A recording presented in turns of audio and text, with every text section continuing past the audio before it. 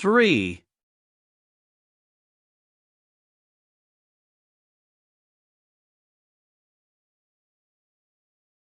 It was 7 o'clock in the evening, and Nikolai Vsevolodovich was sitting alone in his study, his favorite room from long past, lofty, spread with carpets, filled with somewhat heavy, old-fashioned furniture.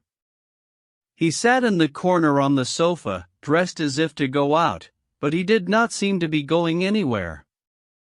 On the table before him stood a lamp with a shade. The sides and corners of this big room remained in shadow. His look was pensive and concentrated, not altogether at ease. His face was tired and had grown somewhat thin. He was indeed suffering from a swollen cheek, but the rumor about the knocked-out tooth was exaggerated. The tooth had been loosened, but was now firm again. The lower lip had also been cut inside, but this, too, had healed. It had taken a whole week for the swelling to go down only because he did not want to receive the doctor and have him lance the abscess, but waited until it broke of itself. Not just the doctor, he would scarcely even admit his mother, and then only for a moment, once a day, and inevitably at dusk, when it was already dark but before the lights had been brought in. He did not receive Fyodor Stepanovich either, who nevertheless ran by 2 or 3 times a day, while he was still in town, to see Varvara Petrovna. And then at last, on Monday, having returned in the morning from his 3-day absence, having run all over town, and having dined at Yulia Mikhailovna's, Fyodor Stepanovich came at last in the evening to Varvara Petrovna, who was awaiting him impatiently. The ban had been lifted. Nikolai Vsevolodovich was receiving. Varvara Petrovna herself led the guest to the door of the study. She had long wanted this meeting, and Fyodor Stepanovich gave her his word that he would run to her from Nicholas and recount it all. She timidly knocked for Nikolai Vsevolodovich and, getting no answer, ventured to open the door a couple of inches. "Nicholas, may I bring Fyodor Stepanovich in?" she asked softly and restrainedly, trying to make Nikolai Vsevolodovich out behind the lamp. You may, of course you may."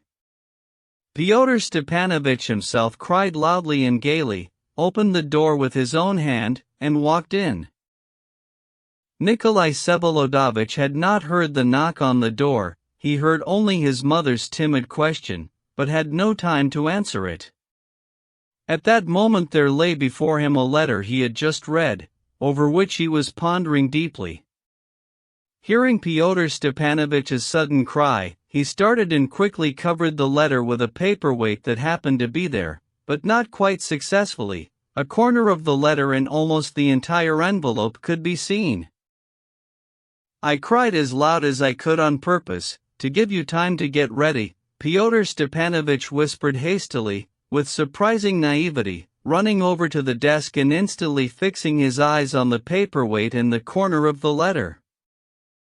"And of course you had time to spy me hiding this just-received letter under the paperweight," Nikolai Vsevolodovich said calmly, without stirring from his seat.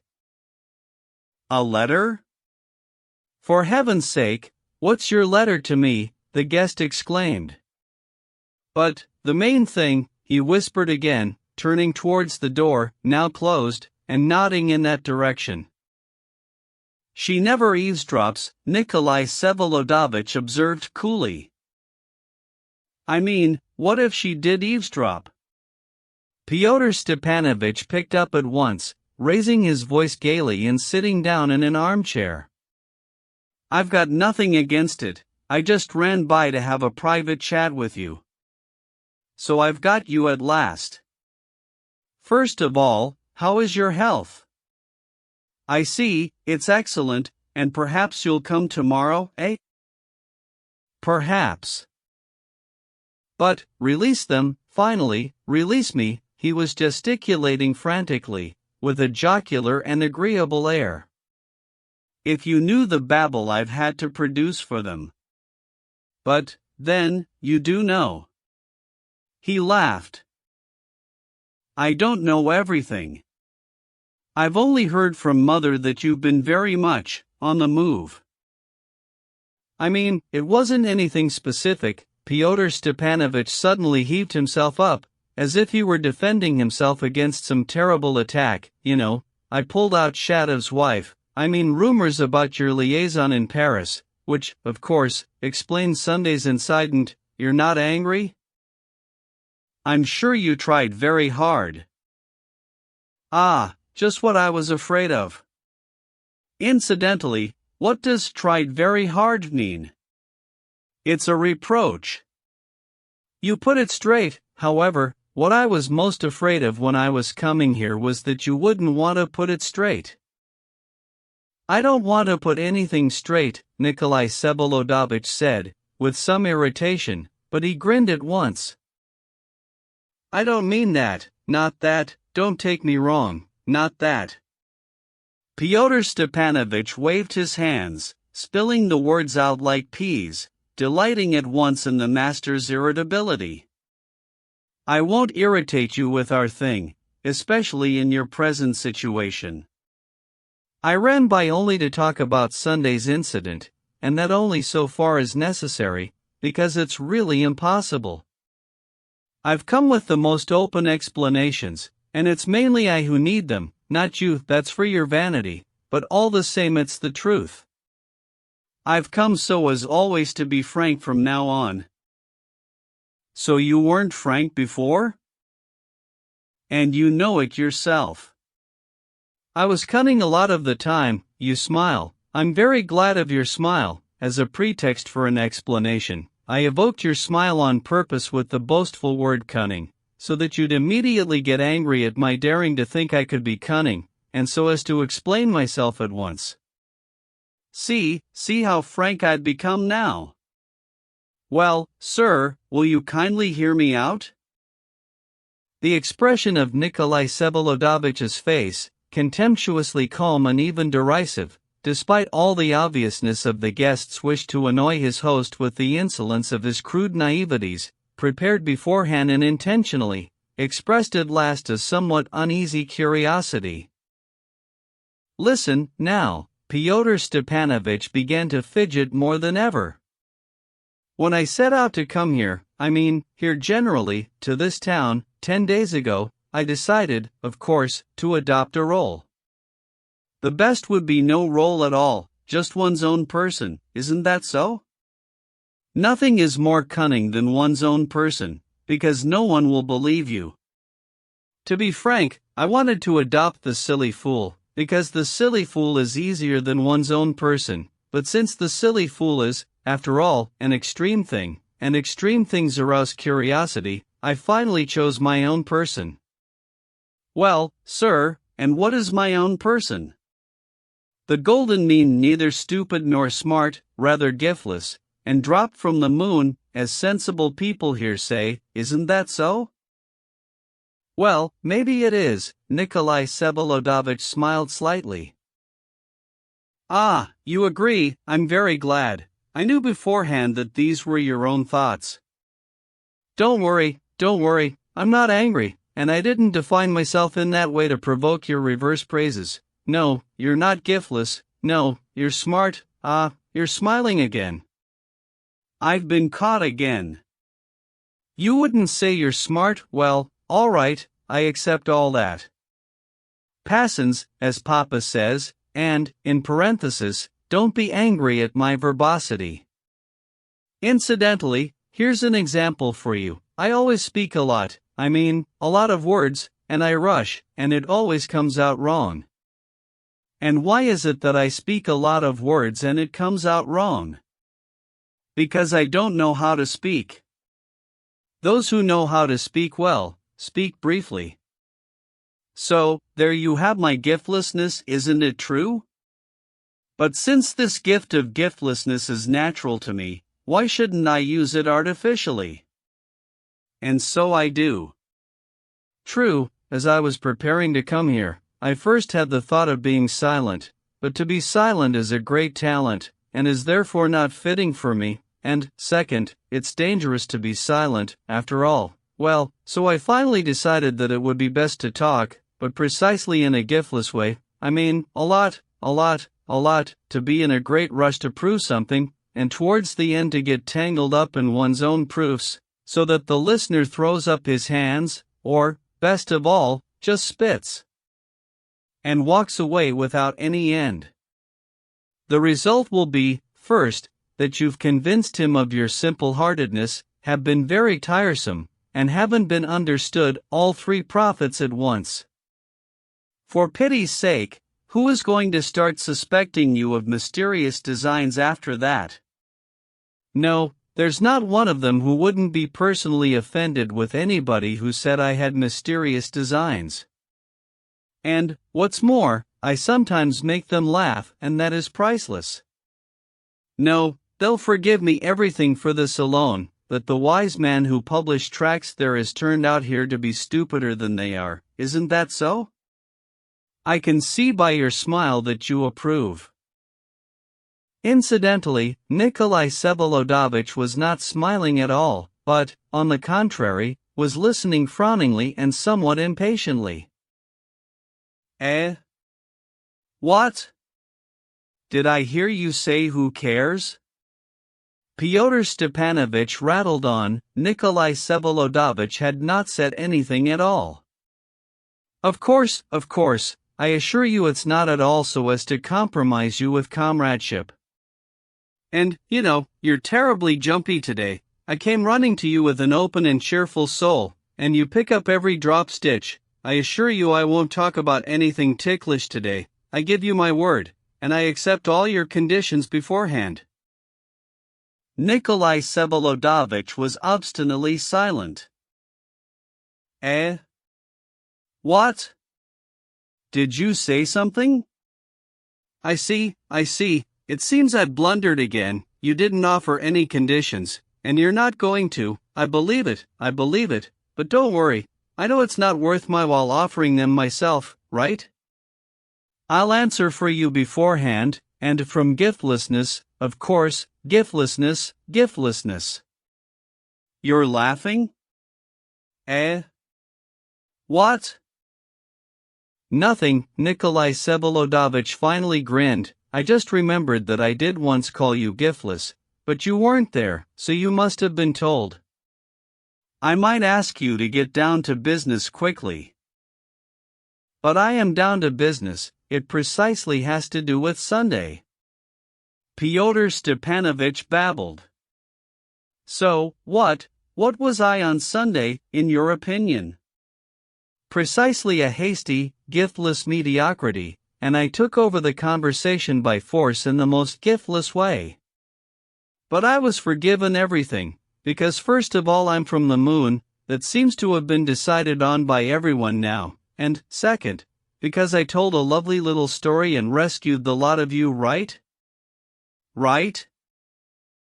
That is, you told it precisely so as to leave doubts and show our patching and shumming, when there wasn't any patching and I never asked you to do anything at all.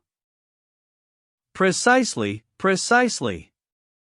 Fyodor Stepanovich picked up, as if in rapture. I precisely did it that way, so that you would notice the whole spring. I was clowning mainly for you, because I was trying to catch you and wanted to compromise you. I mainly wanted to find out how afraid you were. Curious, why are you so frank now?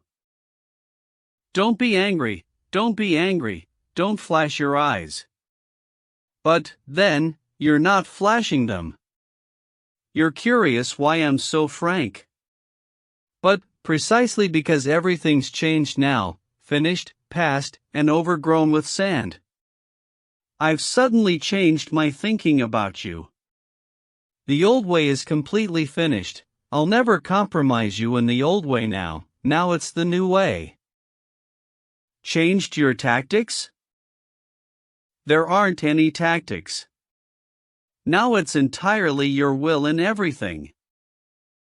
I mean, say yes if you want, or no if you want. That's my new tactic. And about our business I won't even make a peep until you yourself tell me to. You're laughing? Be my guest, I'm laughing myself. But I'm serious now, serious, though anyone who is in such a hurry is naturally giftless, no? Never mind, let it be giftless, but I'm serious.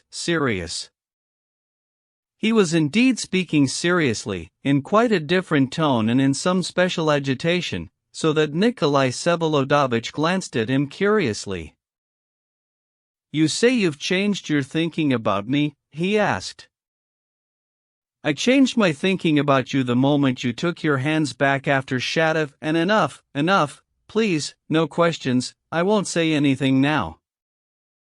He jumped up, in fact, waving his hands as if he were waving the questions away, but since there were no questions, and there was no reason for him to leave, he sat down in the chair again, somewhat calmer.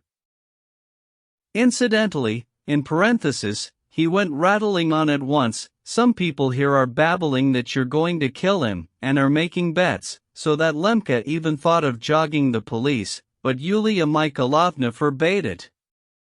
Enough of that, I was just letting you know. Incidentally, again, I had the Lebyatkins moved that same day, did you get my note with their address? I got it right then. That wasn't out of giftlessness, it was done sincerely, out of willingness. If it came out as giftless, anyway it was sincere. Yes, never mind, maybe it had to be so, Nikolai Vsevolodovich said pensively. Only don't write me any more notes, I beg you. Couldn't help it, just that once. So Liputin knows? Couldn't help it, but you know yourself that Liputin doesn't dare. Incidentally, you ought to go and see our people, them, not our people, otherwise you'll be picking up my dropped stitches again. Don't worry, not now, but someday. It's raining now. I'll let them know, they'll get together, and we'll come in the evening. They're waiting with their mouths open, like baby jackdaws in a nest, to see what sort of treat we've brought them.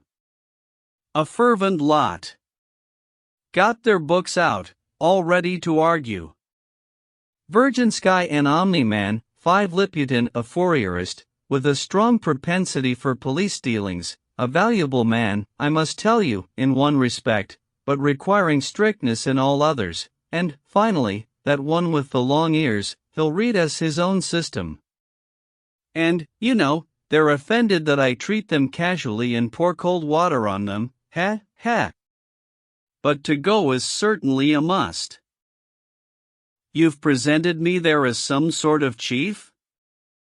Nikolai Vsevolodovich let escape as casually as he could.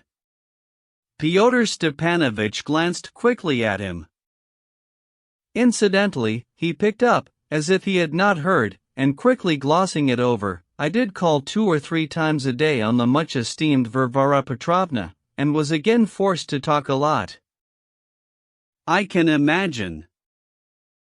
No, don't imagine, I simply said that you won't kill anybody, and, well, all sorts of sweet things. And, imagine, she already knew the next day that I'd had Maria Timofeevna moved across the river. Did you tell her? Never occurred to me. I just knew it wasn't you. But who could have, besides you? Interesting. Liputin, of course. And no, not Liputin, Fyodor Stepanovich muttered, frowning. I know who. It looks like Shatov. Nonsense, though, let's drop it. Though it's terribly important. Incidentally, I kept waiting for your mother suddenly to blurt out the main question. Ah, yes, all those first days she was terribly glum, and suddenly when I came today she's beaming all over. What's that about? It's because I gave her my word today that I'd propose to Lizaveta Nikolaevna in 5 days, Nikolai Vsevolodovich suddenly said with unexpected frankness. Ah, well, yes, of course, Fyodor Stepanovich babbled, hesitating, as it were, there are these rumors about an engagement, you know? It's true, though.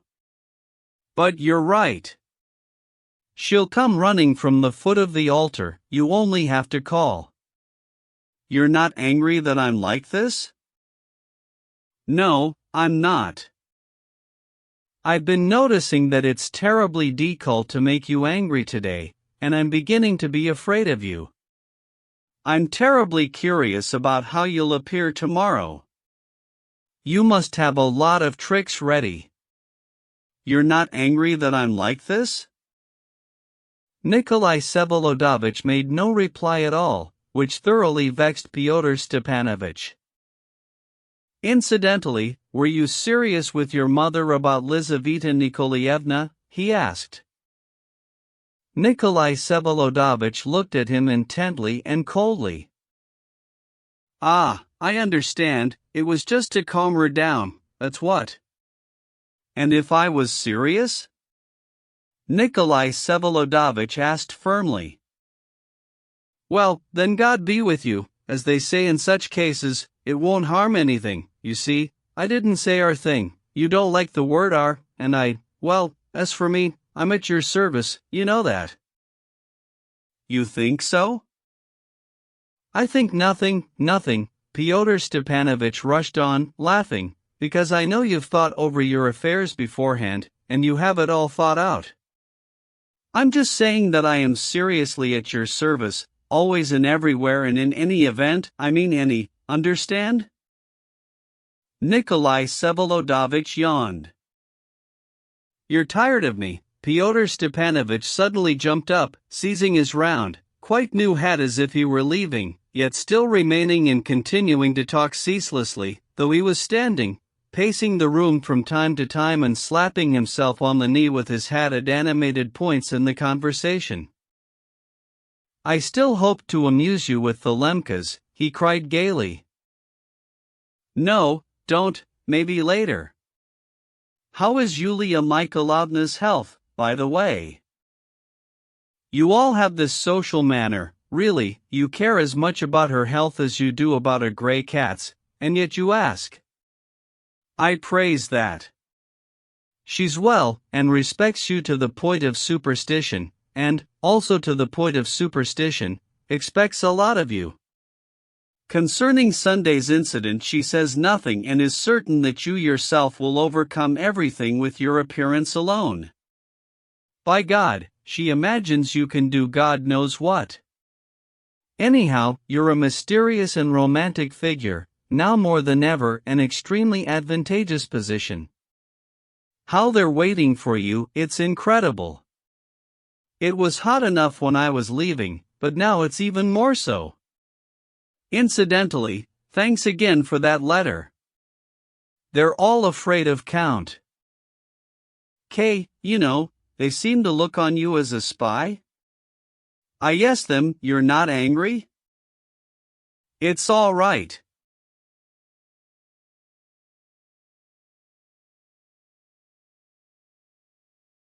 It is all right, it will be necessary in the future.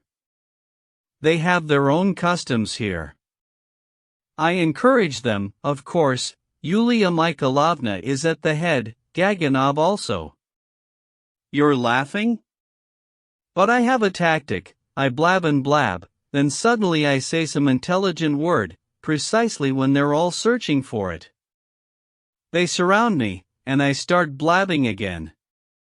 They've all waved me away by now, has abilities, they say, but dropped from the moon. Lemka's inviting me to go into the service, to straighten me out.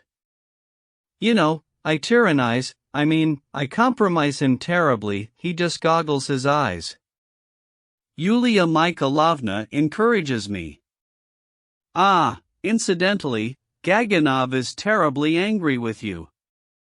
Yesterday, in Dukovo, he spoke quite nastily about you. I immediately told him the whole truth, of course, not the whole truth. I spent the day at his place. A fine estate, a nice house. Can he still be in Dukovo? Nikolai Vsevolodovich suddenly heaved himself up, almost jumped, and made a strong move forward. "No, it was he who drove me here this morning. We came back together," Pyotr Stepanovich said, as if he had not noticed Nikolai Vsevolodovitch's momentary agitation at all. "Look at that, I've dropped a book." He bent down to pick up the keepsake 6 he had brushed against. Balzac's Women, with illustrations. He suddenly opened the book. "I haven't read it. Lemka also writes novels." "Really?" Nikolai Vsevolodovitch asked, as if interested. "In Russian, secretly, of course. Yulia Mikhailovna knows and lets him. A duffer, but he has his ways, they've got it all worked out. What strictness of form, what self-possession. We could use some of that." "You're praising the administration?" "And why not? The only thing in Russia that's natural and achieved." I'll stop, he suddenly heaved himself up. "I didn't mean it, not a word about anything delicate. Anyhow, goodbye, you look a bit green." "It's a fever." "I believe it, you should go to bed. Incidentally, there are castrates in the district, curious people 7. Later, though. Here, though, is another little anecdote. There's an infantry regiment in the district. Friday evening I was drinking with the Ossers in Beta, say. We have 3 friends there, vous comprenez? There was talk about atheism, and, of course, we cashiered God well and good. They were delighted, squealing. Incidentally, Shatov insists that to start a rebellion in Russia one must inevitably begin with atheism. Maybe he's right. One gray-haired boar of a captain sat silent, not saying a word. Suddenly he stands up in the middle of the room and says, so loudly, as if to himself, if there's no God, then what sort of captain am I? Took his cap, threw up his arms, and walked out. Having uttered a rather well-rounded thought, Nikolai Vsevolodovitch yawned for the 3rd time. Really? I didn't understand it. I was going to ask you. Well, what else have I got for you? The Spigulins factory is interesting, 500 workers there, as you know, a hotbed of cholera. They haven't cleaned the place in 15 years, and they cheat their employees. The owners are millionaires. I can assure you some of the workers have a notion of what the International Aid is. Did you smile? You'll see for yourself, just give me a tiny bit of time. I've already asked you for some time, and now I'm asking for more, and then, sorry, though, I won't, I don't mean that, don't scowl. Anyhow, goodbye. Ah, what's the matter with me? He suddenly turned back. I completely forgot the main thing. I was just told that our box has come from Petersburg. Meaning? Nikolai Vsevolodovitch looked at him uncomprehendingly. Meaning your box, your things, tailcoats, trousers, linen, has it come? Is it true? Yes, I heard something earlier. Ah, might it be possible, now, ask Alexei. Then tomorrow? Tomorrow? In with your things. There are also my jacket, my tailcoat, and 3 pairs of trousers, from Charmeurs 9 on your recommendation, remember? I've heard you're playing the gallant around here? Nikolai Vsevolodovitch grinned. Is it true you're going to take lessons from a riding master? Fyodor Stepanovich smiled a crooked smile. He suddenly hurried excessively, in a quivering and faltering voice, Nikolai Vsevolodovitch, with regard to persons, we'll drop that once and for all, right? You may, of course, despise me as much as you like, if you find it so amusing, but still it would be better not to be personal for a while, right? Very well, I won't do it again, said Nikolai Vsevolodovich. Fyodor Stepanovich grinned, slapped his knee with his hat, shifted from one foot to the other, and assumed his former expression. There are some here who even consider me your rival with Lizaveta Nikolaevna, so how can I not think of my appearance? He laughed. Who has been informing you, though? It's precisely 8 o'clock. Well, I'm off. I promised to call on Varvara Petrovna, but I'll pass that up. You go to bed and tomorrow you'll feel more chipper. It's dark and raining outside. I have a cab, though, because the streets aren't quiet here at night. Ah, incidentally, there's a certain Fedka the convict wandering around town and hereabouts, a fugitive from Siberia, imagine, my former household serf, whom Papa packed off to the army 15 years ago, to make some money. 10 A very remarkable man. Have you talked with him? Nikolai Vsevolodovich glanced up. I have. He's not hiding from me. A man ready for anything for money, naturally, but there are convictions there, too, of his own kind, of course. Ah, yes, again incidentally, if you were serious just now about that plan, remember, to do with Lizaveta Nikolaevna, then I repeat once more that I, too, am a man ready for anything, in all senses, whatever you like, and am completely at your service. What? Are you reaching for your stick? Ah, no, it's not your stick. Imagine, I thought you were looking for your stick. Nikolai Vsevolodovich was not looking for anything and did not say anything, but he did indeed rise a little, somehow suddenly, with some strange movement in his face.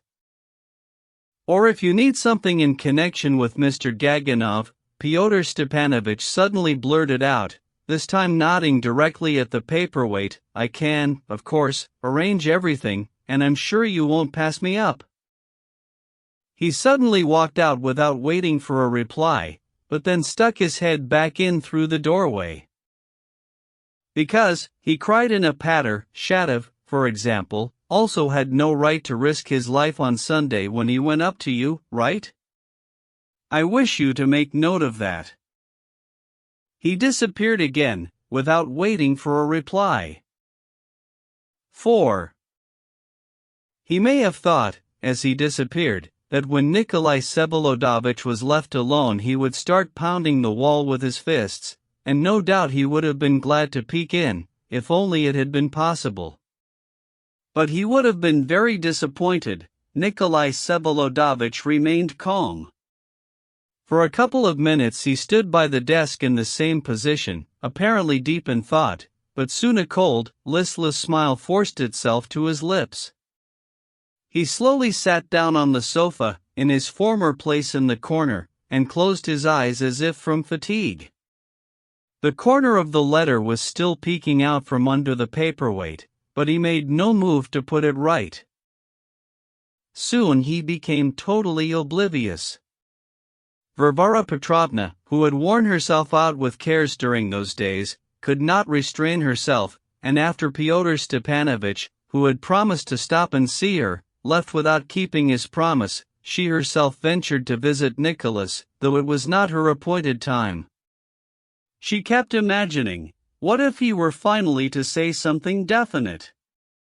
Softly, as before, she knocked on the door and, again receiving no reply, opened it herself. Seeing Nicholas sitting there somehow too motionlessly, she cautiously approached the sofa, her heart pounding.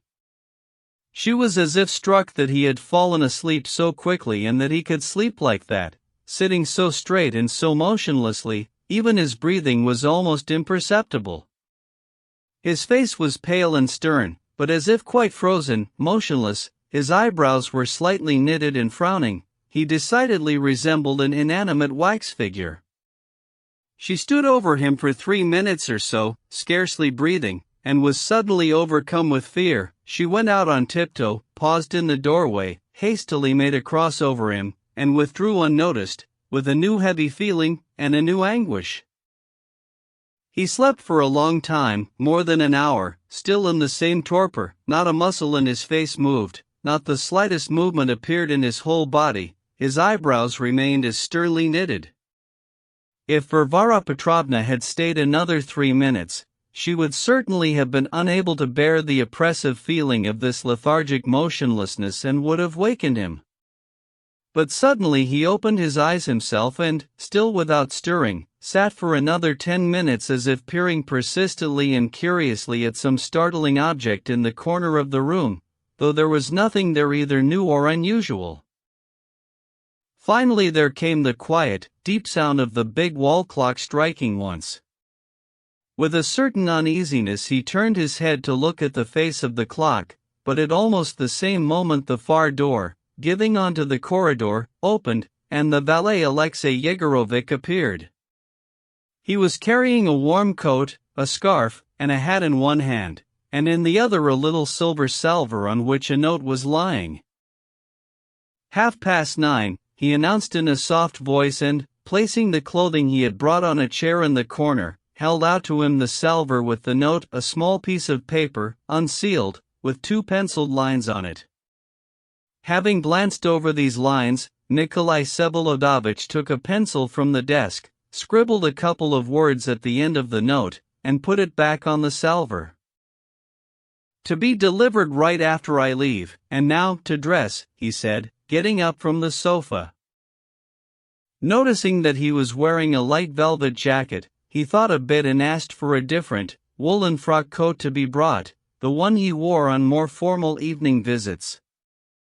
Finally, having dressed completely and put on his hat, he locked the door through which Varvara Petrovna had come to him and, taking the hidden letter from under the paperweight, silently walked out into the corridor, accompanied by Alexei Yegorovitch. They went along the corridor to a narrow, stone-backed stairway, and went down to a hall that gave directly onto the garden. In a corner of the hall a lantern and a big umbrella stood ready. "The rain being exceedingly heavy, the mud in our streets is intolerable," Alexei Yegorovitch reported, in a last remote attempt to deflect his master from the journey. But the master opened his umbrella and silently walked out into the sodden and dripping old garden, dark as a cellar. The wind howled and swayed the tops of the half-bare trees, the narrow sand paths were swamped and slippery. Alexei Yegorovitch went just as he was, in a tailcoat and bareheaded, lighting the way for some 3 steps ahead with the lantern. "Won't we be noticed?" Nikolai Vsevolodovitch asked suddenly. "Not from the windows, what with everything having been foreseen beforehand," the servant replied softly and evenly. "Mamma has retired?" "The mistress locked herself in, as she regularly has over the past few days, at 9 o'clock sharp, and it's impossible for her to find out anything now." "At what time should I expect you?" he added, making so bold as to pose a question. "At 1, or 1:30, no later than 2. "Very good, sir." Having passed through the garden along the winding paths they both knew by heart, they reached the stone garden wall, and there, in the far corner of the wall, they found a little door which led to a narrow and deserted lane and was almost always locked, but the key to which now turned up in Alexei Yegorovitch's hands. "Won't the door creak?" Nikolai Vsevolodovitch questioned again. But Alexei Yegorovitch reported that it had been oiled just yesterday, and today as well. He was now thoroughly soaked. Having opened the door, he gave the key to Nikolai Vsevolodovitch. "If you should be pleased to be undertaking a long trip, then I must report my being uncertain of the local folk, especially in the out-of-the-way lanes, and most of all across the river." He again could not restrain himself. He was an old servant, who had formerly taken care of Nikolai Vsevolodovitch and used to dandle him in his arms, a serious and stern man, who liked hearing and reading about things divine. Don't worry, Alexei Yegorych. God bless you, sir, but only setting out upon good deeds. How's that? Nikolai Vsevolodovich paused with one foot already in the lane. Alexei Yegorovich firmly repeated his wish. Never before would he have ventured to express it in such words, aloud, to his master. Nikolai Vsevolodovich locked the door, put the key in his pocket, and went off down the lane, sinking several inches into the mud at every step. He finally came out onto a paved street, long and deserted. He knew the town like the back of his hand, but Bogoyavlensky Street was still a long way off. It was past 10 o'clock when he finally stopped before the locked gate of Filipov's dark old house. Now that the Lebyatkins had moved out, the ground floor was left completely empty, with the windows boarded up, but there was light in Shatov's garret. As there was no bell, he began rapping on the gate with his fist.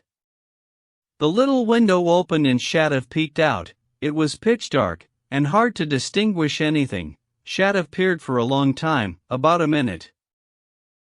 "Is it you?" he asked suddenly. "Yes," the uninvited guest replied. Shatov slammed the window, went down, and unlocked the gate. Nikolai Vsevolodovich stepped across the high sill and, without saying a word, walked past him straight to Kirilov's wing. Here nothing was locked, or even closed. The entryway and the first two rooms were dark, but in the last room, where Kirilov lived and took his tea, light was shining and laughter could be heard, along with some strange little cries.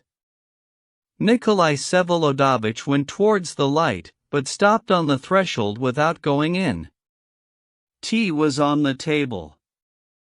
In the middle of the room stood the old woman, the landlord's relative, bareheaded, wearing only a skirt, a rabbit-skin jacket, and shoes over her bare feet.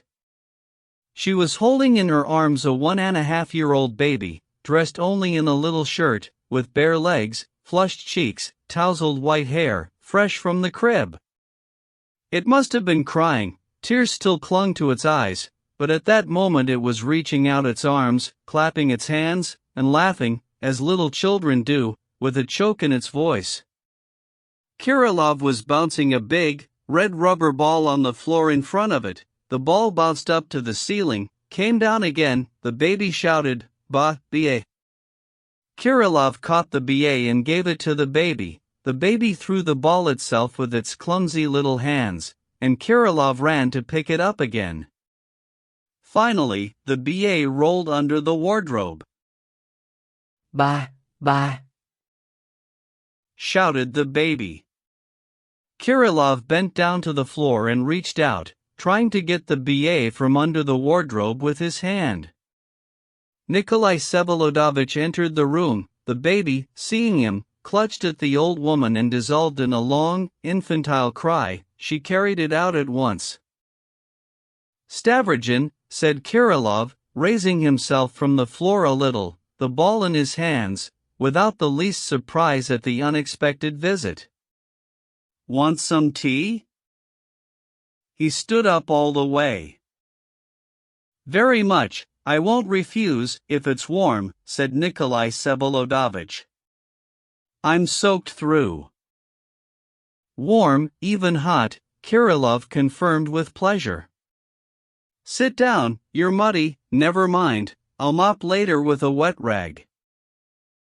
Nikolai Vsevolodovich sat down and drank the full cup almost at one gulp.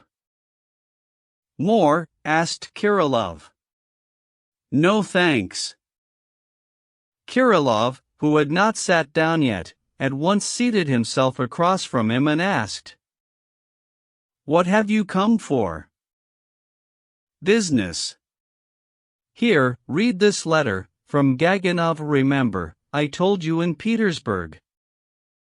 Kirilov took the letter, read it, put it on the table, and looked up expectantly. "As you know," Nikolai Vsevolodovich began to explain, I met this Gaganov a month ago in Petersburg, for the first time in my life. We ran into each other about 3 times in public. Without making my acquaintance or speaking with me, he still found an opportunity for being very impudent.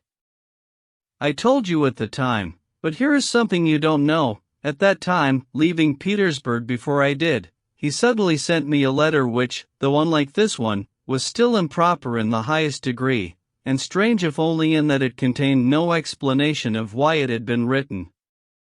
I replied to him at once, also with a letter, in which I stated quite frankly that he was probably angry with me for the incident with his father 4 years earlier, here at the club, and that for my part one was prepared to give him every possible apology, on the grounds that my action had been unintentional and caused by illness. I asked him to take my apologies into consideration. He did not reply, and left, and now I find him here completely enraged. I've been told of his several public comments about me, utterly abusive and with astounding accusations. Finally, today comes this letter, such as no one, surely, has ever received, with curses and such expressions as, "Your beaten mug." I've come in hopes that you will not refuse to be my second. You say a letter no one received, Kirillov remarked. In rage it's possible, written more than once. Pushkin wrote to Hikarin.11 all right, I'll go. Tell me how. Nikolai Vsevolodovich explained that he wanted it to be tomorrow, and that he would certainly begin with the renewal of his apologies, and even with the promise of a second letter of apology, but with the understanding that Gaganov, for his part, should also promise not to write any more letters. The letter in hand would be regarded as never having existed. Too many concessions, he won't agree, Kirillov said.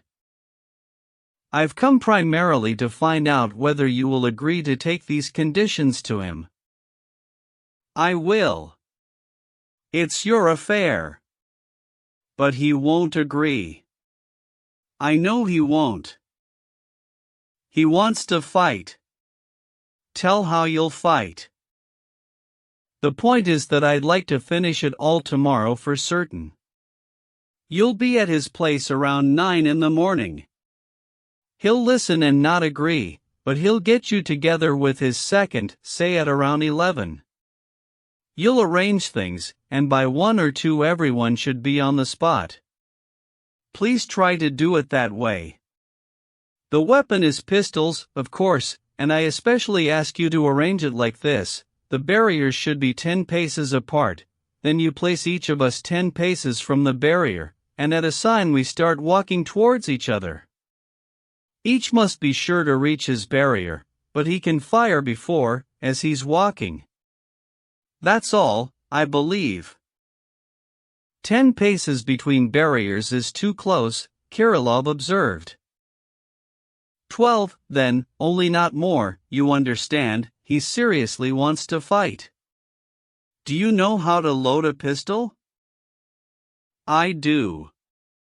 I have pistols. I'll give my word that you've never fired them. His second will also give his word about his 2 pair, and we'll do odds and evens, his or ours. Fine.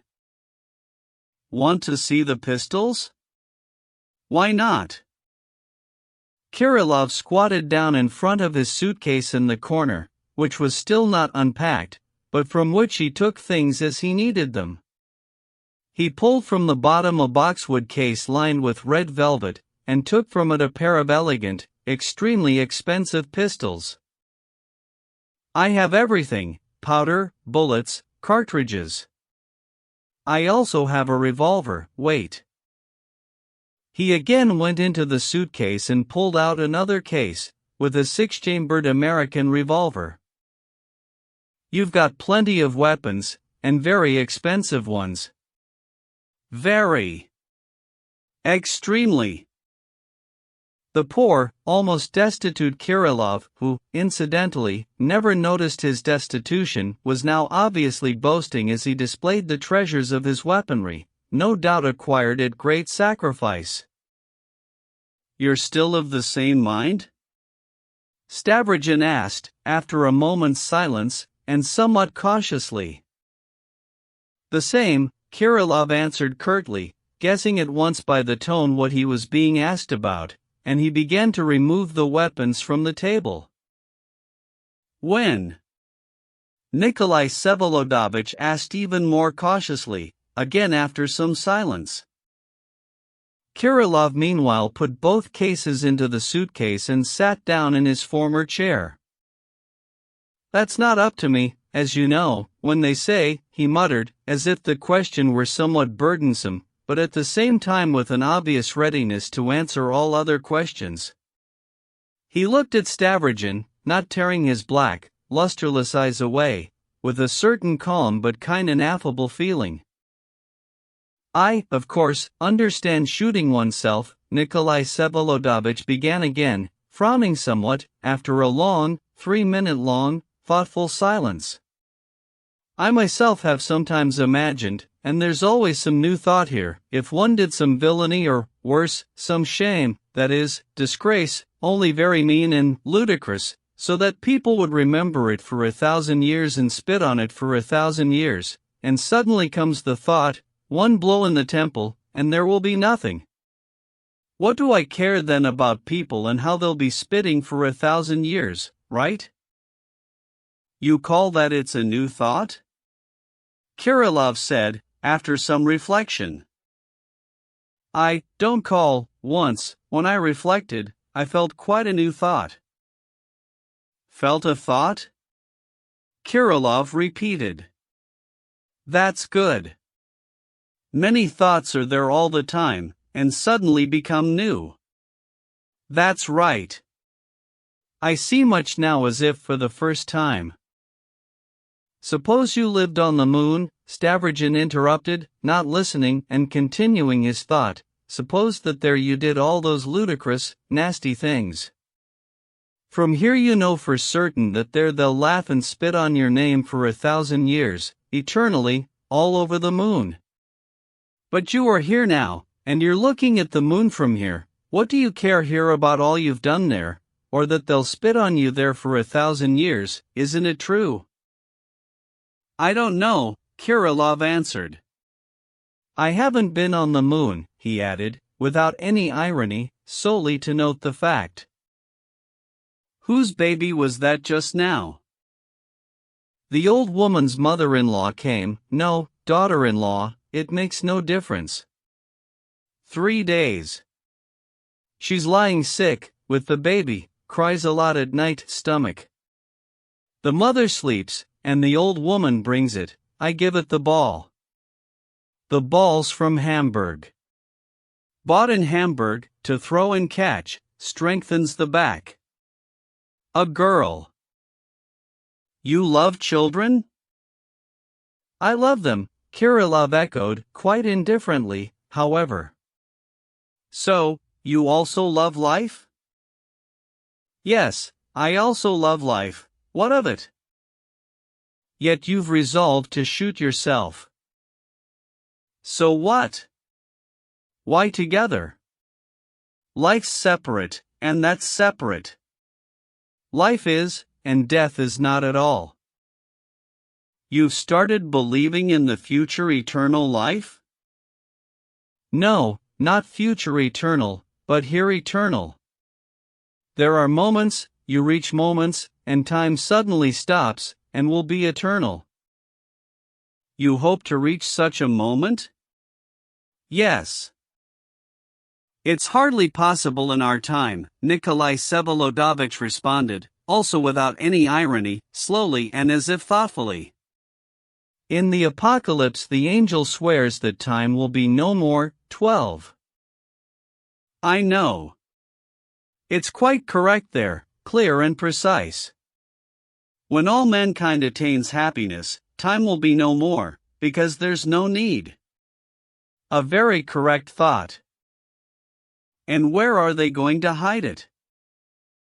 "Nowhere. Time isn't an object, it's an idea. It will die out in the mind. Old philosophical places, the same since the beginning of the ages, Stavrogin muttered with a certain squeamish regret. The same. The same since the beginning of the ages, and no others, ever. Kirillov picked up with flashing eyes, as if this idea held nothing short of victory. You seem to be very happy, Kirillov? Yes, very happy, the latter replied, as if making the most ordinary reply. But you were upset still so recently, angry with Liputin? Now I'm not scolding. Then I didn't know I was happy yet. Have you seen a leaf from a tree? I have. I saw one recently, a yellow one, with some green, decayed on the edges. Blown about by the wind. When I was 10 years old, I'd close my eyes on purpose, in winter, and imagine a leaf green, bright, with veins, and the sun shining. I'd open my eyes and not believe it, because it was so good, then I'd close them again. What's that, an allegory? And no, why? Not an allegory, simply a leaf, one leaf. A leaf is good. Everything is good. Everything? Everything. Man is unhappy because he doesn't know he's happy, only because of that. It's everything, everything. Whoever learns will at once immediately become happy, that same moment. This mother-in-law will die, and the girl will remain. Everything is good. I discovered suddenly. And if someone dies of hunger, or someone offends and dishonors the girl, is that good? Good. And if someone's head gets smashed in for the child's sake, that's good, too, and if it doesn't get smashed in, that's good, too. Everything is good, everything. For all those who know that everything is good. If they knew it was good with them, it would be good with them, but as long as they don't know it's good with them, it will not be good with them. That's the whole thought, there isn't any more. And when did you find out that you were so happy? Last week, on Tuesday, no, Wednesday, because it was Wednesday by then, in the night. And what was the occasion? I don't remember, just so, I was pacing the room, it makes no difference. I stopped my clock, it was 2:37. As an emblem that time should stop? Kirillov did not reply. They're not good, he suddenly began again, because they don't know they're good. When they find out, they won't violate the girl. They must find out that they're good, then they'll all become good at once, all, to a man. Well, you did find out, so you must be good? I am good. With that I agree, incidentally, Stavrogin muttered frowningly. He who teaches that all are good, will end the world. He who taught it was crucified. He will come, and his name is the Man-God. The God-Man? The Man-God, that's the whole difference. 13 Can it be you who lights the icon lamp? Yes, I lit it. You've become a believer? The old woman likes the icon lamp, she's busy today, Kirillov muttered. But you don't pray yet? I pray to everything. See, there's a spider crawling on the wall, I look and am thankful to it for crawling. His eyes lit up again. He kept looking straight at Stavrogin, his gaze firm and unflinching. Stavrogin watched him frowningly and squeamishly, but there was no mockery in his eyes. I bet when I come the next time you'll already believe in God, he said, getting up and grabbing his hat. Why? Kirillov also rose. If you found out that you believe in God, you would believe, But since you don't know yet that you believe in God, you don't believe, Nikolai Vsevolodovich grinned. It's not that, Kirillov thought it over, you've inverted my thought. A drawing room joke. Remember what you've meant in my life, Stavrogin. Goodbye, Kirillov. Come at night. When? Why, you haven't forgotten about tomorrow? Ah, I forgot, don't worry, I won't oversleep, at 9 o'clock. I can wake up whenever I want to. I go to bed and say, at 7 o'clock, and I wake up at 7, at 10 o'clock, and I wake up at 10. You have remarkable qualities. Nikolai Vsevolodovich looked at his pale face. I'll go and unlock the gate. Don't bother. Shatov will unlock it. Ah, Shatov. Very well, goodbye. 6. The porch of the empty house where Shatov lodged was not locked, but on going into the entryway, Stavrogin found himself in complete darkness and began feeling with his hand for the stairway to the attic. Suddenly the door opened upstairs and light appeared. Shatov did not come out himself, but only opened his door. When Nikolai Vsevolodovich stood on the threshold of the room, he made him out in the corner by the table, standing expectantly. Will you receive me on business? He asked from the threshold.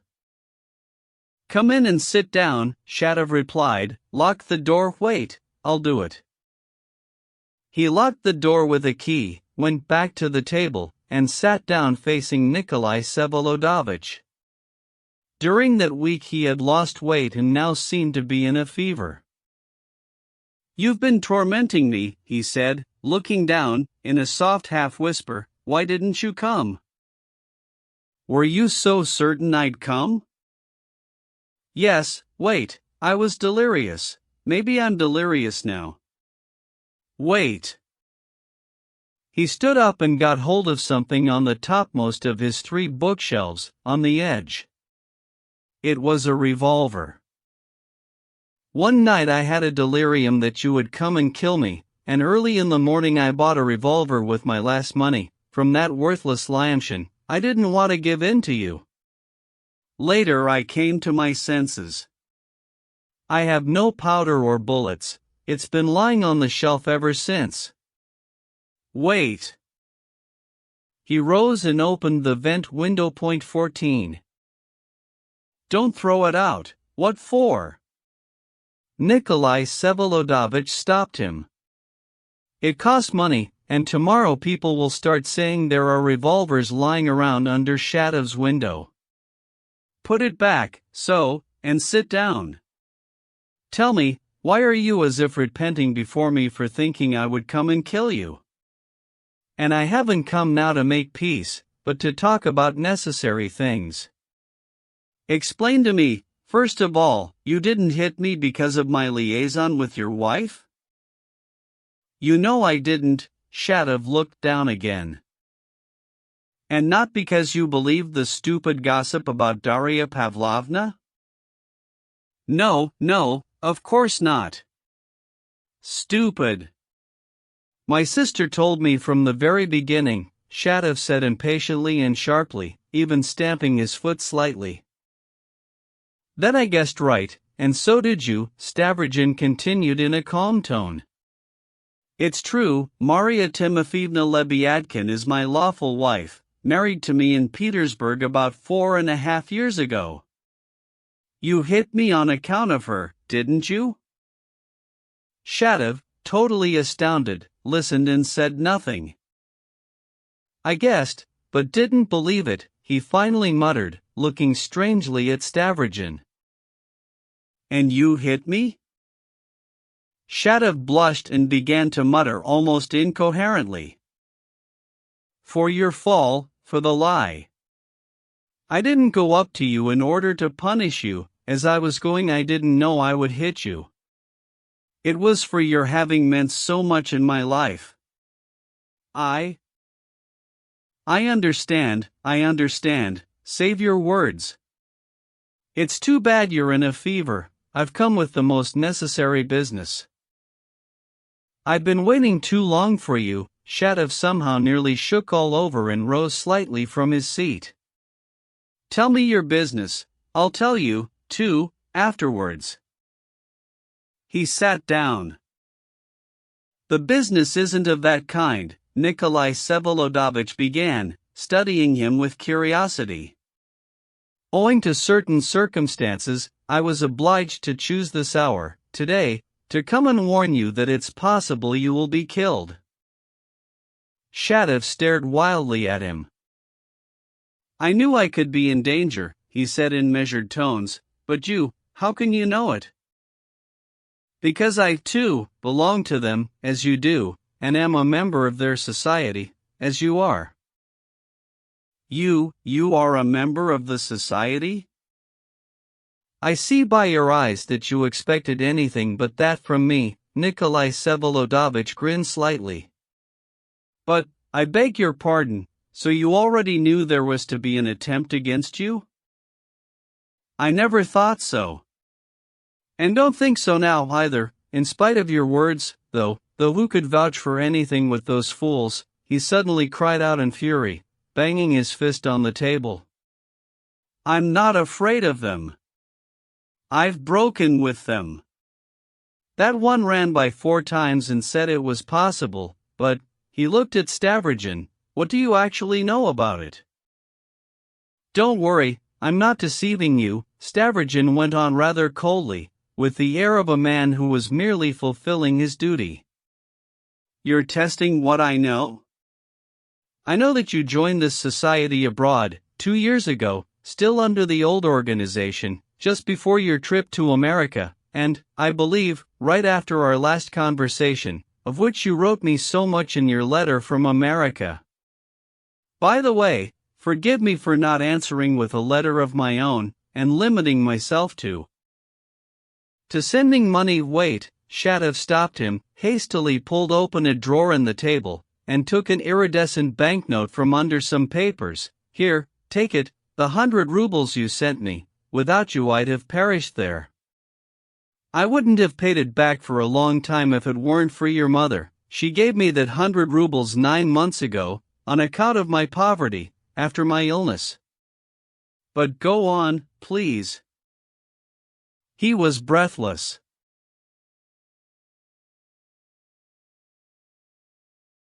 In America you changed your thinking and, on returning to Switzerland, wanted to renounce. They gave no answer, but charged you to receive some printing press here in Russia from somebody, and to keep it until you turned it over to a person who would come to you from them.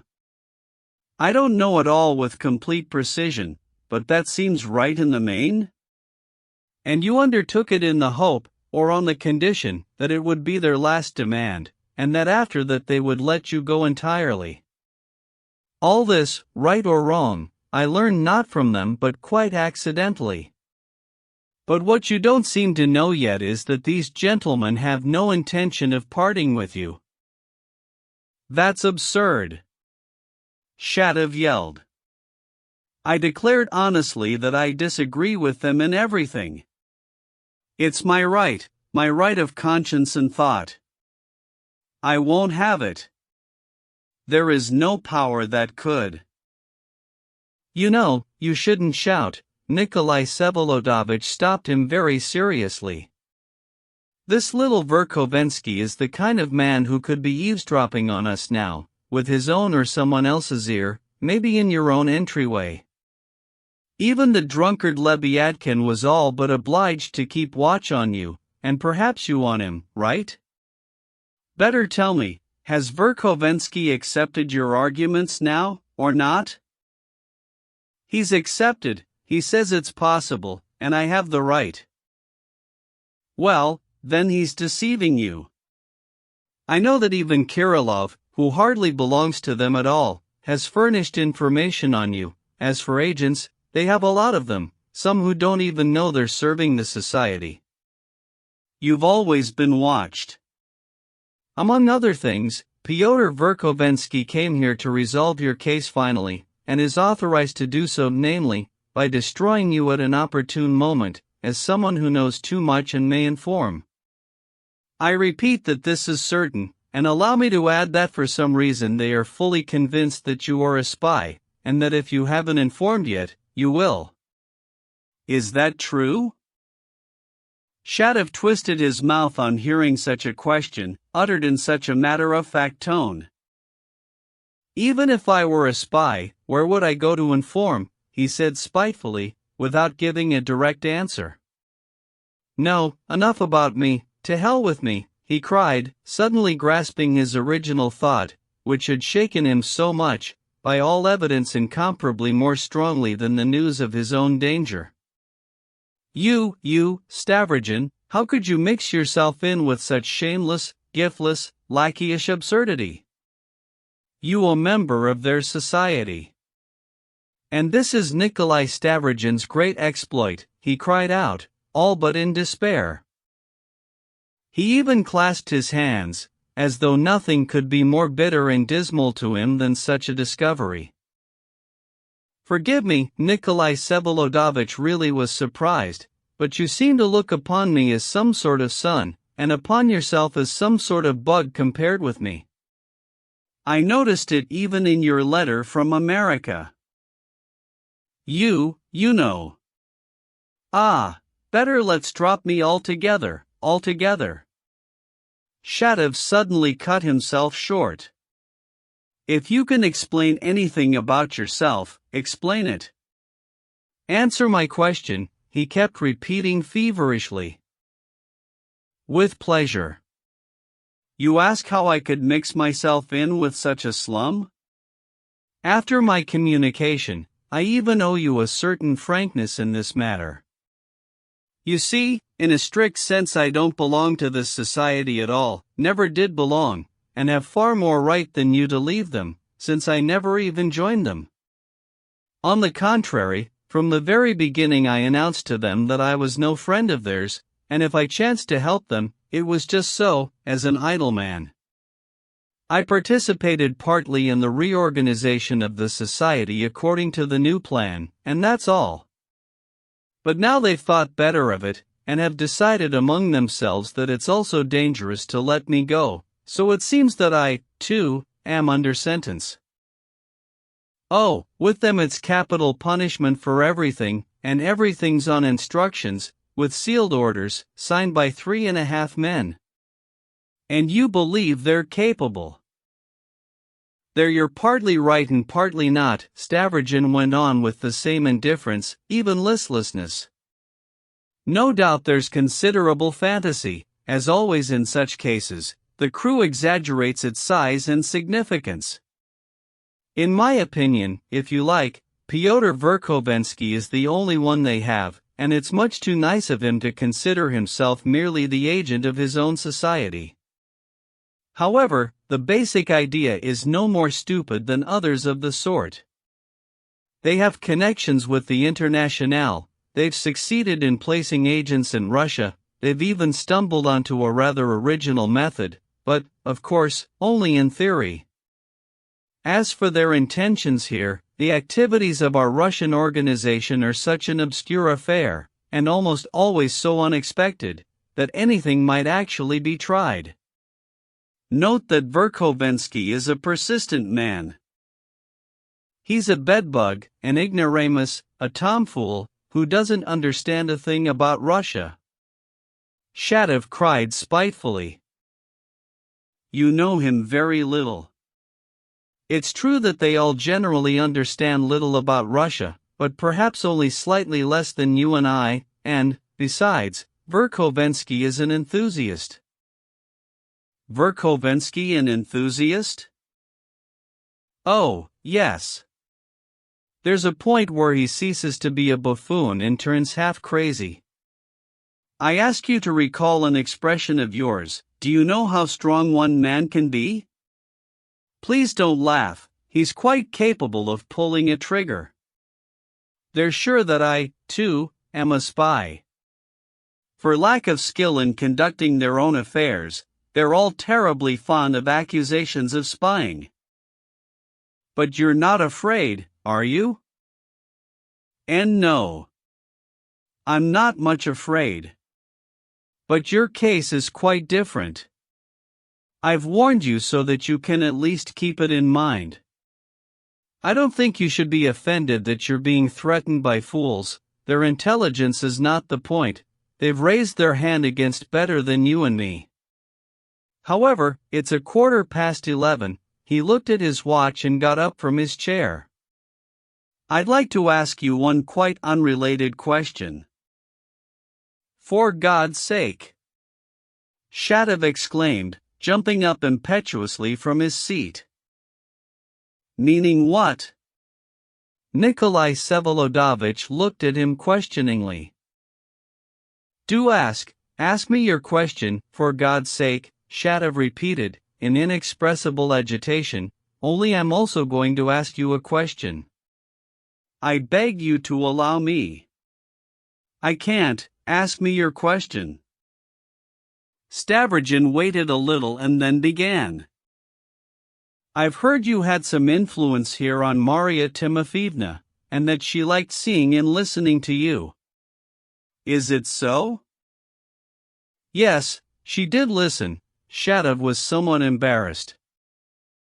I have the intention of announcing my marriage to her one of these days, publicly, here in town. Can it be possible?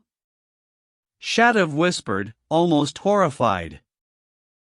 In what sense do you mean? There are no decolletés about it. The witnesses to the marriage are here.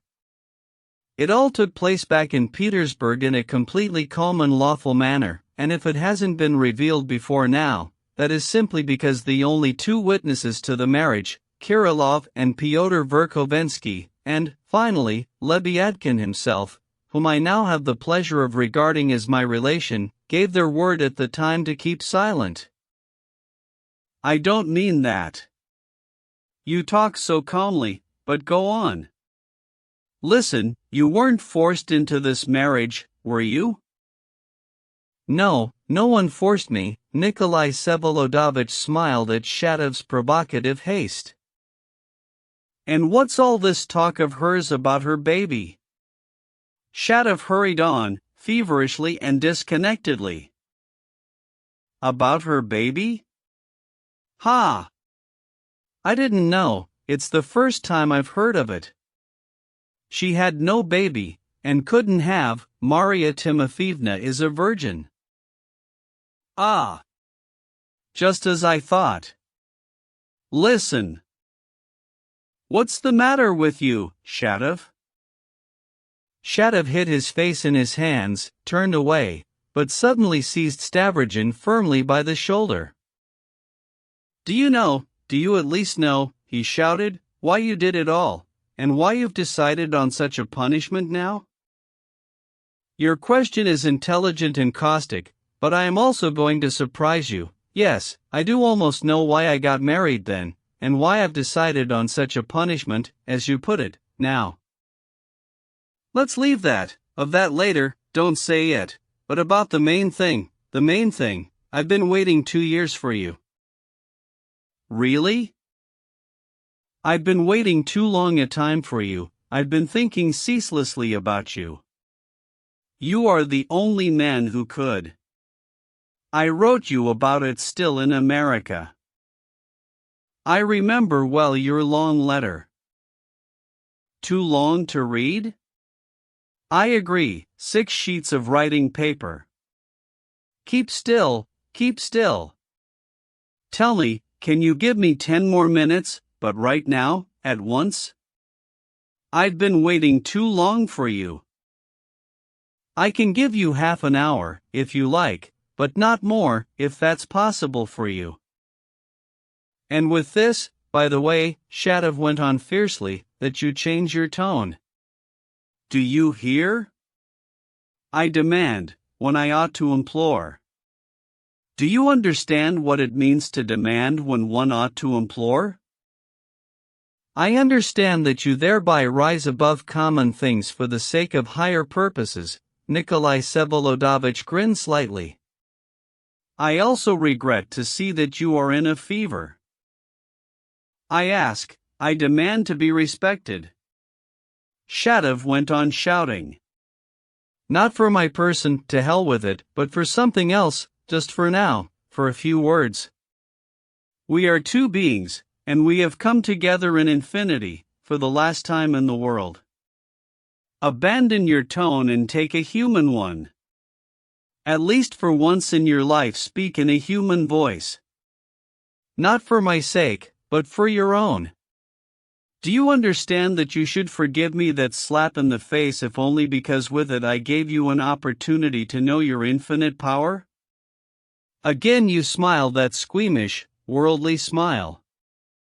Oh, when will you understand me? Away with the young squire. Understand that I demand it, I do, otherwise I'm not going to speak, not for anything. His frenzy was reaching the point of raving. Nikolai Vsevolodovich frowned and seemed to become more guarded.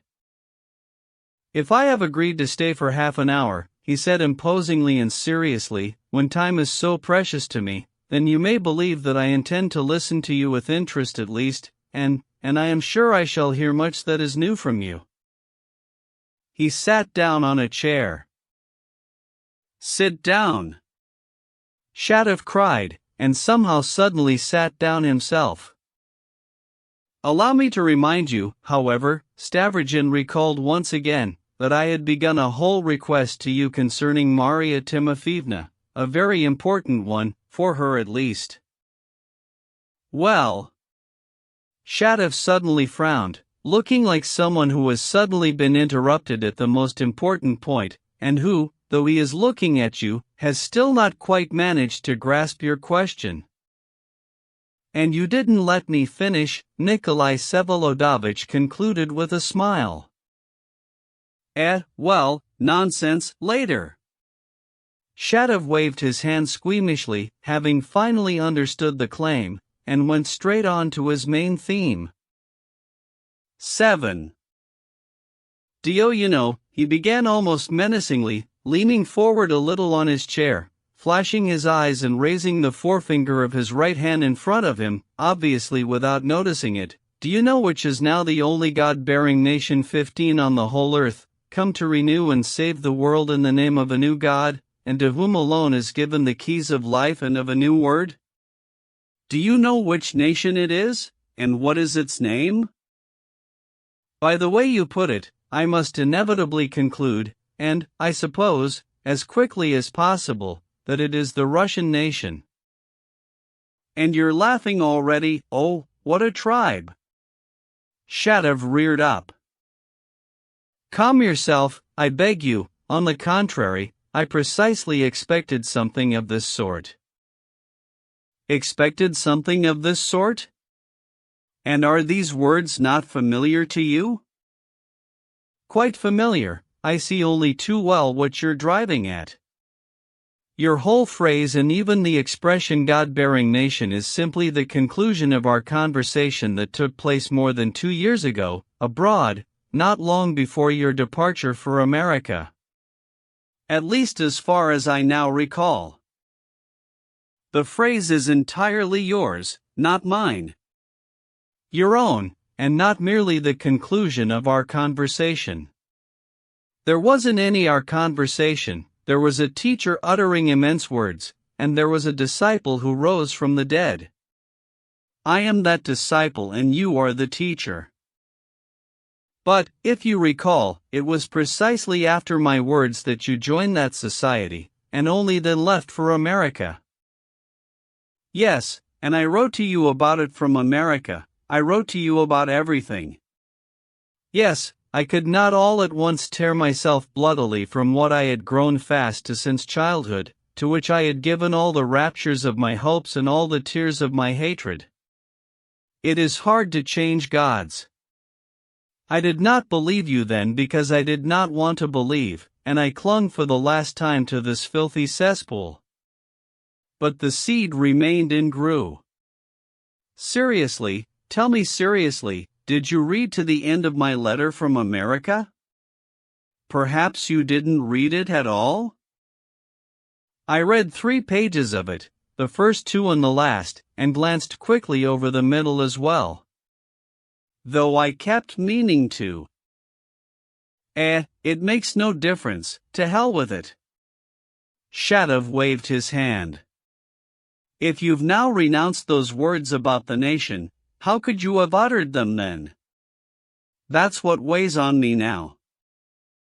But I was not joking with you then, either. In persuading you, I was perhaps more concerned with myself than with you, Stavrogin said mysteriously. Not joking. In America I lay on straw for 3 months next to a certain, unfortunate man, and I learned from him that at the very same time as you were planting God and the motherland in my heart, at that very same time, perhaps even in those very same days, you were pouring poison into the heart of this unfortunate man, this maniac, Kirillov. You confirmed lies and slander in him and drove his reason to frenzy. Go and look at him now, he's your creation. You've seen him, however. First, I shall note for you that Kirillov himself has just told me he is happy and he is beautiful. Your assumption that all this happened at one and the same time is almost correct. Well, and what of it? I repeat, I was not deceiving either one of you. You are an atheist? An atheist now? Yes. And then? Exactly the same as then.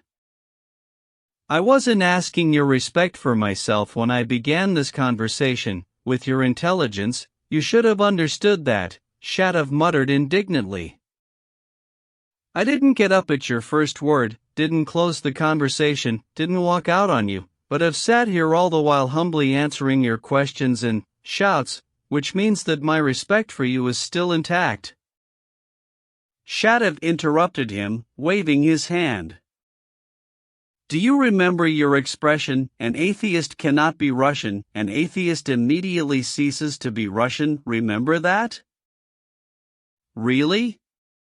Nikolai Vsevolodovich seemed to want the question repeated.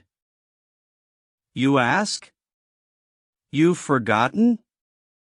And yet this is one of the most precise indications of one of the main peculiarities of the Russian spirit, which you figured out. You can't have forgotten it? I'll remind you of more you said at the same time. He who is not Orthodox cannot be Russian. A Slavophil notion, I suppose.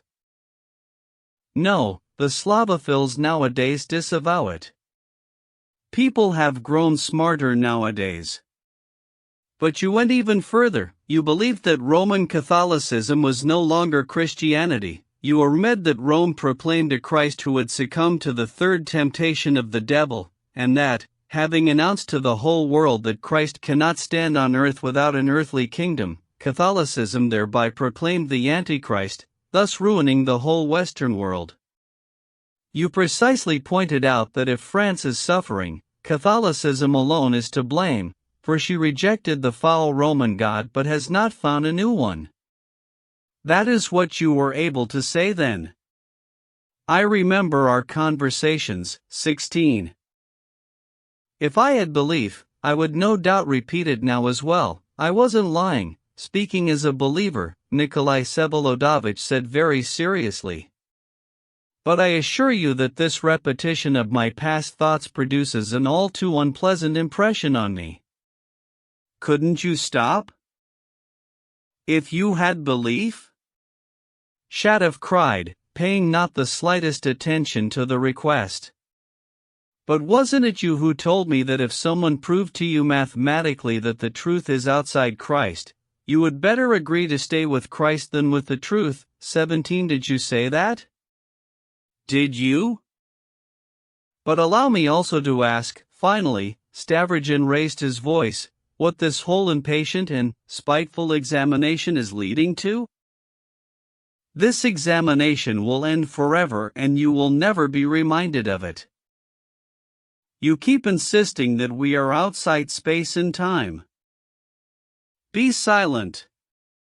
Shadov suddenly shouted.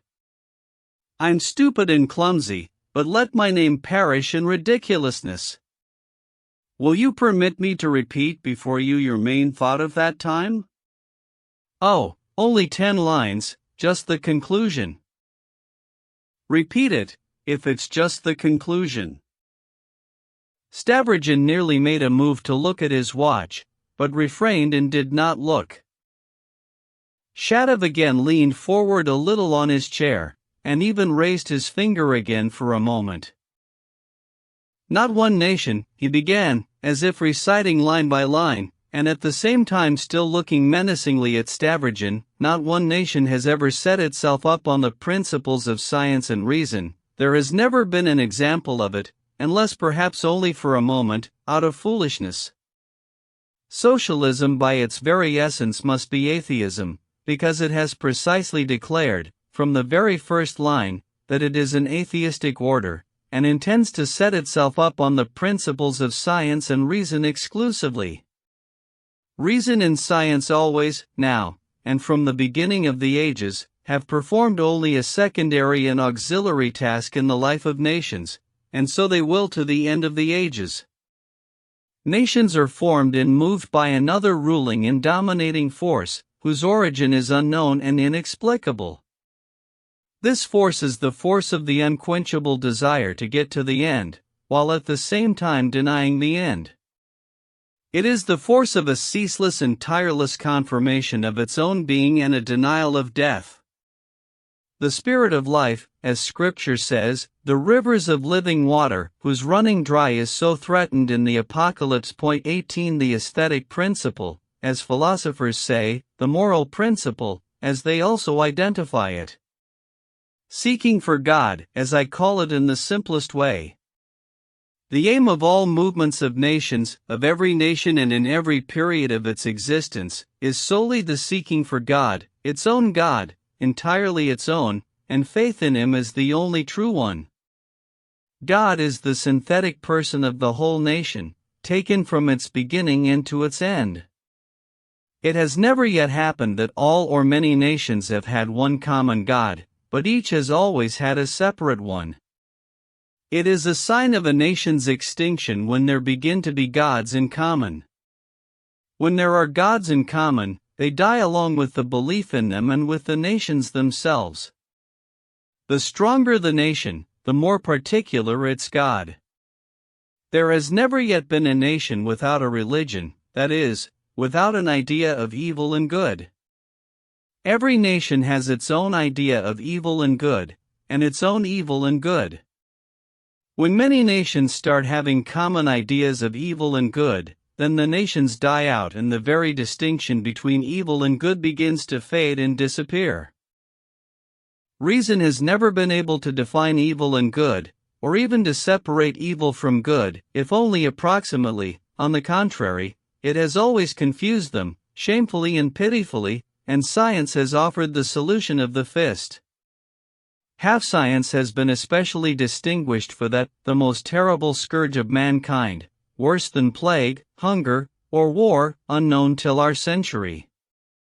Half-science is a despot such as has never been seen before. A despot with its own priests and slaves, a despot before whom everything has bowed down with a love and superstition unthinkable till now, before whom even science itself trembles and whom it shamefully caters to. These are all your own words, Stavrogin, all except the words about half-science. Those are mine, because I myself am only half-science, and therefore I especially hate it. As for your thoughts and even your very words, I haven't changed anything, not a word. I wouldn't say you haven't, Stavrogin remarked cautiously. You took it ardently, and have altered it ardently without noticing it. The fact alone that you reduce God to a mere attribute of nationality. He suddenly began to observe Shadov with increased and particular attention, not so much his words as the man himself. I reduce God to an attribute of nationality? Shadov cried. On the contrary, I raised the nation up to God. Has it ever been otherwise? The nation is the body of God. Any nation is a nation only as long as it has its own particular God and rules out all other gods in the world with no conciliation, as long as it believes that through its God it will be victorious and will drive all other gods from the world. Thus all have believed from the beginning of time, all great nations at least, all that were marked out to any extent, all that have stood at the head of mankind. There is no going against the fact. The Jews lived only to wait for the true God, and left the true God to the world. The Greeks deified nature, and bequeathed the world their religion, that is, philosophy and art. Rome deified the nation and the state, and bequeathed the state to the nations. France, throughout her whole long history, has simply been the embodiment and development of the idea of the Roman God, and if she has finally flung her Roman God down into the abyss and plunged into atheism, which for the time being they call socialism, that is solely because atheism is, after all, healthier than Roman Catholicism. If a great nation does not believe that the truth is in it alone, precisely in it alone, and that exclusively, if it does not believe that it alone is able and called to resurrect and save everyone with its truth, then it at once ceases to be a great nation, and at once turns into ethnographic material and not a great nation. A truly great nation can never be reconciled with a secondary role in mankind, or even with a primary, but inevitably and exclusively with the first. Any that loses this faith is no longer a nation. But the truth is one, and therefore only one among the nations can have the true God, even if the other nations do have their particular and great gods. The only God-bearing nation is the Russian nation, and do you really regard me as such a fool, Stavrogin? He suddenly cried out frenziedly, who cannot even tell whether his words now are old, decrepit rubbish, ground up in all the Slavophil mills of Moscow, or a completely new word, the last word, the only word of renewal and resurrection, and what do I care about your laughter at this moment? What do I care that you don't understand me at all, not a word, not a sound? Oh, how I despise your proud laughter and look at this moment. He jumped up from his place, there was even foam on his lips. On the contrary, Shatov, on the contrary, Stavrogin said, with remarkable seriousness and restraint, without rising from his place, on the contrary, with your ardent words you've revived many extremely powerful recollections in me. I recognize in your words my own state of mind 2 years ago, and I shall no longer say to you, as I just did, that you have exaggerated my thoughts of that time. It even seems to me that they were still more exceptional, still more absolute, and I assure you for the third time that I would wish very much to confirm everything you've said, even to a word, but you need a hair? What?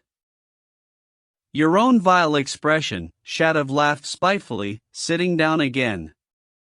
To make sauce from a hare, you need a hare. To have belief in God, you need a God. You went around saying in Petersburg, I'm told, like Nostriov, who wanted to catch a hare by its hind legs, 19. No, he was precisely boasting that he'd already caught it. Incidentally, though, allow me to trouble you with a question as well, the more so as it seems to me I now have full right to ask.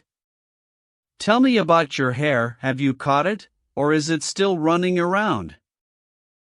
Do not dare to ask me in such words, use others. Shatov suddenly trembled all over. As you wish, here are your others. Nikolai Vsevolodovich looked at him sternly. I simply wanted to know, do you yourself believe in God, or not? I believe in Russia, I believe in her orthodoxy. I believe in the body of Christ. I believe that the new coming will take place in Russia. I believe, Shatov babbled frenziedly. But in God? In God? I will believe in God. Not a muscle moved in Stavrogin's face. Shatov looked at him fierily, defiantly, as if he wanted to burn him with his eyes. "But I didn't tell you I don't believe it all," he finally cried. "I'm only letting you know that I am a wretched, boring book, and nothing more so far, so far. But perish my name. The point is in you, not me. I'm a man without talent, and can only give my blood, and nothing more, like any other man without talent. Perish my blood as well. I'm talking about you. I've been waiting here 2 years for you. I've just been dancing naked for you for half an hour. You alone could raise this banner." He did not finish, but leaned his elbows on the table and propped his head in both hands, as if in despair. "I'll merely note, incidentally, as a strange thing," Stavrogin suddenly interrupted, "why is it that everyone is foisting some banner on me?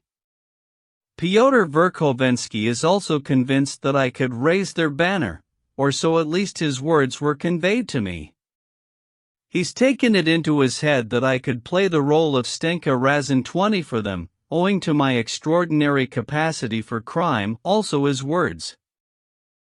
"How's that?" Shatov asked. "Owing to your extraordinary capacity for crime?"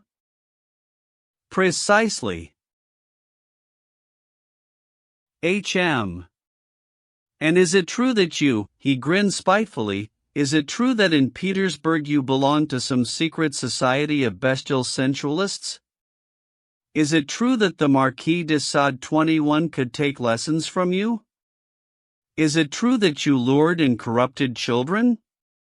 "Speak, do not dare to lie," he cried, completely beside himself. Nikolai Stavrogin cannot lie before Shatov, who hit him in the face. "Speak everything, and if it's true, I'll kill you at once, right here, on the spot." "I did speak those words, but it was not I who offended children," said Stavrogin, but only after too long a silence. He turned pale, and his eyes lit up.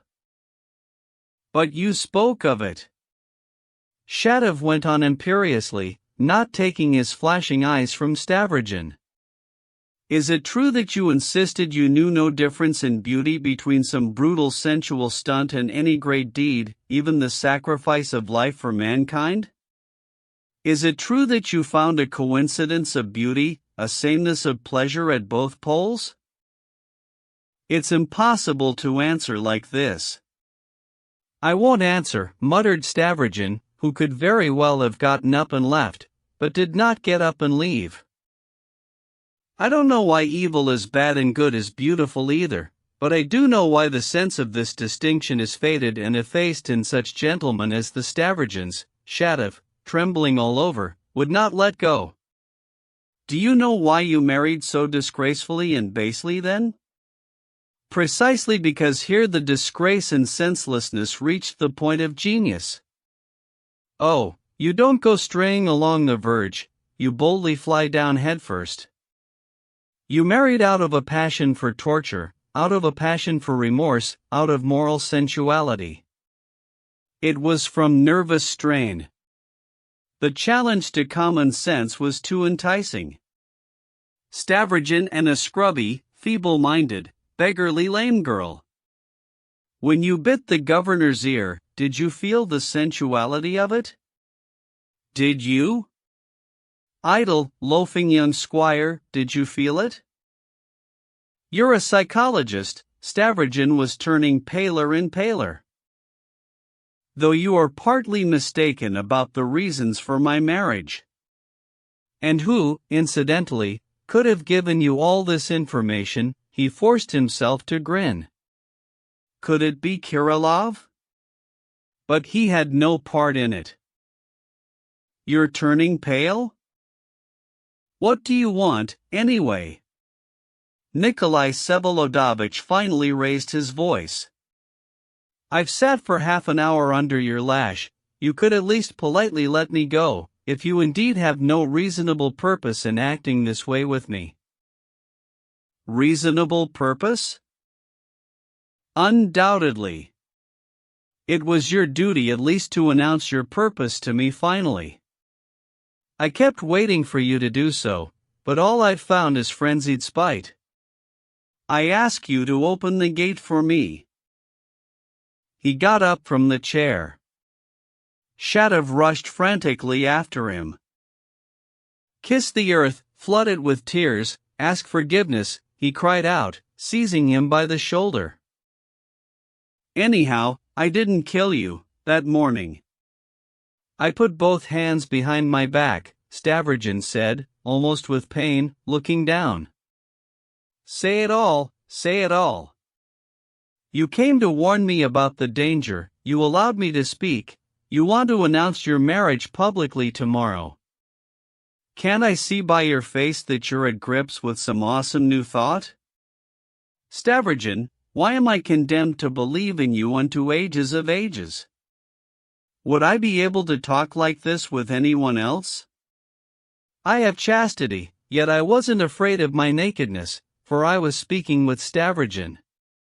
I wasn't afraid to caricature a great thought by my touch, for Stavrogin was listening to me. Won't I kiss your footprints when you've gone? I cannot tear you out of my heart, Nikolai Stavrogin. I'm sorry I cannot love you, Shadov, Nikolai Vsevolodovich said coldly. I know you cannot, and I know you're not lying. Listen, I can set everything right, I'll get you that hair. Stavrogin was silent. You're an atheist because you're a squire, an ultimate squire. You've lost the distinction between evil and good because you've ceased to recognize your own nation. A new generation is coming, straight from the nation's heart, and you won't recognize it, neither will the Verkhovenskys, son or father, nor will I, for I, too, am a squire, the son of your serf and lackey Pashka. Listen, acquire God by labor, the whole essence is there, or else you'll disappear like vile mildew, do it by labor. God by labor? What labor? Peasant labor. Go, leave your wealth. Ah! You're laughing, you're afraid it will turn out to be flim-flam. But Stavrogin was not laughing.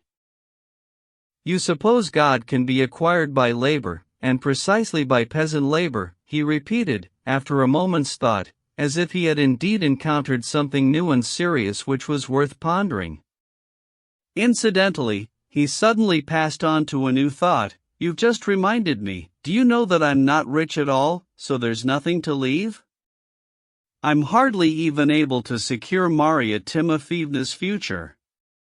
Another thing, I came to ask you if it's possible for you not to abandon Maria Timofeevna in the future, since you alone may have some influence on her poor mind. I say it just in case. All right, you and Maria Timofeevna, Shadov waved his hand, holding a candle in the other, all right, later, of itself. Listen, go to Tikhon. Who? Tikhon. Tikhon, a former bishop, retired for reasons of health, lives here in town, within town limits, in our St. Euphemy Bogorodsky monastery. What's it all about? Never mind. People go and see him. You should go to him. What is it to you? Well, what is it to you? First time I've heard of him, and I've never seen that sort of people before. Thank you, I'll go. This way, Shadov walked downstairs with the light. Go, he flung open the gate to the street. I won't come to you anymore, Shadov, Stavrogin said softly, stepping through the gate. Darkness and rain continued as before. 2. Night continued. He walked the whole length of Bogoyavlensky Street, At last the road went downhill, his feet slid in the mud, a wide, misty, as if empty space opened out suddenly, the river. Houses turned to hovels, the street vanished into a multitude of disorderly lanes. For a long time Nikolai Vsevolodovich made his way along the fences without straying from the bank, but finding his way surely and without even thinking much about it. He was occupied with something else, and looked about him in surprise when suddenly, coming out of deep thought, he found himself almost in the middle of our long, wet pontoon bridge. There was not a soul around, so that it seemed strange to him when all at once, almost at his elbow, he heard a politely familiar, incidentally rather pleasant voice, with that sweetly drawn-out intonation flaunted among us by over-civilized tradesmen or young, curly-headed sales clerks from the shopping arcade. "Will you allow me, dear mister, to borrow a bit of your umbrella for myself, one?" In fact, some figure crept, or merely meant to make a pretense of creeping, under his umbrella. The tramp walked along beside him, almost elbow to elbow, as soldier boys say. Slowing his pace, Nikolai Vsevolodovich bent down to see, as well as he could in the dark. The man was not tall and looked like some little tradesman on a spree. His clothes were neither warm nor sightly, a wet flannel cap with a torn-off peak perched on his shaggy, curly head. He seemed to be very dark-haired, lean, and swarthy. His eyes were large, undoubtedly black, very shiny, and had a yellow cast, like a gypsy's. That could be guessed even in the dark. He must have been about 40, and was not drunk. "Do you know me?" asked Nikolai Vsevolodovich.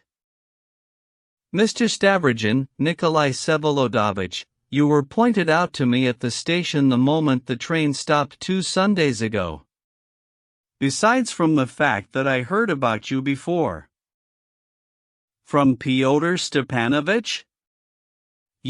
Are you Fedka the convict?" "I was baptized Fyodor Fyodorovich. I've still got a natural parent here in these parts, sir, an old woman, God love her, growing right into the ground, prays to God for me daily, day and night, so as thereby not to waste her old woman's time lying on the stove." "You're a fugitive from hard labor?" "Changed my destiny. Handed over books and bells and everything else, because they aimed to settle my hash with that hard labor, sir, and for me it was far too long a wait." "What are you doing here?" "Watching the clock go round. Then, too, my uncle died here last week in prison, on account of bad money, so in his memory I threw a couple of dozen stones at the dogs. That's all my doings so far. Besides from that, Pyotr Stepanovich is kindly promising me a passport, good for all of Russia, a merchant's, for example, so I'm also waiting on his favor. Because, he says, Papa lost you at cards in the Ingullish Club, and I, he says, find this inhumanness unjust. Maybe you could stoop to 3 rubles, sir, for tea, to warm up? So you've been watching for me here. I don't like that. On whose orders? As for orders, there is no such thing from anybody, sir. It's solely from knowing your loving kindness, so famous to the whole world. Our income, you know yourself, is either a handful of rye or a poke in the eye. Granted, last Friday I stuffed myself with pie like nobody's business, but after that I gave up eating for a day, starved for another, and fasted for a third. There's plenty of water in the river. I'm breeding carp in my belly. So maybe your honor will be generous, and, as it happens, I've got a lady friend waiting not far from here. Only one had better not come to her without a ruble." "And what has Pyotr Stepanovich promised you from me?" "It's not that he promised anything, sir. He just said in words, sir, that I could maybe be of use to your honor, if such a spell comes, for example, but what it might actually be he didn't exactly explain, because Pyotr Stepanovich is testing my Cossack patience, shall we say, and doesn't feel any confidentiality towards me." "Why's that?"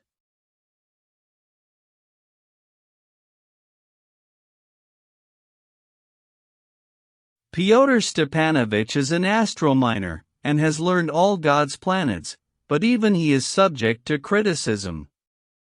Before you, sir, it's like I'm before the true one, because I've heard a lot about you. Pyotr Stepanovich is one thing, and you, sir, are maybe something else.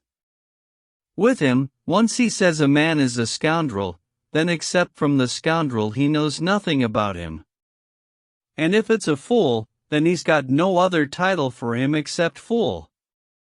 But maybe I'm only a fool on Tuesdays and Wednesdays, and on Thursdays I'm smarter than he is. So now he knows about me that it's real bad for me without a passport, because there's no way to be in Russia without a document, so he thinks he's got my soul captive. I tell you, sir, it's very easy for Pyotr Stepanovich to live in the world, because he imagines a man and then lives with him the way he imagined him. And besides from that, he's way too stingy. He's of the opinion that apart from him I won't dare disturb you, but before you, sir, it's like I'm before the true one. It's 4 nights now I've been waiting for your honor on this bridge, which goes to show that with quiet steps I can find my own way even apart from him. Better, I'd say, bow down to a boot than to a bast shoe. And who told you I'd be crossing this bridge at night? That, I confess, came by the way, mostly on account of Captain Lebyadkin's foolishness, because he can't keep things to himself. So, then, 3 rubles from your honor, let's say, for 3 days and 3 nights, I'd have it coming for my boredom. And as for my wet clothes, that's an offense I won't speak of. I go left, you go right, the bridge is ended. Listen, Fyodor, I like my words to be understood once and for all. I won't give you a kopeck. Don't meet me on the bridge or anywhere else from now on. I don't and won't have any need of you, and if you refuse to obey, I'll tie you up and hand you over to the police. March. Ah, well, at least throw me something for my company. It was more fun walking, sir. Off with you. And do you know your way around here, sir? There'll be such back alleys. I could lead you, because this town here is like the devil took and shook it from a sack. Hey, I'll tie you up. Nikolai Vsevolodovich turned around threateningly. You might consider, sir, it's easy enough to wrong an orphan. Well, you certainly are sure of yourself. I'm sure of you, sir, not so much of myself. I don't need you at all, I told you. But I need you, sir, that's what. All right, then, I'll wait till you come back. On my word of honor, if I meet you I'll tie you up. And I'll prepare the belt, sir. Have a good journey, sir. Anyway, you warmed an orphan under your umbrella. For that alone I'll thank you till my dying day. He dropped behind. Nikolai Vsevolodovich was preoccupied as he came to the place. This man who had fallen from the sky was fully convinced that he was necessary to him, and hastened to declare it all too insolently. Generally, he was being treated unceremoniously. But it could also be that the tramp was not altogether lying, and was offering to be of service just on his own and precisely in secret from Pyotr Stepanovich. Now that was the most curious thing of all. 2. The house that Nikolai Vsevolodovich came to stood in a deserted nook between fences, beyond which stretched kitchen gardens, literally on the very edge of town. It was quite a solitary little wooden house, built only recently and not yet clapboarded. The shutters of one of the windows were purposely not closed, and a candle stood on the windowsill, evidently meant to serve as a beacon for a late visitor who was expected that night. From 30 paces away Nikolai Vsevolodovich could make out the figure of a tall man standing on the porch, probably the master of the house, who had come out impatiently to look down the road. His voice could also be heard, impatient and as if timid. Is it you, sir? Is it? It's me, Nikolai Vsevolodovich replied, but not before he had actually come to the porch, folding his umbrella. At last, sir. Captain Lebyadkin, for it was he, fussed and fidgeted. Your umbrella, please, it's very wet, sir. I'll open it here on the floor in the corner. Welcome, welcome. The door from the entryway to a room lighted by 2 candles stood wide open. If it hadn't been for your word that you'd certainly come, I'd have stopped believing it. 1:15, Nikolai Vsevolodovich looked at his watch as he went into the room. And in this rain, and such an interesting distance. I don't have a watch, and there are just kitchen gardens out the window, so one lags behind events, but, as a matter of fact, not to murmur, for I wouldn't dare, but solely from impatience consumed all week, in order to finally be released. How's that?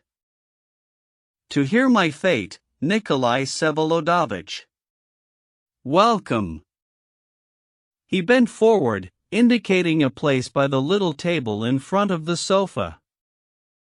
Nikolai Vsevolodovich looked around. The room was tiny, low, the furniture was the most necessary, wooden chairs and a sofa, also of quite new manufacture, without upholstery or pillows, 2 limewood tables, one by the sofa and the other in the corner, covered with a tablecloth, all cluttered with things, over which a very clean napkin had been spread. The whole room was also obviously kept extremely clean. Captain Lebyadkin had not been drunk for some 8 days, his face had become somehow bloated and yellow, his look was restless, curious, and obviously bewildered. It was all too noticeable that he himself did not yet know in what tone he should begin to speak, or it would be most profitable for him to strike straight off. Here, sir, he pointed around him, I live like Zosima point to sobriety, solitude, and poverty, the vow of the knights of old. You think the knights of old used to make such vows? Maybe I've got it muddled. Alas, no development for me. I've ruined everything.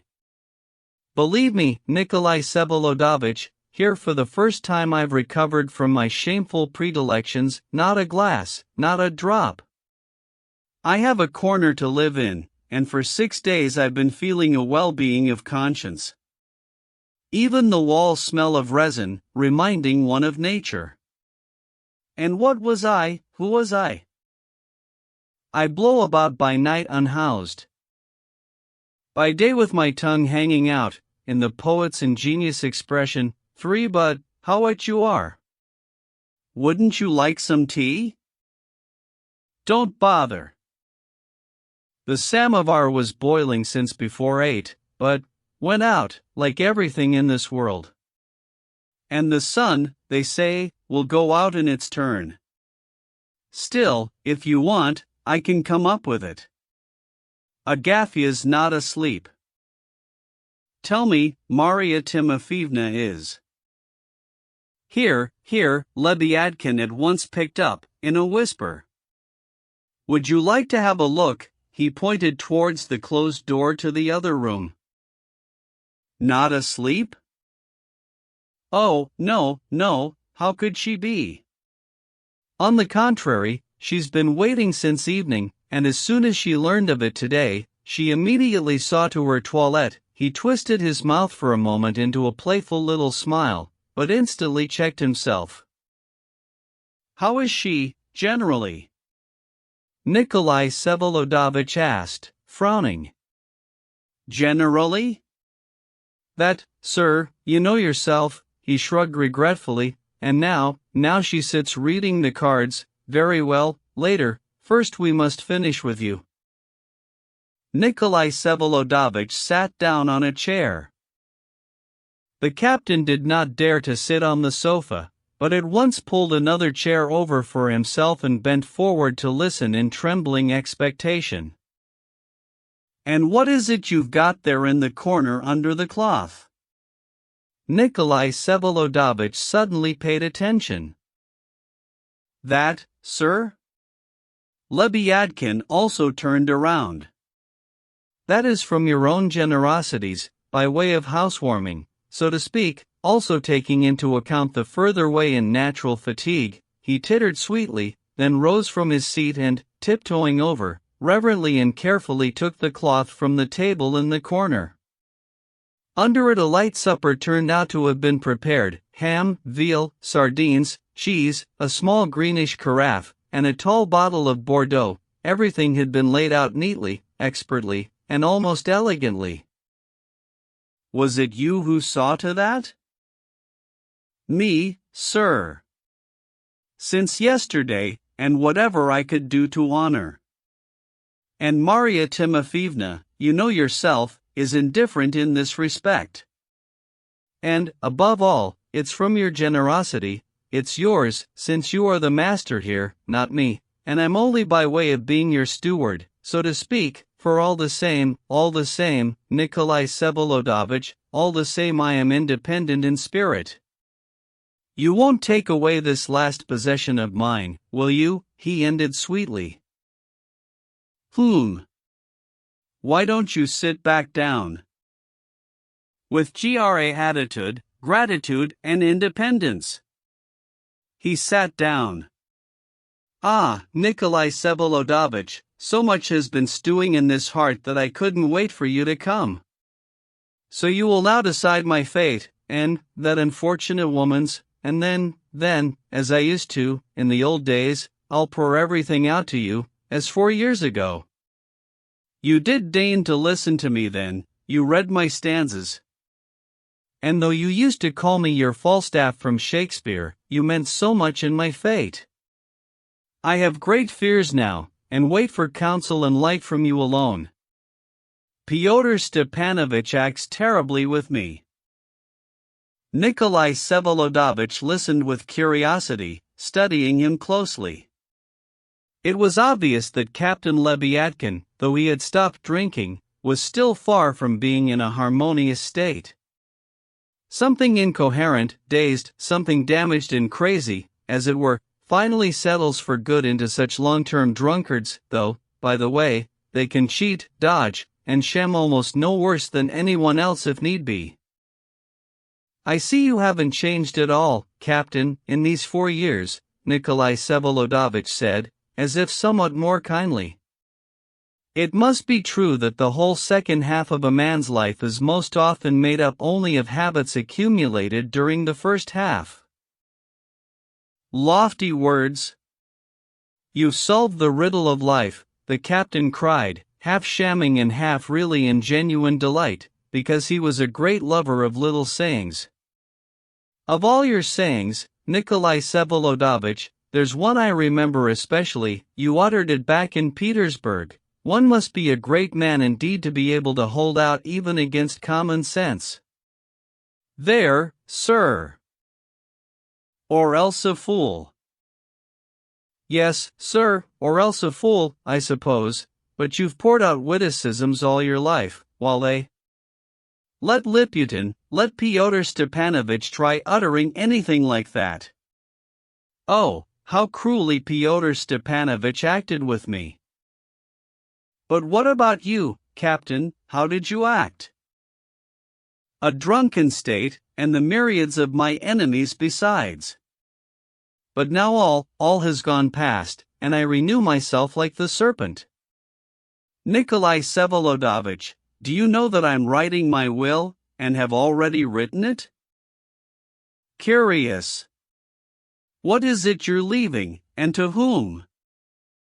To the fatherland, to mankind, and to students. Nikolai Vsevolodovich, in the newspapers I read a biography about an American. He left his whole huge fortune to factories and for the positive sciences, his skeleton to the students at the academy there, and his skin to make a drum so as to have the American national anthem drummed on it day and night. Alas, we're pygmies compared to the soaring ideas of the North American states. Russia is a freak of nature, but not of mind. If I were to try and bequeath my skin for a drum, to the Akmolensk Infantry Regiment, for example, where I had the honor of beginning my service, so as to have the Russian national anthem drummed on it every day in front of the regiment, it would be regarded as liberalism, my skin would be forbidden, and so I limited myself only to students. I want to bequeath my skeleton to the Academy, on condition, however, that a label be pasted to its forehead unto ages of ages, reading, Repentant Freethinker. There, sir. The captain spoke ardently and, to be sure, already believed in the beauty of the American bequest, but he was also a knave and wanted very much to make Nikolai Vsevolodovich laugh, having for a long time been in the position of his buffoon. Yet he did not even smile, but, on the contrary, asked somehow suspiciously, "So you intend to make your will public in your lifetime, and get rewarded for it?" "And what if it were so, Nikolai Vsevolodovich, what if it were so?" Lebyadkin peered at him cautiously. "For just you look at my fate.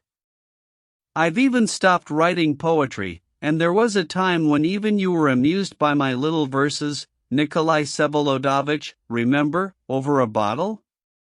But it's all finished with my pen. I've written only one poem, like Gogol's last story, remember, how he announced to Russia then that it sang itself out of his breast point for well, it's the same with me, I sang it in basta. And what is this poem? In case if she broke her leg. What? This was just what the captain had been waiting for. He respected and valued his poems beyond measure, but besides, through some knavish duplicity of soul, he also liked it that Nikolai Vsevolodovich had always made merry over his little poems in the past, and had sometimes roared with laughter at them, holding his sides. Thus two objects were achieved, one poetic, the other subservient, but now there was also a third, special, and quite ticklish object. The captain, by bringing poetry onto the scene, hoped to justify himself on one point, about which for some reason he had great apprehensions, and in which he felt himself at fault most of all.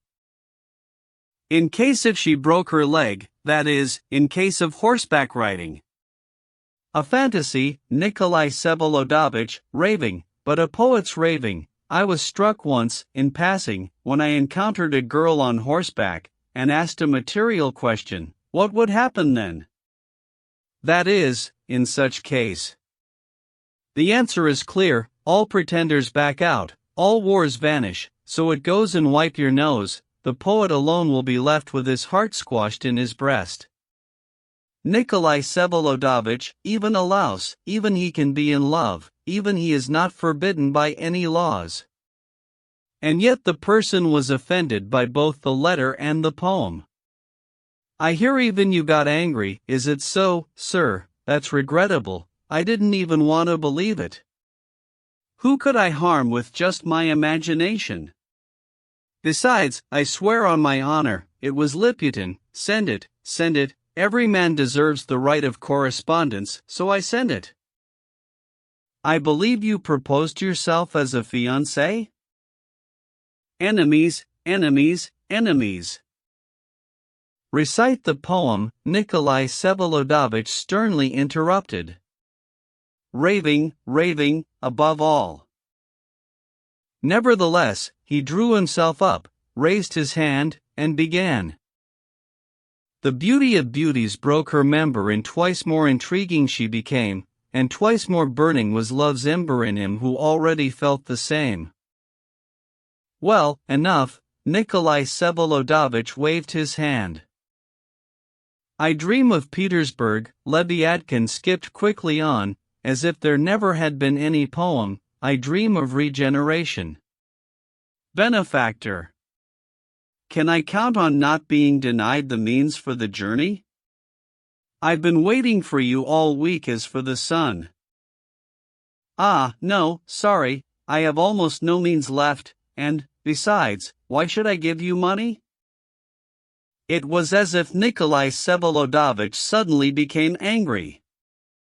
Dryly and briefly he listed all the captain's crimes, drinking, lying, spending money intended for Maria Timofeevna, taking her from the convent, insolent letters with threats to make the secret public, his conduct with Daria Pavlovna, and so on and so forth. The captain heaved, gesticulated, tried to object, but each time Nikolai Vsevolodovich imperiously stopped him. "And, I beg your pardon," he finally observed, "but you keep writing about a family disgrace. Why is it so disgraceful for you that your sister is legally married to Stavrogin?" "But the marriage is kept covered up, Nikolai Vsevolodovich, covered up, a fatal secret. I get money from you, and suddenly I'm asked the question, what is this money for?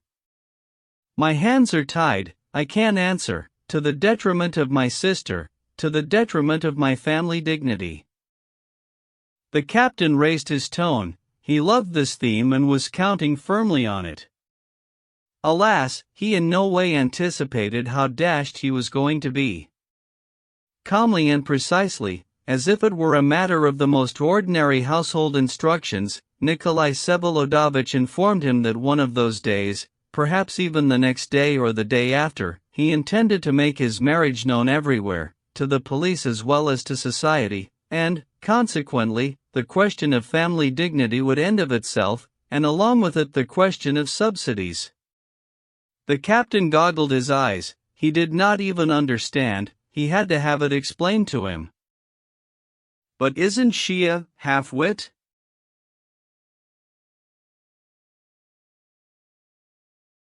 "I'll make certain arrangements." "But, what about your mother?" "Well, that's as she likes." "But won't you have to bring your wife into your house?" "Perhaps so. That, however, is in the fullest sense none of your business and does not concern you at all." "How does it not concern me?" cried the captain. "And what am I to do?" "Well, you certainly will not enter the house." "But am I not a relation?"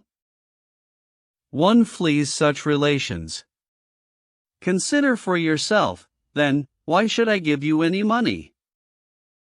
"Nikolai Vsevolodovich, Nikolai Vsevolodovich, this cannot be. Perhaps you'll still consider. You don't want to lay hands on. What will the world think? What will it say?" "Much I fear your world. Didn't I marry your sister then, when I wanted to, after a drunken dinner, on a bet for wine, and why shouldn't I now proclaim it aloud, if it now amuses me?" He uttered this somehow especially irritably, so that Leviatkin, with horror, began to believe it. "But me, what about me? I'm the main thing here." "Perhaps you're joking, Nikolai Vsevolodovich, sir?" "No, I am not joking." "Be it as you will, Nikolai Vsevolodovich, but I don't believe you." "I'll file a petition then."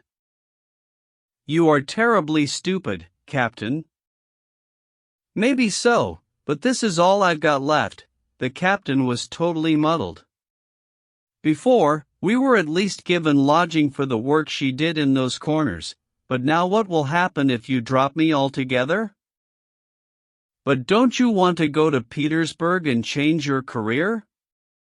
Incidentally, is it true what I've heard, that you intended to go and make a denunciation, hoping to obtain a pardon by naming all the others?" The captain gaped, goggle-eyed, and did not reply. "Listen, Captain," Stavrogin suddenly began to speak with extreme seriousness, leaning slightly across the table.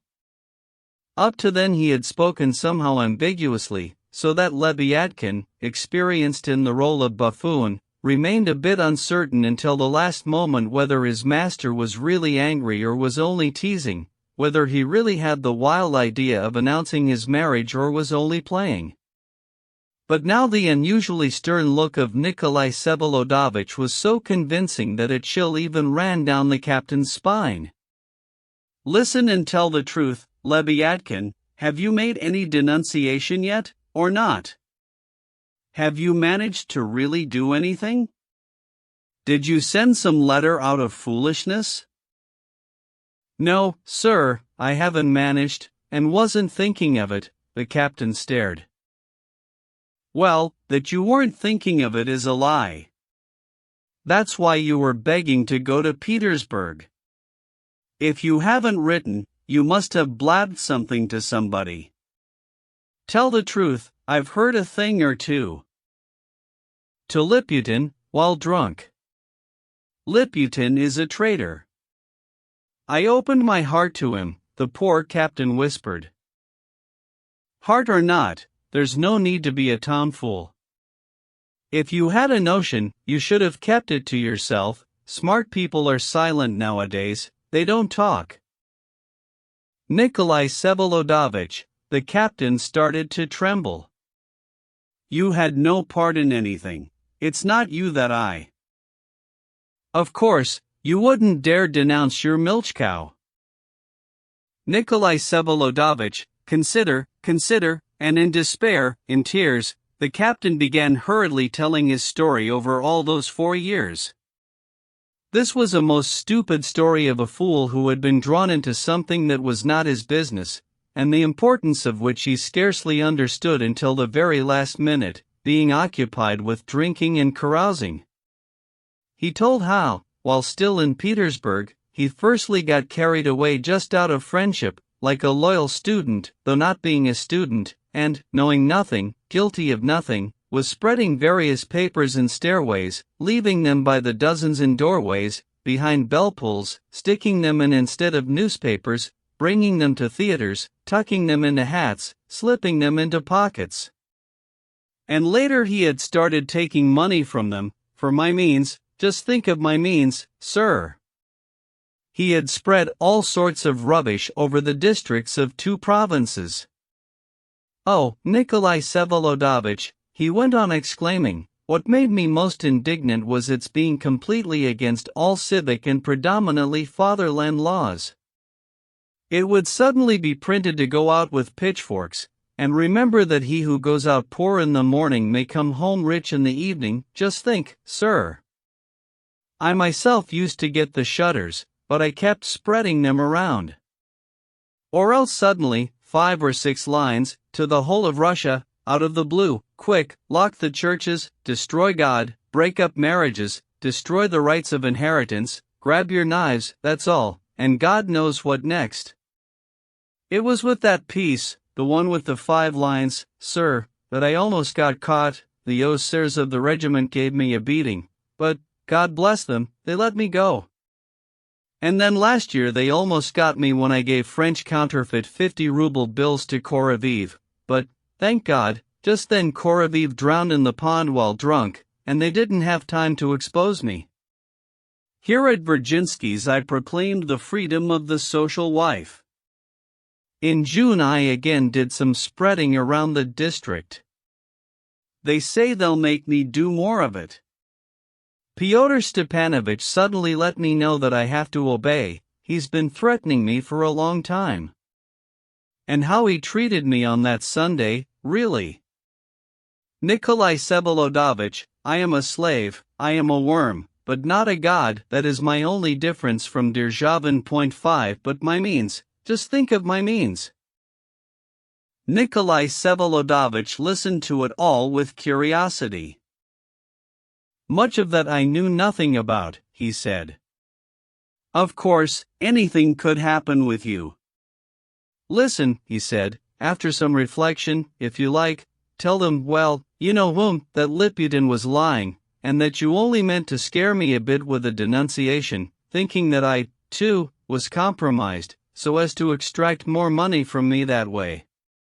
Understand? Nikolai Vsevolodovich, my dear, can I really be threatened with such a danger? I've been waiting only so I could ask you. Nikolai Vsevolodovich grinned. You certainly won't be allowed to go to Petersburg, even if I give you money for the trip, but, anyhow, it's time I went to Marya Timofeevna, and he got up from his chair. And, Nikolai Vsevolodovich, what about Marya Timofeevna? Just as I said. Can that also be true? You still don't believe it? Can it be that you'll cast me off like an old, worn-out boot? We'll see, laughed Nikolai Vsevolodovich. Well, let me go. Wouldn't you like to order me to stay out on the porch, sir, so as not to overhear something somehow, by chance, because the rooms are tiny? That's a good idea, stay out on the porch. Take the umbrella. Your umbrella, am I worth it, sir? The captain oversweetened. Every man is worth an umbrella. At one stroke you define the minimum of human rights. But he was now babbling mechanically, he was too overwhelmed by the news, and became totally bewildered. And yet, almost at once, as soon as he stepped out onto the porch and opened the umbrella over him, the usual soothing notion began to hatch in his frivolous and knavish head, that he was being cheated and lied to, and, if so, it was not he who should fear, but he who was feared. If they're lying and cheating me, what precisely is the gist of it, buzzed in his head. The announcement of the marriage seemed absurd to him. True, anything can happen with such a wonder worker, he lives for people's evil. And what if he's afraid himself, after Sunday's affront, and more so than ever before? So he comes running to assure me he's going to announce it himself, for fear I'll announce it. Don't miss your mark, Leviathan. And why then come by night, by stealth, if he wants the publicity himself? And if he's afraid, it means he's afraid now, precisely at this moment, precisely in these few days. Don't slip up, Leviathan. He frightens me with Fyodor Stepanovich. It's scary, it's scary, no, that's where it's really scary. Whatever made me blab about it to Liputin? Devil knows what these devils are cooking up, I never could make it out. They've begun to stir again, like 5 years ago. True, whom could I denounce them to? You didn't write to anybody out of foolishness? So one could write as if it was out of foolishness? Is he advising me? That's why you're going to Petersburg. The rogue, I just had a dream, and he's already guessed it. As if he himself was pushing me to go. There can only be one of two things here, either he's afraid, again, because he got into some mischief, or he's not afraid himself and is only prompting me so that I'll denounce them all. Oh, scary, Leviathan, oh, just don't let me miss my mark. He fell to thinking so deeply that he even forgot to eavesdrop. Anyhow, eavesdropping was deculed, the door was a thick, single-leafed one, and they were speaking very softly, some indistinct sounds could be heard. The captain even spat and went back out, thoughtful, to whistle on the porch. 3. Marya Timofeevna's room was twice the size of the one occupied by the captain, and furnished with the same crude furniture, but the table in front of the sofa was covered with a bright, festive tablecloth, a lamp was burning on it, a beautiful carpet was spread over the whole floor, the bed was set apart behind a green curtain that ran the whole length of the room, and there was, besides, one big, soft armchair by the table, in which, however, Marya Timofeevna never sat. In the corner, as in her former lodgings, there was an icon with an icon lamp burning in front of it, and on the table the same indispensable little things were laid out, the deck of cards, the little mirror, the songbook, even the sweet roll. In addition to which there had also appeared 2 books with colored pictures, one of extracts from popular travel writings adapted for young readers, the other a collection of light didactic tales, mostly about knights, intended for Christmases in boarding schools. There was also an album of various photographs. Marya Timofeevna was, of course, expecting her visitor, as the captain had said, but when Nikolai Vsevolodovich entered her room, she was asleep, half reclining on the sofa, leaning on an embroidered pillow. The visitor closed the door inaudibly behind him and, without moving from the spot, began to study the sleeping woman. The captain had stretched things a bit when he said that she had seen to her toilette. She was wearing the same dark dress as on Sunday at Varvara Petrovna's. Her hair was done up in the same way, in a tiny knot at the nape, her long and dry neck was bared in the same way. The black shawl given her by Varvara Petrovna lay on the sofa, carefully folded. As usual, she was crudely made up with white and rouge. Nikolai Vsevolodovich had not been standing there even a minute when she suddenly awoke, as if she had felt his gaze on her, opened her eyes, and quickly sat up straight. But something strange must also have happened with the visitor. He went on standing in the same spot by the door. With a fixed and piercing look he stared silently and persistently into her face. Perhaps this look was excessively stern, perhaps it expressed loathing, even a malicious delight in her fear, unless the half-awake Marya Timofeevna was simply imagining it. But suddenly, after almost a minute-long pause, the poor woman's face took on an expression of complete horror. Spasms ran across it, she raised her hands, shaking them, and suddenly began to cry, exactly like a frightened child. Another moment and she would have screamed. But the visitor came to his senses. In an instant his face changed, and he approached the table with a most amiable and tender smile. "I'm sorry I frightened you, Marya Timofeevna, by coming in unexpectedly while you were asleep," he said, giving her his hand.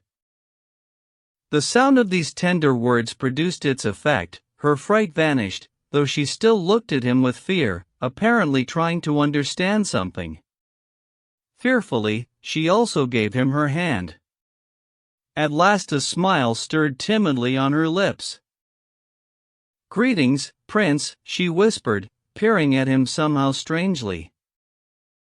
"You must have been having a bad dream," he went on, smiling with ever more amiability and tenderness. "And how did you know I was dreaming about that?" And she suddenly trembled again and recoiled, raising her hand in front of her as if to protect herself, and preparing to cry again. "Pull yourself together, enough, there's nothing to fear. Didn't you recognize me?" Nikolai Vsevolodovich tried to persuade her, but this time it took him some while to persuade her. She looked at him silently, with the same tormenting bewilderment, with a heavy thought in her poor head, still straining to think her way through to something. She would drop her eyes, then suddenly look him over with a quick, embracing glance. Finally, she seemed not so much to calm down as to reach a decision. "Sit here, next to me, I beg you, so that I can have a good look at you afterwards," she said quite firmly, with some new and obvious purpose. "And don't worry now, I won't look at you, I'll look down. And don't you look at me either, until I myself ask you to. Do sit," she added, even impatiently. A new sensation seemed to be taking more and more possession of her. Nikolai Vsevolodovich sat down and waited. There was quite a long silence. "Hm. It seems all strange to me," she muttered suddenly, almost in disgust. "I am full of bad dreams, of course, only why should you come into my dreams in such a way?" "Well, let's leave dreams out of it," he said impatiently, turning to her despite her prohibition, and perhaps the former expression flashed in his eyes again. He saw that several times she would have liked, and liked very much, to glance at him, but that she stubbornly resisted and looked down. "Listen, Prince," she raised her voice suddenly, "listen, Prince, why did you turn away? Why don't you look at me? What is this comedy about?" he cried, unable to help himself. But it was as if she had not heard him at all. "Listen, Prince," she repeated for the third time, in a firm voice, with an unpleasant, preoccupied look on her face. "When you told me in the carriage then that the marriage would be announced, I felt afraid right then that the secret would be over. Now I really don't know, I kept thinking, and I see clearly that I'm not fit at all. I could dress up, I could receive people, too. Perhaps it's not so hard to invite people for a cup of tea, especially if there are servants. But, still, how will they look at it from outside? I noticed a lot in that house then, that Sunday morning. That pretty young lady watched me all the time, especially when you came in. It was you who came in then, eh? Her mother's just a funny little old society lady. My Lebiadkin also distinguished himself, so as not to burst out laughing. I had to keep looking up at the ceiling. The ceiling there is nicely decorated. His mother ought to be the superior of a convent. I'm afraid of her, though she gave me her black shawl. It must be they all attested me then from an unexpected side. I'm not angry, only I was sitting there then and thinking, what kind of relation am I to them? Of course, what's required of a countess is only qualities of soul, because for housekeeping she has lots of servants, and some bit of worldly coquetry besides, so as to be able to receive foreign travelers. But, still, that Sunday they looked at me hopelessly. Only Dasha is an angel. I'm very afraid they may upset him with some imprudent comment on my account. Don't be afraid or worried, Nikolai Vsevolodovich twisted his mouth. Anyway, for me it won't matter much even if he should be a little ashamed of me, because there's always more pity in it than shame, depending on the person, of course. He does know that I ought rather to pity them than they me. You seem to be very offended with them, Maria Timofeevna? Who, me? No, she smiled simple-heartedly. Not a bit. I looked at you all then, you're all angry, you're all quarreling, you get together and can't even laugh from the heart. So much wealth and so little joy, it's all loathsome to me. But, anyway, I don't pity anyone now except my own self. I've heard your life with your brother was bad without me? Who told you so? Nonsense, it's much worse now. My dreams are not so good now, and they became not so good because you arrived. Why, tell me, please, did you appear, if I may ask? And don't you want to go back to the convent? Well, I could just feel they were going to offer me the convent again. As if I haven't seen your convent. And why should I go there? What will I bring with me? I'm as alone as can be now. It's too late for me to begin a third life. You are very angry about something, perhaps you're afraid I've stopped loving you? I don't care about you at all. I'm afraid I myself may well stop loving someone. She grinned contemptuously. I must be guilty before him in some very big way, she added suddenly, as if to herself, only I don't know what I'm guilty of, that is my whole grief forever. Always, for all these 5 years I've feared day and night that I'm guilty before him for something. I've prayed sometimes, prayed and kept thinking about my great guilt before him. And so it's turned out to be true. But what is it? I'm only afraid there may be something on his part, she went on without answering his question, not even hearing it at all. Again, he couldn't really become close with such paltry people. The Countess would gladly eat me, even though she put me in her carriage. They're all in the conspiracy, is he, too? Has he, too, betrayed me? Her lips and chin began to tremble. Listen, have you read about Grishka Otrpev, who was cursed at the 7 councils? 6. Nikolai Vsevolodovich did not answer.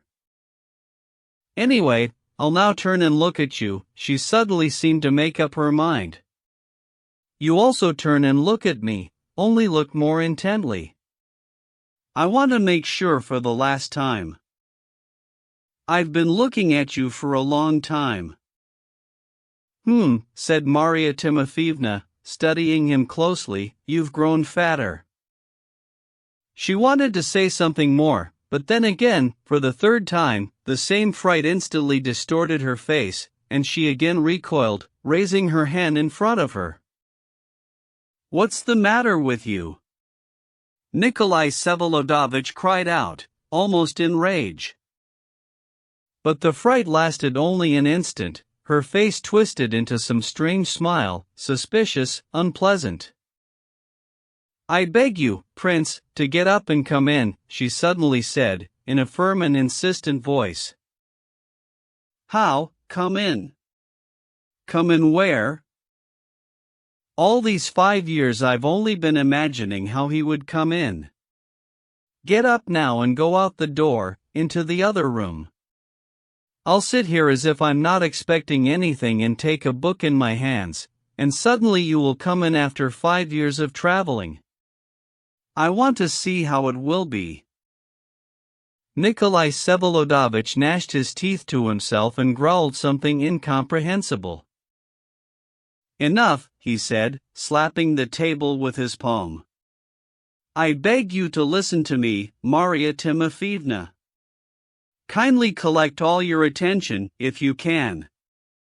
You're not completely mad, after all, he burst out impatiently. Tomorrow I am announcing our marriage. You will never live in a mansion, don't deceive yourself. Would you like to live with me all your life, only very far from here? It's in the mountains, in Switzerland, there's a place there. Don't worry, I'll never abandon you or send you to the madhouse. I have enough money to live without begging. You'll have a maid, you won't do any work. Everything you want that's possible, you will be given. You will pray, go wherever you like, and do whatever you like. I won't touch you. I also won't stir from the place all my life.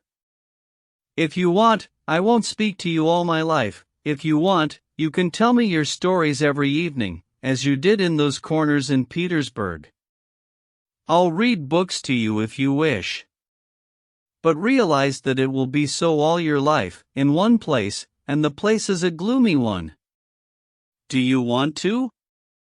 Are you resolved? You won't repent, you won't torment me with tears, curses? She heard him out with great curiosity, and thought silently for a long time. It's all incredible to me, she said at last, mockingly and disgustedly. I might live like that for 40 years in those mountains. She laughed. Well, so we'll live there for 40 years, Nikolai Vsevolodovitch scowled deeply. I won't go for anything. Not even with me? And what are you that I should go with you? To sit with him on a mountain for 40 years on end, I see what he's up to. Really, what patient people we've got nowadays. No, it can't be that my falcon has turned into an owl. My prince is not like that. She raised her head proudly and solemnly. Something seemed to dawn on him. Why do you call me prince, and whom do you take me for? He asked quickly. What? You're not a prince? And I never have been. So you yourself, admit right to my face that you're not a prince? I tell you, I never have been. Lord, she clasped her hands, I expected anything from his enemies, but such boldness, never. Is he alive? She cried out in a frenzy, moving upon Nikolai Vsevolodovitch. Have you killed him, or not? Confess. Whom do you take me for? He jumped up from his seat, his face distorted, but by now it was difficult to frighten her, she was triumphant. Who knows who you are or where you popped up from? Only my heart sensed the whole intrigue all these 5 years. And I'm sitting here, wondering, what's this blind owl up to? No, my dear, you're a bad actor, even worse than Leviathan. Go bow as low as you can to the Countess for me, and tell her to send someone cleaner than you. Did she hire you? Speak! Does she keep you in the kitchen for charity? I see through your whole deception, I know you all, to a man.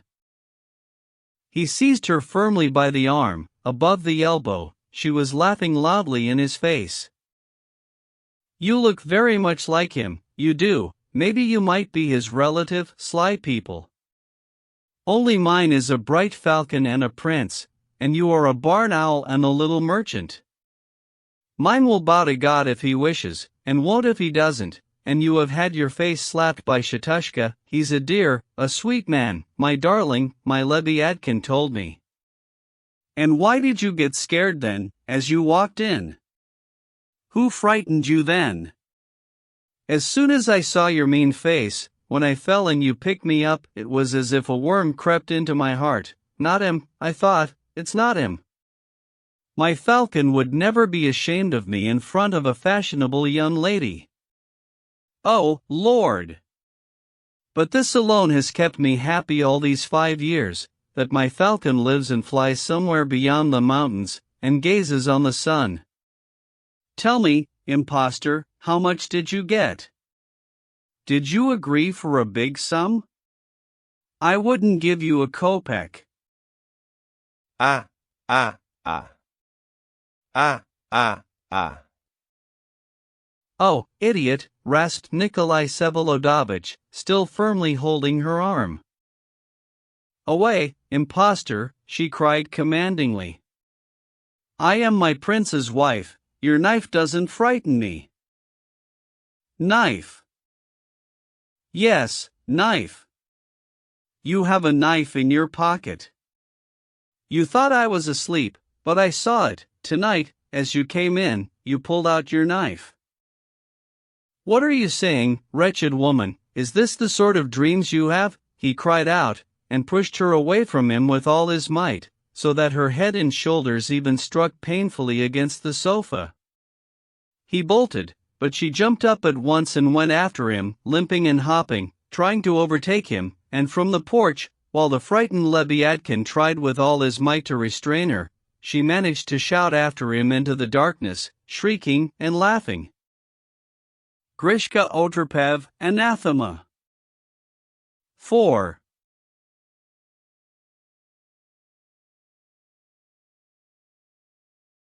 A knife, he repeated, in unquenchable spite, striding broadly over mud and puddles without looking where he was going. True, at moments he wanted terribly to laugh, loudly, furiously, but for some reason he controlled himself and restrained his laughter. He came to his senses only on the bridge, just at the spot where he had previously met Fedka. The very same Fedka was again waiting for him there, and, seeing him, took off his cap, gaily bared his teeth, and at once began jabbering about something, perkily and gaily. Nikolai Vsevolodovich at first walked past without stopping, and for some time did not even listen at all to the tramp, who again tagged after him. He was suddenly struck by the thought that he had completely forgotten about him, and forgotten precisely at the time when he was repeating every moment to himself, "A knife, a knife." He seized the tramp by the scruff of the neck and, with all his pent-up anger, dashed him against the bridge as hard as he could. For a moment the man thought of putting up a fight, but realizing almost at once that he was something like a straw compared with his adversary, who, moreover, had attacked unexpectedly, he quieted down and fell silent, without offering the least resistance.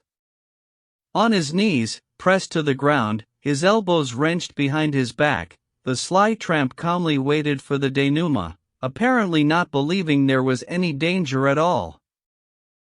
He was not mistaken.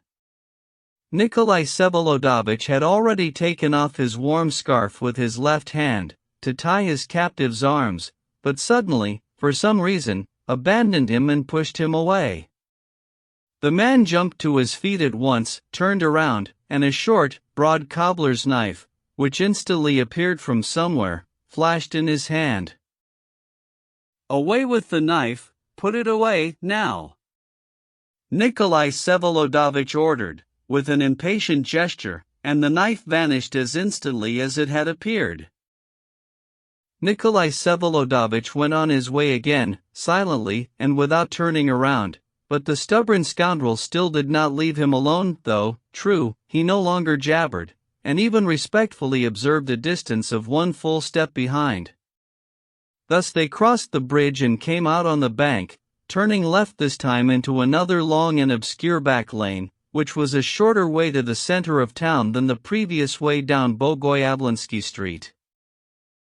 "Is it true what they say, that you robbed a church the other day, somewhere here in the district?" Nikolai Vsevolodovich suddenly asked. "Well, I mean, as a matter of fact, I stopped in firstly to pray, sir," the tramp answered sedately and deferentially, as if nothing had happened, not even sedately, but almost dignifiedly. There was no trace of the former friendly familiarity. One glimpsed a practical and serious man, who, though unjustly offended, was capable of forgetting offenses. "Then, once the Lord had brought me there," he went on, "I thought, what a heavenly blessing!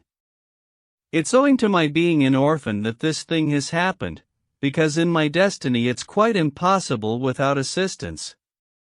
And then, by God, sir, it was my loss, the Lord punished me for my sins. All I got for the swinger and the swatter and the deacon's girth was 12 rubles. Nicholas the wonder-worker's pure silver get-up went for nothing. They said it was similar, 7. You killed the beetle? I mean, we bagged it together, me and that beetle. It was only towards morning, by the river, we got to quarreling mutually, who should carry the sack. I sinned, I lightened his load for him. Kill more, steal more.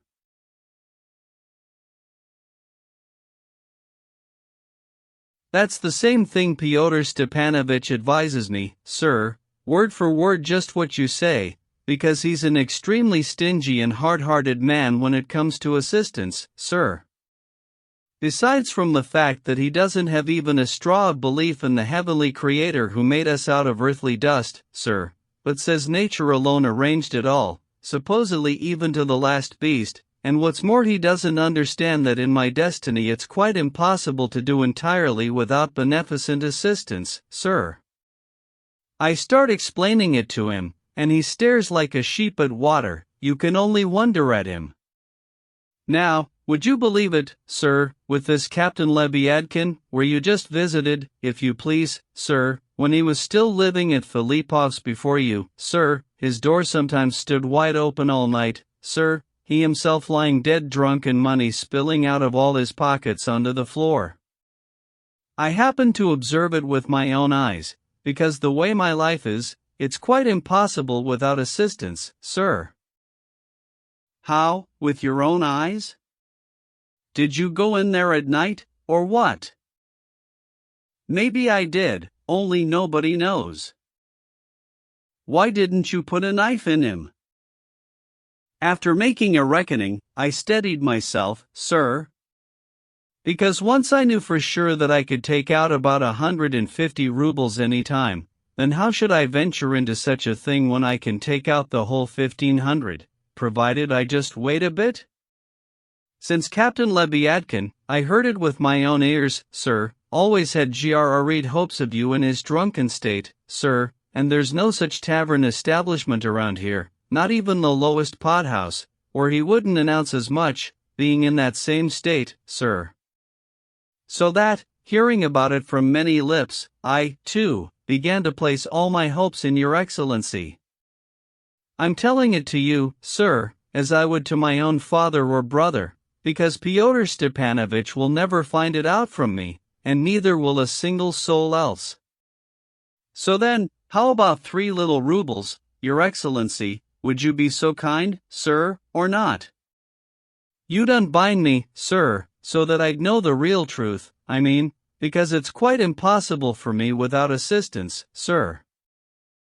Nikolai Vsevolodovich guffawed loudly, and taking from his pocket a wallet that contained as much as 50 rubles in small bills, he pulled one out of the wad for him, then another, a third, a fourth. Fedka caught them in the air, rushed about, the bills rained down into the mud. Fedka caught at them with little cries, "Ah, ah!" Nikolai Vsevolodovich finally threw the whole wad at him, and, still guffawing, set off down the lane, this time alone. The tramp stayed behind, fussing on his knees in the mud, picking up the bills that had scattered on the wind or sunk in puddles, and for a whole hour one could hear his abrupt little cries from the darkness, "Ah, ah!" 3. The Duel.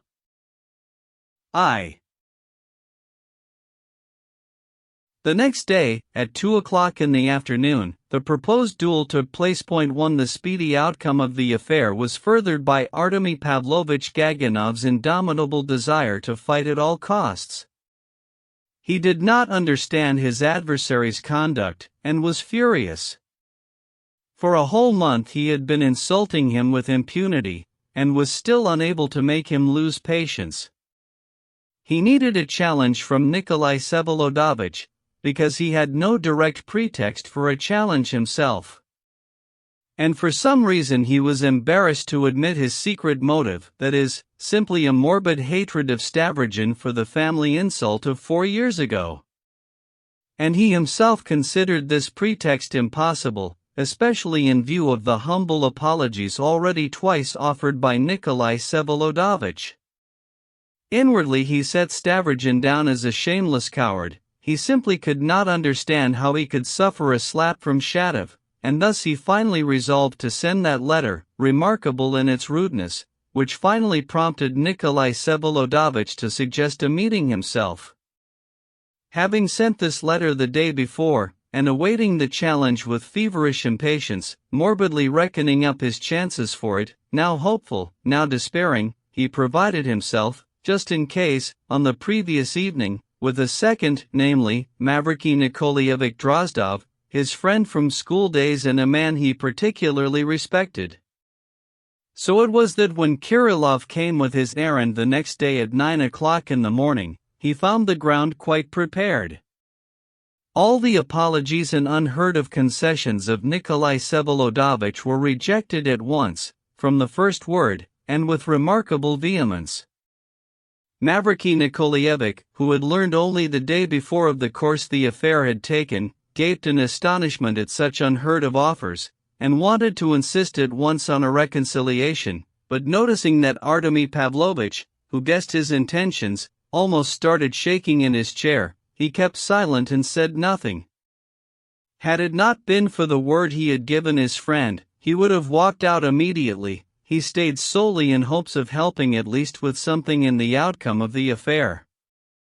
Kirillov conveyed the challenge. All the conditions stipulated for the meeting by Stavrogin were accepted at once, literally, without the least objection.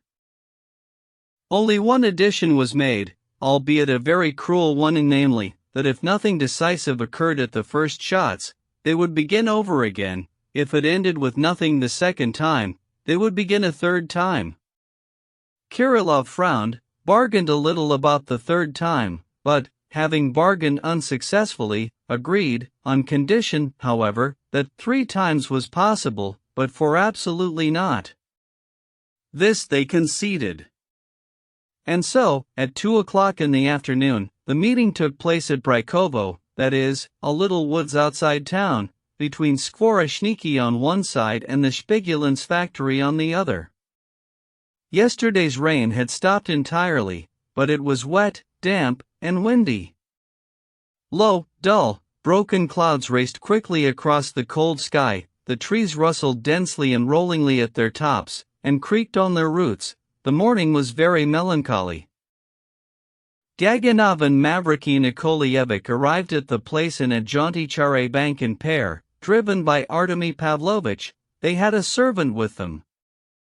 At almost the same moment, Nikolai Vsevolodovich and Kirilov appeared, not in a carriage but on horseback, and also accompanied by a mounted servant. Kirilov, who had never mounted a horse before, sat bold and straight in the saddle, clutching in his right hand the heavy pistol box, which he would not entrust to the servant, and with his left hand, for want of skill, constantly twisting and pulling at the reins, causing the horse to toss its head and display a desire to rear, which, however, did not frighten the rider in the least. The insecure Gaganov, who took offense quickly and deeply, considered this arrival on horseback a new offense to himself, implying that his enemies therefore hoped for success, since they did not even assume the need for a carriage in case a wounded man had to be transported. He got down from his char-a-banc all yellow with anger, and felt his hands trembling, of which he informed Mavriky Nikolaevich. He did not respond at all to Nikolai Vsevolodovitch's bow and turned away. The seconds cast lots. The lot fell on Kirilov's pistols. The barriers were measured out, the adversaries were placed, the carriage and horses were sent with the servants about 300 paces off. The weapons were loaded and handed to the adversaries. It is a pity the story must move on more quickly and there is no time for descriptions, but it is impossible to do without observations entirely. Mavriky Nikolaevich was melancholy and preoccupied.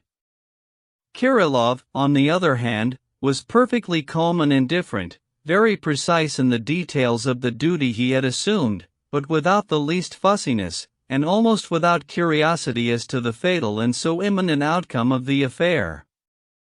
Nikolai Vsevolodovich was paler than usual, dressed rather lightly in an overcoat and a white beaver hat. He seemed very tired, frowned from time to time, and did not find it at all necessary to conceal his unpleasant mood. But the most remarkable one at that moment was Artemy Pavlovich, so that it is altogether impossible not to say a few words about him quite separately. 2. We have had no occasion as yet to mention his appearance. He was a man of large stature, white-skinned, well-fed, as simple folk say, almost flabby, with thin blonde hair, some 33 years old, and perhaps even handsome of feature. He had retired as a colonel, and had he attained the rank of general, he would have looked even more imposing as a general, and it may well be that a good combat general would have come out of him.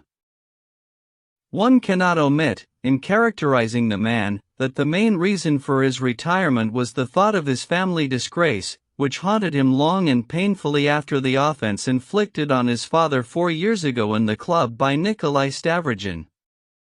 In all conscience, he considered it dishonorable to continue in the service, and was inwardly convinced that he was a blot on his regiment and his comrades, though none of them even knew of the event. True, once before he had also wanted to leave the service, way back, long before the offense, and for a totally different reason, but he kept hesitating. Strange though it is to write it, this initial intention, or, better, impulse, to retire came from the manifesto of February 19 on the emancipation of the peasants. Artemy Pavlovich, the wealthiest landowner of our province, who did not even lose very much after the manifesto, who, moreover, was himself capable of being convinced of the humaneness of the measure and almost of understanding the economic advantages of the reform, suddenly, after the appearance of the manifesto, felt himself personally offended, as it were. This was something unconscious, like a sort of feeling, but all the stronger the more unaccountable it was. Before his father's death, however, he did not decide to undertake anything decisive, but in Petersburg he became known for his noble way of thinking to many notable persons with whom he assiduously maintained connections. This was a man withdrawn, closed up in himself. Another trait, he was one of those strange but still surviving Russian noblemen who greatly value the antiquity and purity of their noble lineage and are all too seriously interested in it. At the same time he could not bear Russian history, and regarded all Russian customs in general as somewhat swinish. Already in his childhood, in that special military school for wealthier and more aristocratic pupils in which he had the honor of beginning and ending his education, certain poetic attitudes took root in him. He became fond of castles, medieval life, the whole operatic side of it, chivalry. Even then he all but wept for shame that in the time of the Muscovite kingdom the Tsar could corporally punish a Russian boyar, too, and he blushed at the comparison. This taut, extremely strict man, who knew his service and discharged his duties remarkably well, in his soul was a dreamer. It was maintained that he could speak at meetings and had the gift of eloquence, yet he had kept silent in himself for all his 33 years. He bore himself with remarkable arrogance even in that grand Petersburg milieu in which he had moved of late. His meeting in Petersburg with Nikolai Vsevolodovich, who had just returned from abroad, almost drove him out of his mind. At the present moment, standing at the barrier, he was in terrible anxiety. He kept fancying that the thing might somehow not take place after all, and the slightest delay sent tremors through him. His face bore a pained expression when Kirillov, instead of giving the signal for the battle to begin, suddenly began to speak, for the sake of form, true, as he himself declared for all to hear. Just for the sake of form, now that pistols have been taken and the command must be given, for the last time, do you care to reconcile? The duty of a second. As if on purpose, Mavriky Nikolaevich, who until then had been silent, but had been suffering inwardly since the previous day for his compliance and connivance, suddenly picked up Kirillov's thought and also spoke. I subscribe completely to Mr. Kirillov's words. The notion that it's impossible to reconcile standing at the barrier is a prejudice fit for Frenchmen. Be it as you will, but I do not understand what the offense is and have long wanted to say, because all kinds of apologies are being offered, aren't they? He blushed all over. Rarely had he chanced to speak so much and in such agitation. I again confirm my offer to present all possible apologies, Nikolai Vsevolodovich picked up with great haste. How is this possible? Gaganov cried out furiously, turning to Mavriky Nikolaevich and frenziedly stamping his foot. Do explain to this man, if you are my second and not my enemy, Mavriky Nikolaevich. He jabbed his pistol in the direction of Nikolai Vsevolodovich, that such concessions only add to the offense. He does not find it possible to be offended by me. He does not find it a disgrace to walk away from a duel with me. Who does he take me for after that, in your eyes, and you are my second? You're simply irritating me so that I'll miss. He stamped his foot again, spittle sprayed from his lips. Negotiations are over. I ask you to listen for the command. Kirillov shouted as loudly as he could. 1, 2, 3. At the word 3, the adversaries began walking towards each other. Gaganov raised his pistol at once and fired at the 5th or 6th step. He stopped for a second and, ascertaining that he had missed, walked quickly to the barrier. Nikolai Vsevolodovich walked up, too, raised the pistol, but somehow very high, and fired almost without aiming. Then he took out his handkerchief and wrapped it around the little finger of his right hand. Only now did they see that Artemy Pavlovitch had not quite missed, but the bullet had only grazed the fleshy part of the finger without touching the bone. The scratch was insignificant. Kirillov at once announced that if the adversaries were not satisfied, the duel would continue.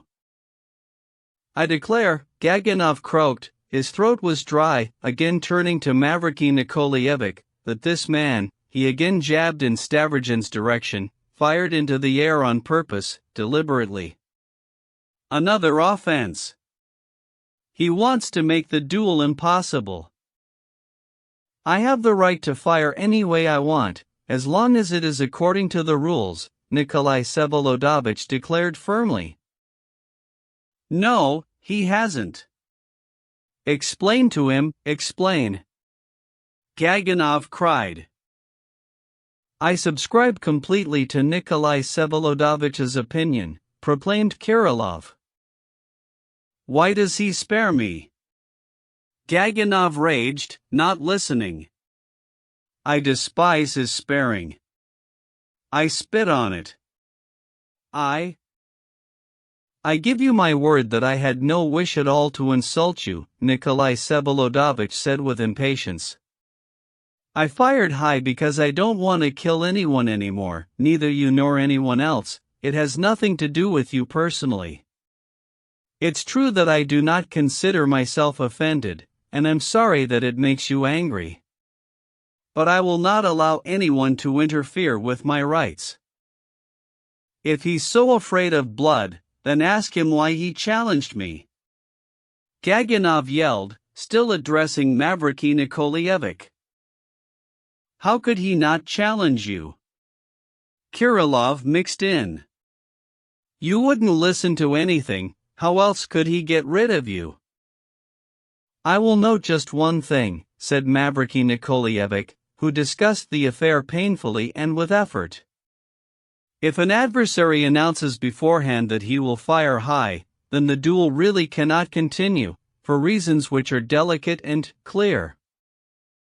I have by no means declared that I will fire high every time. Stavrogin cried out, now losing all patience. You have no idea what is in my mind or how I am going to fire now. I am not hindering the duel in any way. In that case the match may continue, Mavriky Nikolaevich said to Gaganov. Take your places, gentlemen, Kirilov commanded. Again they advanced towards each other, again Gaganov missed, and again Stavrogin fired high. There might have been a dispute about his firing high. Nikolai Vsevolodovich might have admitted directly that he had fired properly, if he himself had not confessed to missing deliberately. He did not aim the pistol directly at the sky or a tree, but still as if at his adversary, though all the same a couple of feet above his hat. The second time he aimed even lower, even more plausibly, but now nothing could reassure Gaganov. Again, he gnashed his teeth. Never mind. I have been challenged, and I am exercising my right. I want to fire a third time, at all costs. You have every right, Kirilov cut off. Mavriky Nikolaevich said nothing. They were placed for the third time, the command was given, this time Gaganov walked right up to the barrier, and from there, from 12 paces, began taking aim. His hands were trembling too much for a good shot. Stavrogin stood with his pistol lowered and motionlessly waited for him to fire. Too long, you're aiming too long. Kirilov shouted impatiently. Fire! Fire! But the shot rang out, and this time the white beaver hat flew off Nikolai Vsevolodovitch's head. The shot had been quite well aimed, the crown of the hat was pierced very low down, half an inch lower and all would have been over. Kirilov picked it up and handed it to Nikolai Vsevolodovich. Fire, don't keep your adversary waiting. Mavriky Nikolaevich cried in terrible agitation, seeing that Stavrogin seemed to have forgotten to fire as he examined the hat with Kirilov. Stavrogin gave a start, looked at Gaganov, turned away, and this time without any delicacy fired off into the woods. The duel was over. Gaganov stood as if crushed. Mavriky Nikolaevich went up to him and started to say something, but the man seemed not to understand. Kirilov, as he was leaving, doffed his hat and gave a nod to Mavriky Nikolaevich, but Stavrogin forgot his former politeness. After firing into the woods, he did not even turn towards the barrier, but thrust his pistol at Kirilov and hastily made for the horses. There was spite in his face. He was silent. Kirilov, too, was silent. They mounted their horses and set off at a gallop. 3. "Why are you silent?" he called impatiently to Kirilov, not far from home. "What do you want?" the latter answered, almost slipping off his horse, which reared up. Stavrogin restrained himself. "I didn't mean to offend that fool, and here I've offended him again," he said softly. "Yes, offended again," Kirilov cut off, "and, besides, he's not a fool. Still, I did all I could." "No. What should I have done? Not challenge him? Take another slap in the face?" "Yes, take a slap." "I'm beginning not to understand anything," Stavrogin said spitefully. "Why does everyone expect something of me that they don't expect of others? Why should I take what no one else takes, and invite burdens that no one else can bear?" "I thought you yourself were seeking a burden." "I'm seeking a burden?" "Yes." "You saw that?" "Yes." "Is it so noticeable?" "Yes." There was a minute's silence. Stavrogin had a very preoccupied look, was almost struck. "I didn't shoot at him because I didn't want to kill, there was nothing else, I assure you," he said, hastily and anxiously, as if justifying himself. "You shouldn't have offended him." "And what should I have done?" "You should have killed him." "You're sorry I didn't kill him?" "I'm not sorry about anything." "I thought you really wanted to kill him." "You don't know what you're seeking." "I'm seeking a burden," laughed Stavrogin. "You didn't want blood, why would you let him kill?" "If I hadn't challenged him, he'd have killed me anyway, without a duel." "Not your business." "Maybe he wouldn't have. And would just have beaten me up?" "Not your business. Bear the burden. Otherwise there's no merit." "I spit on your merit, I'm not seeking that from anyone." "I thought you were," Kirilov concluded with terrible equanimity. They rode into the courtyard. "Want to come in?" Nikolai Vsevolodovich offered. "No, home. Goodbye."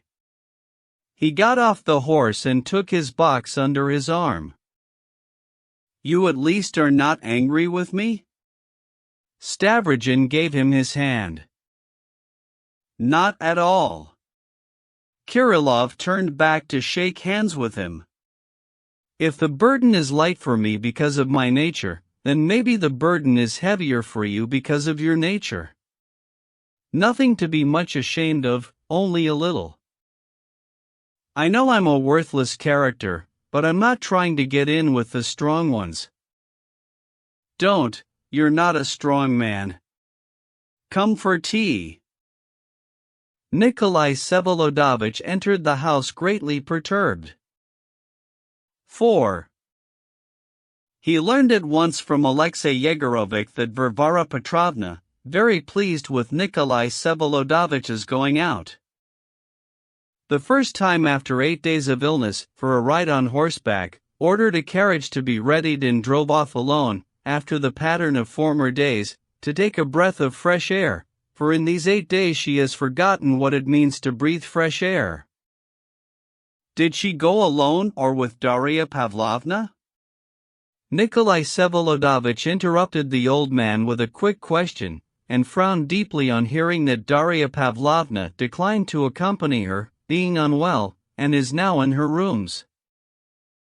Listen, old man, he said, as if suddenly making up his mind, keep an eye out for her all day today, and if you see her coming to me, stop her at once, and tell her that at least for a few days I'll be unable to receive her, that I myself ask it of her, and that I'll send for her when the time comes, do you hear? I'll tell her, sir, Alexey Yegorovitch said, with anguish in his voice, lowering his eyes. But not before you see clearly that she's coming to me herself. Do not worry, if you please, sir, there will be no mistakes. Up to now the visits have taken place through me, my assistance has always been called upon. I know. But, still, not before she comes herself. Bring me some tea, quickly, if you can. As soon as the old man went out, at almost the same moment, the same door opened and Darya Pavlovna appeared on the threshold. Her eyes were calm, but her face was pale. Where did you come from? Stavrogin exclaimed. I was standing right here, waiting for him to come out so that I could come in. I heard the order you gave him, and when he came out just now, I hid around the corner to the right, and he didn't notice me. I've long meant to break it off with you, Dasha, meanwhile, for the time being. I couldn't receive you last night, despite your note. I wanted to write back to you, but I'm no good at writing, he added with vexation, even as if with disgust. I myself thought we should break it off. Varvara Petrovna is too suspicious of our relations. Well, let her be. No, she shouldn't worry.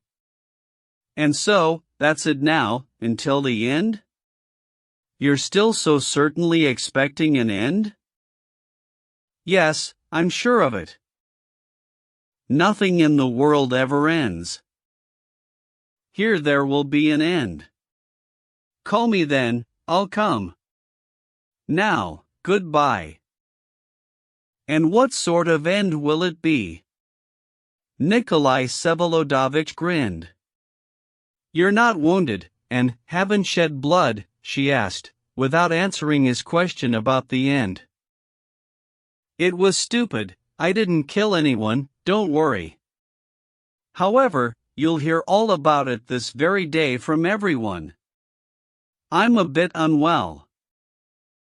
I'll leave. The marriage won't be announced today, she added irresolutely. Not today, not tomorrow, about the day after tomorrow I don't know, maybe we'll all die, and so much the better. Leave me, finally. You won't ruin the other woman, the insane one? I won't ruin the insane ones, neither the one nor the other, but it seems I will ruin the sane one. I'm so mean and vile, Dasha, that it seems I really will call you in the final end, as you say, and you, despite your sanity, will come. Why are you ruining yourself?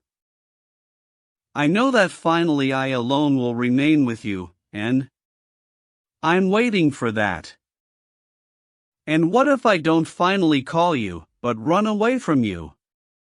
That cannot be. You will call. There's much contempt for me there. You know it's not just contempt. So there is still contempt?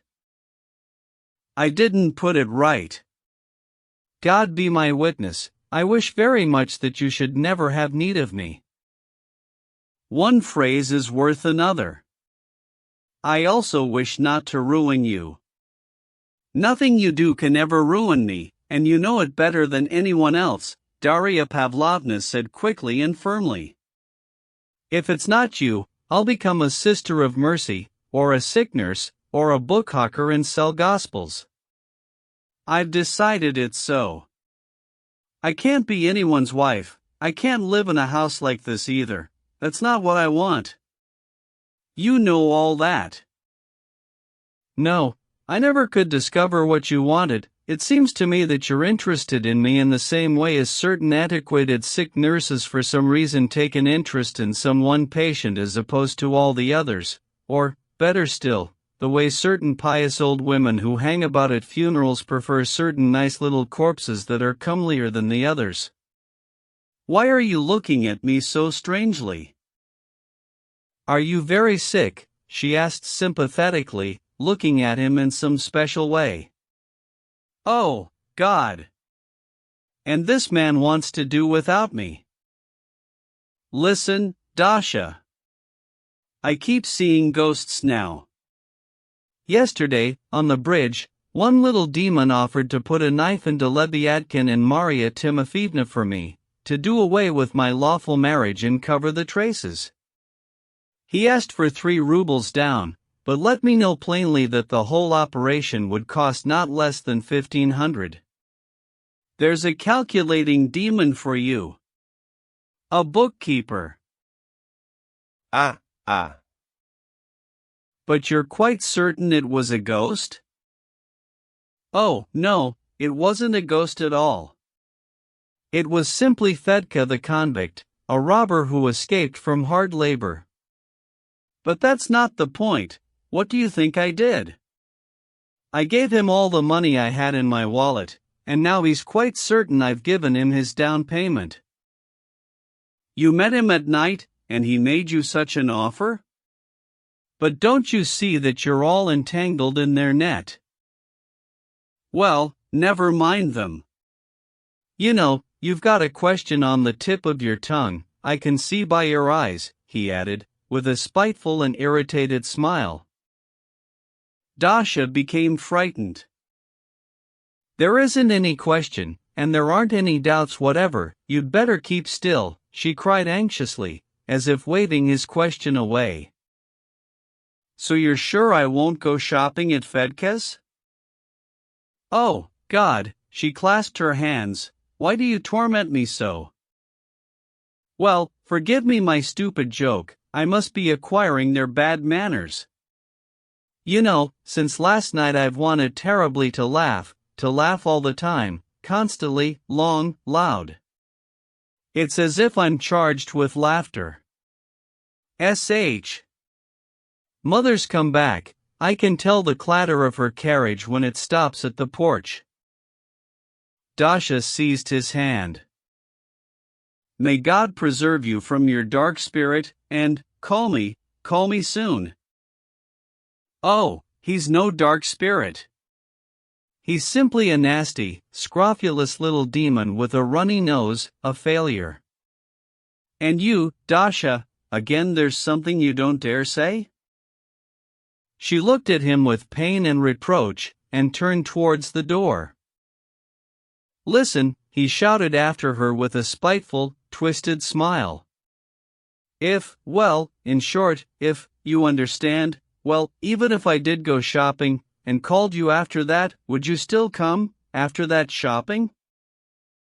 She went out without turning or answering, covering her face with her hands. She'll come even after that shopping, he whispered, having thought a moment, with a look of scornful disgust. A sick nurse. H.M. However, that may be just what I need. 4. All in expectation. The impression produced in our whole society by the story of the duel, which quickly became public, was especially remarkable for the unanimity with which everyone hastened to declare himself unconditionally for Nikolai Vsevolodovich. Many of his former enemies resolutely proclaimed themselves his friends. The main reason for such an unexpected turnabout in public opinion was a few words, spoken aloud with unusual aptness by a certain person who until then had not spoken, which all at once gave the event a significance that greatly interested our vast majority. This is how it happened. The very next day after the event, the whole town gathered to celebrate the name day of the wife of our provincial marshal of nobility.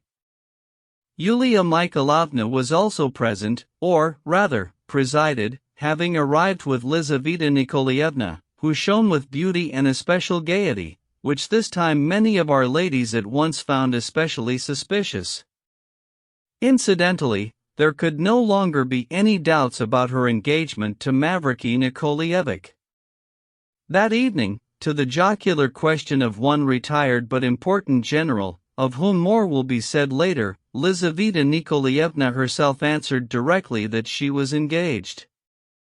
And what do you think? Decidedly none of our ladies wanted to believe in this engagement. They all stubbornly continued to suppose some romance, some fatal family secret that had taken place in Switzerland, and for some reason necessarily with Yulia Mikhailovna's participation. It is hard to say why all these rumors, or even, so to speak, dreams, held out so stubbornly, or precisely why it was so necessary to drag Yulia Mikhailovna into it. As soon as she entered, everyone turned to her with strange looks, overflowing with expectations. It must be noted that in view of the recentness of the event and certain accompanying circumstances, it was still being spoken of somewhat cautiously that evening, and not aloud. Besides, nothing was known yet about the orders of the authorities. Point 1. Neither duelist, as far as anyone knew, had been inconvenienced. Everyone knew, for example, that Artemy Pavlovich had gone to his Dukovo estate early in the morning without any hindrance. Meanwhile, everyone was certainly longing for someone to be the first to speak out and thereby open the door for public impatience. They placed their hopes precisely in the above-mentioned general, and were not mistaken. This general, one of the stateliest members of our club, a landowner of no very great wealth but of an incomparable turn of mind, an old-fashioned dangler after young ladies, was, among other things, extremely fond of speaking out in large gatherings, with a general's weightiness, precisely about things which everyone was still speaking of in cautious whispers. It was as if this constituted his specific role, so to speak, in our society. In doing so, he drew his words out especially, with a sugary enunciation, a habit he had probably borrowed from Russians traveling abroad, or from those formerly wealthy Russian landowners who had been most ruined by the peasant reform. Stepan Trofimovich even noted once that the more ruined a landowner was, the more sugarily he lisped and drew out his words. He himself, however, had the same sugary drawl and lisp, without noticing it in himself. The general began speaking as a man of competence. Besides the fact that he was some sort of distant relation of Artemy Pavlovich's, though on bad terms and even at law with him, he had, moreover, fought 2 duels in the past, for one of which he had even been exiled to the ranks in the Caucasus. Someone mentioned Varvara Petrovna, that it was 2 days now since she had begun going out after an illness, or not her, properly speaking, but the excellent match of her grey four-in-hand, from the Stavrogin's own stud. The general suddenly remarked that he had met young Stavrogin on horseback that day. Everyone fell silent at once. The general smacked his lips and suddenly declared, twiddling in his fingers a gold presentation snuff-box, "I regret that I wasn't here a few years ago, that I was in Carlsbad.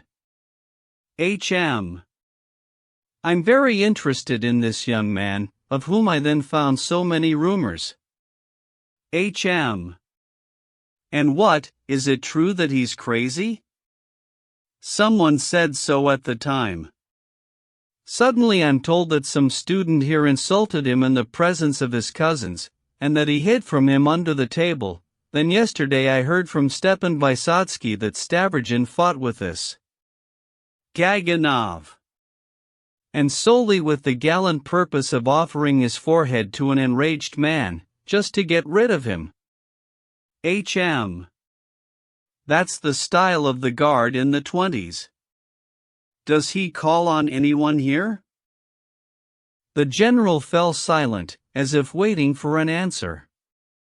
The door for public impatience had been opened. What could be simpler? Yulia Mikhailovna suddenly raised her voice, annoyed by the fact that everyone, as if on command, turned their eyes towards her. How can there be anything surprising in Stavrogen fighting with Gaganov and not responding to a student? Could he challenge his own former serf to a duel? Portentous words. A clear and simple thought which, however, had so far not occurred to anyone. Words with extraordinary consequences.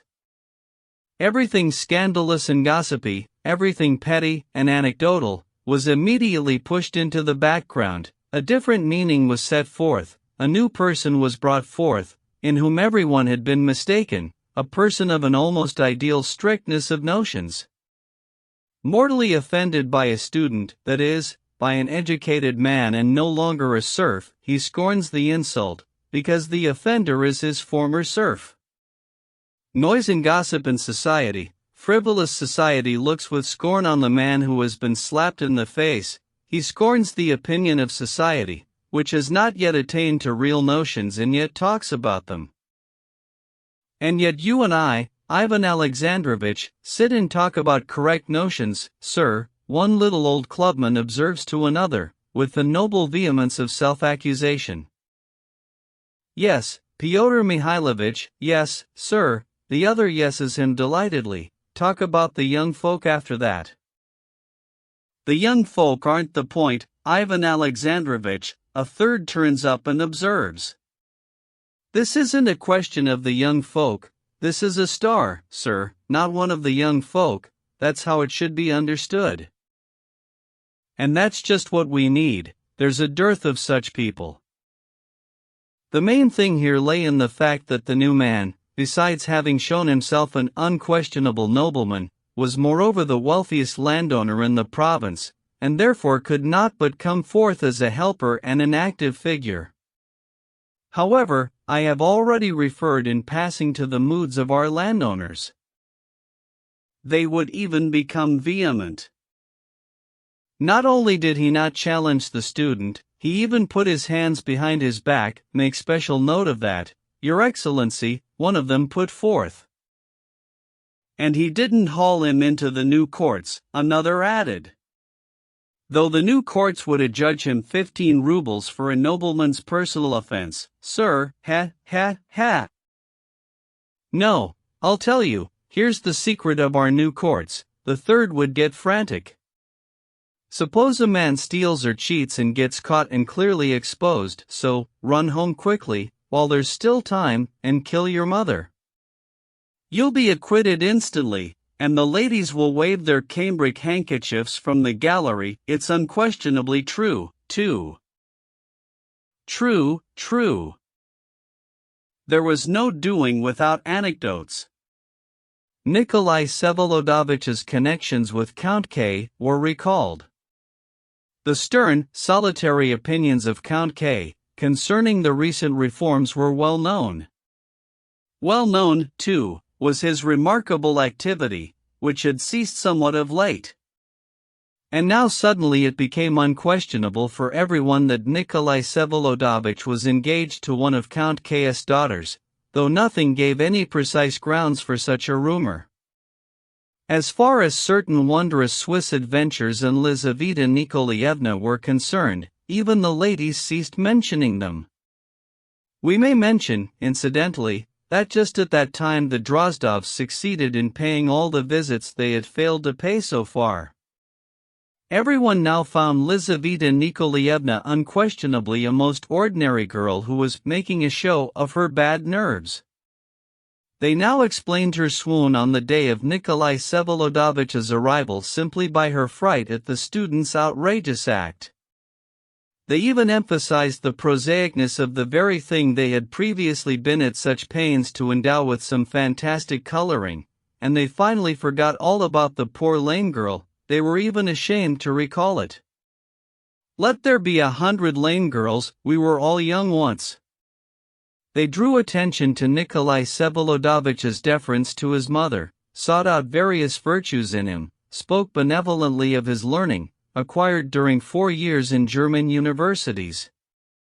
Artemy Pavlovich's act was finally declared tactless, their own knew not their own, and Yulia Mikhailovna was finally acknowledged as a woman of supreme perceptivity. Thus, when Nikolai Vsevolodovich himself appeared at last, everyone met him with the most naive earnestness. One could read the most impatient expectations in all the eyes turned to him.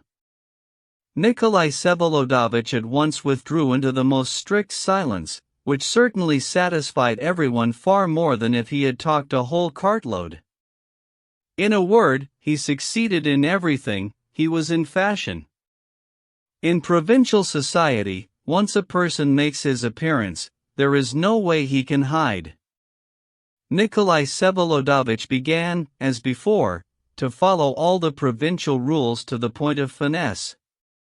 He was not found cheerful. The man has suffered, the man is not like everyone else, there are things on his mind. Even his pride and that squeamish unapproachability for which he had been so hated among us 4 years earlier, were now respected and liked. Varvara Petrovna was most triumphant of all. I cannot say whether she grieved much over her collapsed dreams concerning Lizaveta Nikolaevna. Of course, family pride was a help here. One thing was strange, Varvara Petrovna suddenly believed in the highest degree that Nicholas had indeed made his choice at Count Caius, but, strangest of all, she believed it from rumors that came to her, as to everyone else, on the wind. She was afraid to ask Nikolai Vsevolodovich directly. Some 2 or 3 times, however, she could not help herself and chided him gaily and slyly for not being more open with her. Nikolai Vsevolodovich smiled and went on being silent. The silence was taken as a sign of assent. And just think, for all that, she never forgot about the poor lame girl. The thought of her lay on her heart like a stone, like a nightmare, tormented her with strange phantoms and forebodings, and all that together and simultaneously with her dreams about Count Caius' daughters. But more of that later. To be sure, in society Varvara Petrovna was once again treated with extreme and deferential respect, but she made little use of it and went out extremely rarely. She did, however, pay a solemn visit to the governor's wife. To be sure, no one had been more charmed and captivated by the above-mentioned portentous words of Yulia Mikhailovna's at the evening for the wife of the Marshal of Nobility. They had lifted much anguish from her heart, and at once resolved much of what had so tormented her since that unfortunate Sunday. "I had not understood the woman," she uttered, and directly, with her customary impetuousness, she announced to Yulia Mikhailovna that she had come to thank her. Yulia Mikhailovna was flattered, but bore herself independently. At that time she had already begun to feel her own worth, perhaps even a bit too much. She announced, for example, in the middle of the conversation, that she had never heard anything about the activity or learning of Stepan Trofimovich. "I receive young Verkhovensky, of course, and indulge him. He's reckless, but then he's still young, of considerable education, however. In any case he's not some former retired critic." Varvara Petrovna at once hastened to observe that Stepan Trofimovich had never been a critic, but, on the contrary, had lived all his life in her house. And he was famous for the circumstances of his early career, known only too well to the whole world, and, lately, for his works on Spanish history. He also intended to write something about the present situation in German universities and, it seemed, something about the Dresden Madonna as well. In short, Varvara Petrovna did not want to surrender Stepan Trofimovich to Yulia Mikhailovna. The Dresden Madonna? You mean the Sistine Madonna, 3 share Varvara Petrovna. I sat for 2 hours in front of that painting and went away disappointed. I understood nothing, and was greatly surprised. Karmazinov also says it's hard to understand. No one now, Russian or English, finds anything in it. All this fame was just the old men shouting. So there's a new fashion? And I think our young people shouldn't be neglected either. They shout that they're communists, but in my opinion they should be spared and appreciated.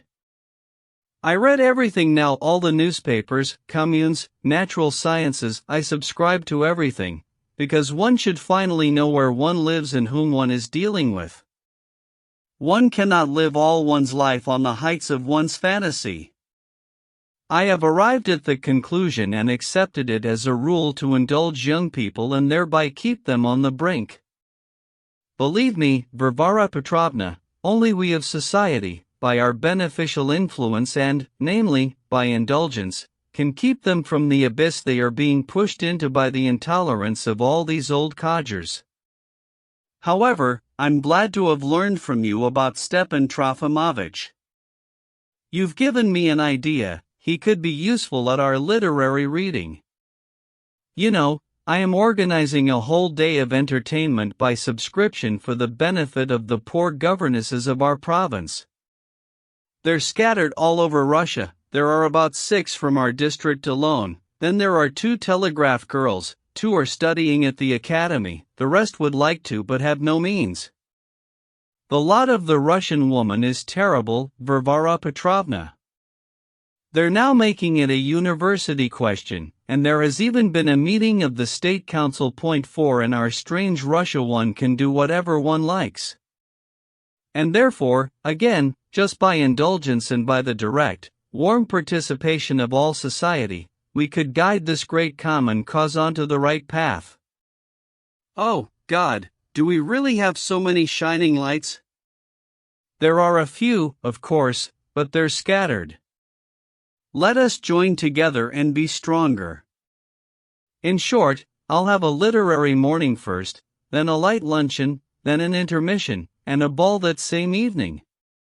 We wanted to start the evening with tableaux vivants, but it seems the expenses would be too great, so for the public there will be 1 or 2 quadrilles in masks and character costumes representing famous literary trends. This playful idea was suggested by Karmazinov. He is a great help to me. You know, he's going to read his last thing here, as yet unknown to anyone. He's laying down his pen and will not write anymore. This last article is his farewell to the public. A lovely little thing called Merci. The title is French, but he finds it more playful and even more subtle. So do I, it was even I who suggested it. I think Stepan Trofimovich could also read, if it's short and not really too learned. It seems Fyodor Stepanovich and someone else will read something or other. Fyodor Stepanovich will run by and tell you the program, or, better still, allow me to bring it to you. And you also allow me to put my name on your subscription list. I will tell Stepan Trofimovich and ask him myself. Varvara Petrovna returned home utterly enchanted. She stood like a rock for Yulia Mikhailovna, and for some reason was now thoroughly angry with Stepan Trofimovich, and he, poor man, sat at home and did not even know anything. I'm in love with her. I don't understand how I could have been so mistaken about this woman, she said to Nikolai Vsevolodovich and to Fyodor Stepanovich, who ran by that evening. But you still ought to make peace with the old man, Fyodor Stepanovich proposed. He's in despair. You've exiled him to the kitchen altogether. Yesterday he met your carriage, bowed, and you turned away. You know, we'll bring him forward. I have some designs on him, and he can still be useful. Oh, he's going to read. That's not all I meant. And I also wanted to run by and see him today myself. So shall I tell him? If you wish. I don't know how you'll arrange it, though, she said irresolutely. I intended to talk with him myself and wanted to fix a day and place. She frowned deeply. Well, no point in fixing a day. I'll simply tell him. Please do. Add, however, that I'll be sure to fix a day. Be sure to add that. Pyotr Stepanovich ran off, grinning. Generally, as far as I recall, he was somehow especially angry at that time and even allowed himself extremely impatient escapades with almost everyone. Strangely, everyone somehow forgave him. Generally, the opinion became established that he should be looked upon somehow specially. I will observe that he was extremely angry about Nikolai Vsevolodovitch's duel. It caught him off guard. He even turned green when he was told. Perhaps his vanity suffered here. He learned of it only the next day, when everybody knew. "But you really had no right to fight," he whispered to Stavrogin 5 days later, meeting him by chance in the club. Remarkably, they had not met anywhere during those 5 days, though Pyotr Stepanovich ran by Varvara Petrovna's almost every day. Nikolai Vsevolodovitch looked at him silently, with a distracted air, as if not understanding what it was about, and went on without stopping. He was going through the big hall of the club towards the buffet. "You've also been to see Shatov, you want to publish Maria Timofeevna." He went running after him and somehow distractedly seized his shoulder. Nikolai Vsevolodovitch suddenly shook his hand off and quickly turned to him with a menacing frown. Pyotr Stepanovich looked at him, smiling a strange, long smile. It all lasted only a moment. Nikolai Vsevolodovitch walked on. 2. He ran over to the old man straight from Varvara Petrovna's, and if he hurried so, it was from sheer spite, to take revenge for a previous offense of which I had no idea until then. The thing was that at their last meeting, namely, a week ago Thursday, Stepan Trofimovich, who, incidentally, had started the argument himself, ended by driving Pyotr Stepanovich out with a stick. He concealed this fact from me then, but now, as soon as Pyotr Stepanovich ran in with his usual smirk, so naively supercilious, and with his unpleasantly curious eyes darting into every corner, Stepan Trofimovich at once gave me a secret sign not to leave the room. Thus their real relations were disclosed to me, for this time I listened to the whole conversation. Stepan Trofimovich was sitting stretched out on the sofa. He had grown thin and yellow since that Thursday. Pyotr Stepanovich sat down next to him with a most familiar air, tucking his legs under him unceremoniously, and taking up much more space on the sofa than respect for a father demanded. Stepan Trofimovich silently and dignifiedly moved aside. On the table lay an open book. It was the novel What Is to Be Done, 5. Alas, I must admit one strange weakness in our friend, the fancy that he ought to emerge from his solitude and fight a last battle was gaining more and more of a hold on his seduced imagination.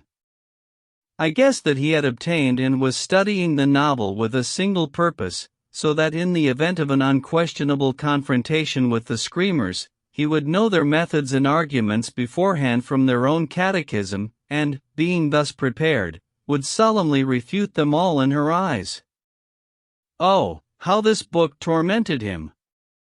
At times he would throw it aside in despair and, jumping up from his seat, pace the room almost in a frenzy.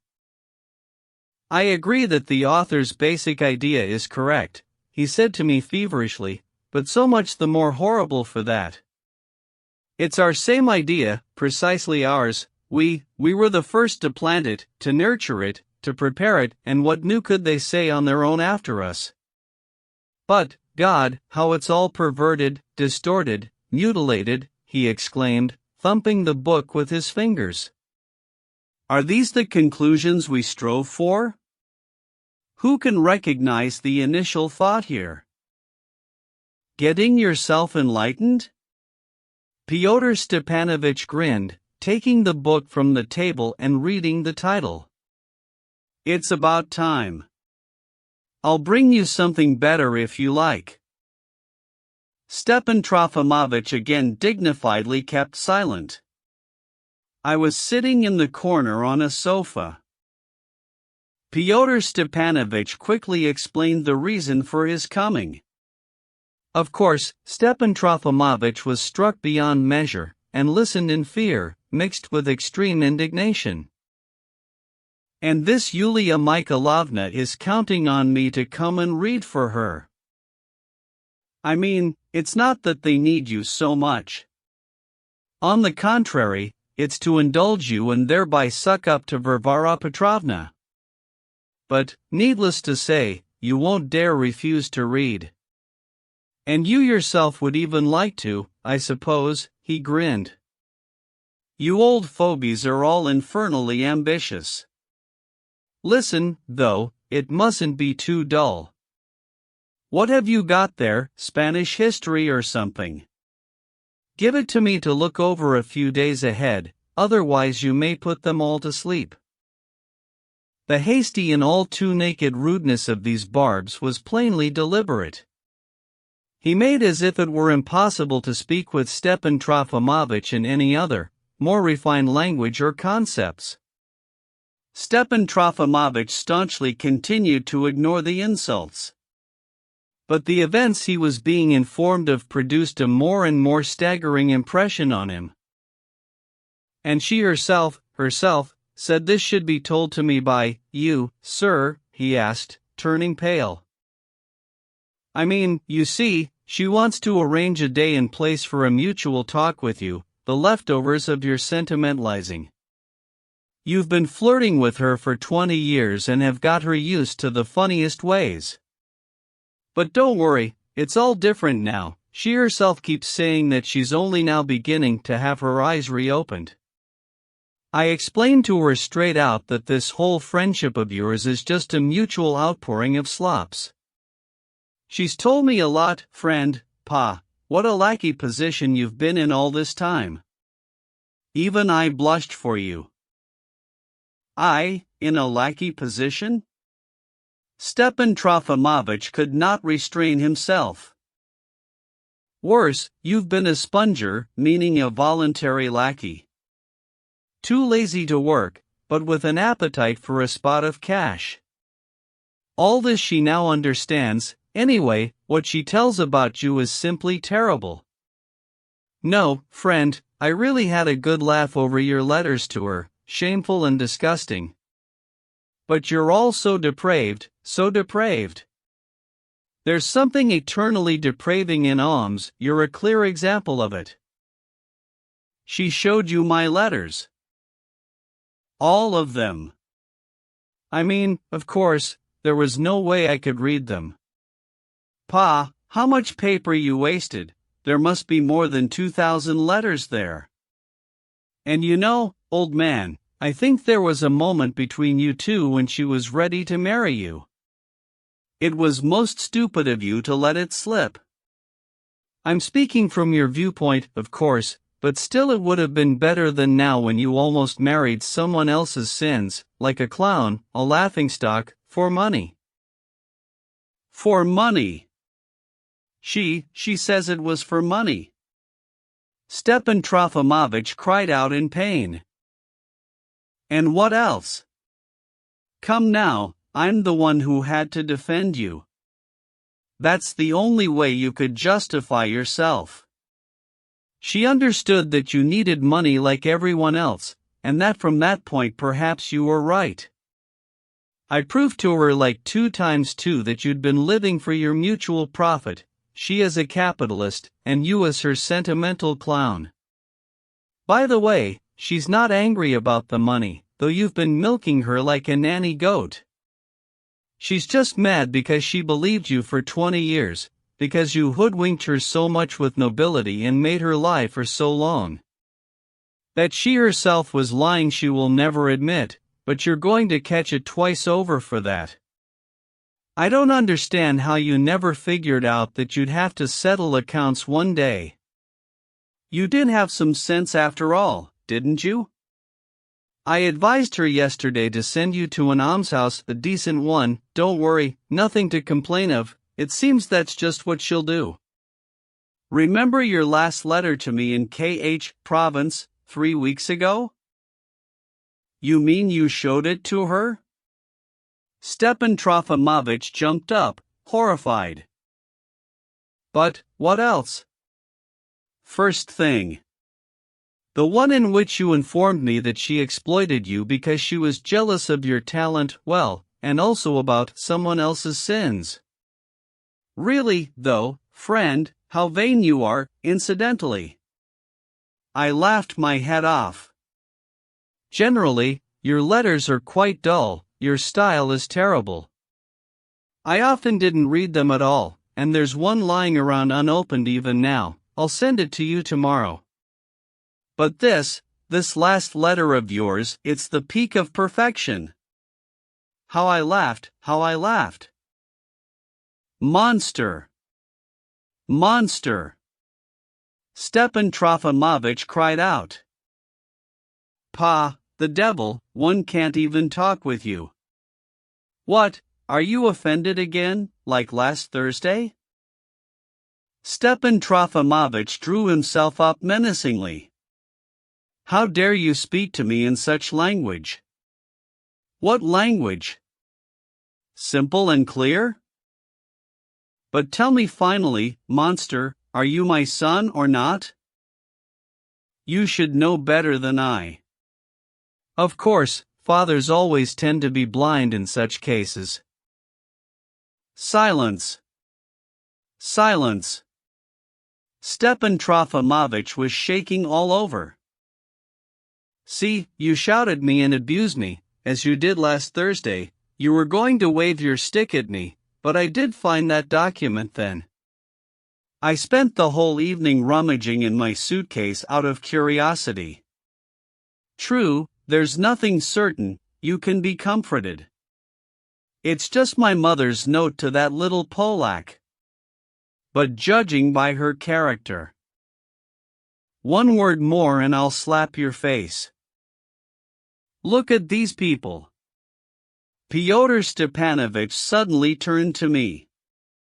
See, we've been at it since last Thursday. I'm glad at least that you're here today and can settle it. First the fact, he reproaches me for speaking this way about my mother, but wasn't it he who suggested this very thing into my head? In Petersburg, when I was still at school, didn't he wake me up twice in the night, embracing me and weeping like a woman, and what do you think he told me those nights? These same non-Lenten anecdotes about my mother. He was the first I heard them from. Oh, that was in the loftiest sense. Oh, you didn't understand me. Nothing, you understood nothing. But, still, it comes out meaner your way than mine, meaner, admit it. You see, it's all the same to me, if you like. I mean, from your point. From my viewpoint, don't worry, I don't blame Mother. If it's you, it's you. If it's the Polak, it's the Polak. It makes no difference to me. It's not my fault if it came out so stupidly with you in Berlin. As if anything smarter could have come out with you. So, aren't you funny people after that? And does it make any difference to you whether I'm your son or not? Listen, he turned to me again. He didn't spend a ruble on me all his life. He didn't know me at all till I was 16, then he robbed me here, and now he shouts that his heart has ached for me all his life, and poses in front of me like an actor. Really, I'm not Varvara Petrovna, for pity's sake. He got up and took his hat. I curse you henceforth in my name. Stepan Trofimovich, pale as death, stretched his hand out over him. My, what foolishness a man can drive himself into. Fyodor Stepanovich was even surprised. Well, goodbye, old man, I'll never come to you again. Send your article ahead of time, don't forget, and try to do it without any humbug, if you can, fax, and, above all, make it short. Goodbye. 3. However, there was also the influence of unrelated causes here. Pyotr Stepanovich indeed had certain designs on his parent. In my opinion, he meant to bring the old man to despair and thus push him into some outright scandal of a certain sort. He needed this for some further, unrelated purposes, of which we shall speak later. At that time he accumulated a great multitude of such diverse designs and calculations, almost all of them fantastic, of course. Besides Stepan Trofimovich, he had in mind yet another martyr. Generally, he had not a few martyrs, as it turned out afterwards, but he was especially counting on this one, and it was Mr. von Lemke himself. Andrei Antonovich von Lemke belonged to that favored, by nature, tribe which in Russia, according to the records, numbers several 100,000, and which is itself perhaps unaware that within her, by its sheer mass, it constitutes a strictly organized union. Not an intentional or invented union, to be sure, but one existing of itself for the entire tribe, without words or agreements, as something morally obligatory, and consisting in the mutual support of all members of this tribe by each other, always, everywhere, and in whatever circumstances. Andrei Antonovich had the honor of being educated in one of those higher Russian institutions filled with young men from families well endowed with connections or wealth. The students of this institution were intended, almost immediately upon finishing their studies, to occupy rather significant positions in one of the departments of the government service. Andrei Antonovich had one uncle who was a lieutenant colonel in the engineers, and another who was a baker, yet he wormed his way into this higher school and met there quite a few similar tribesmen.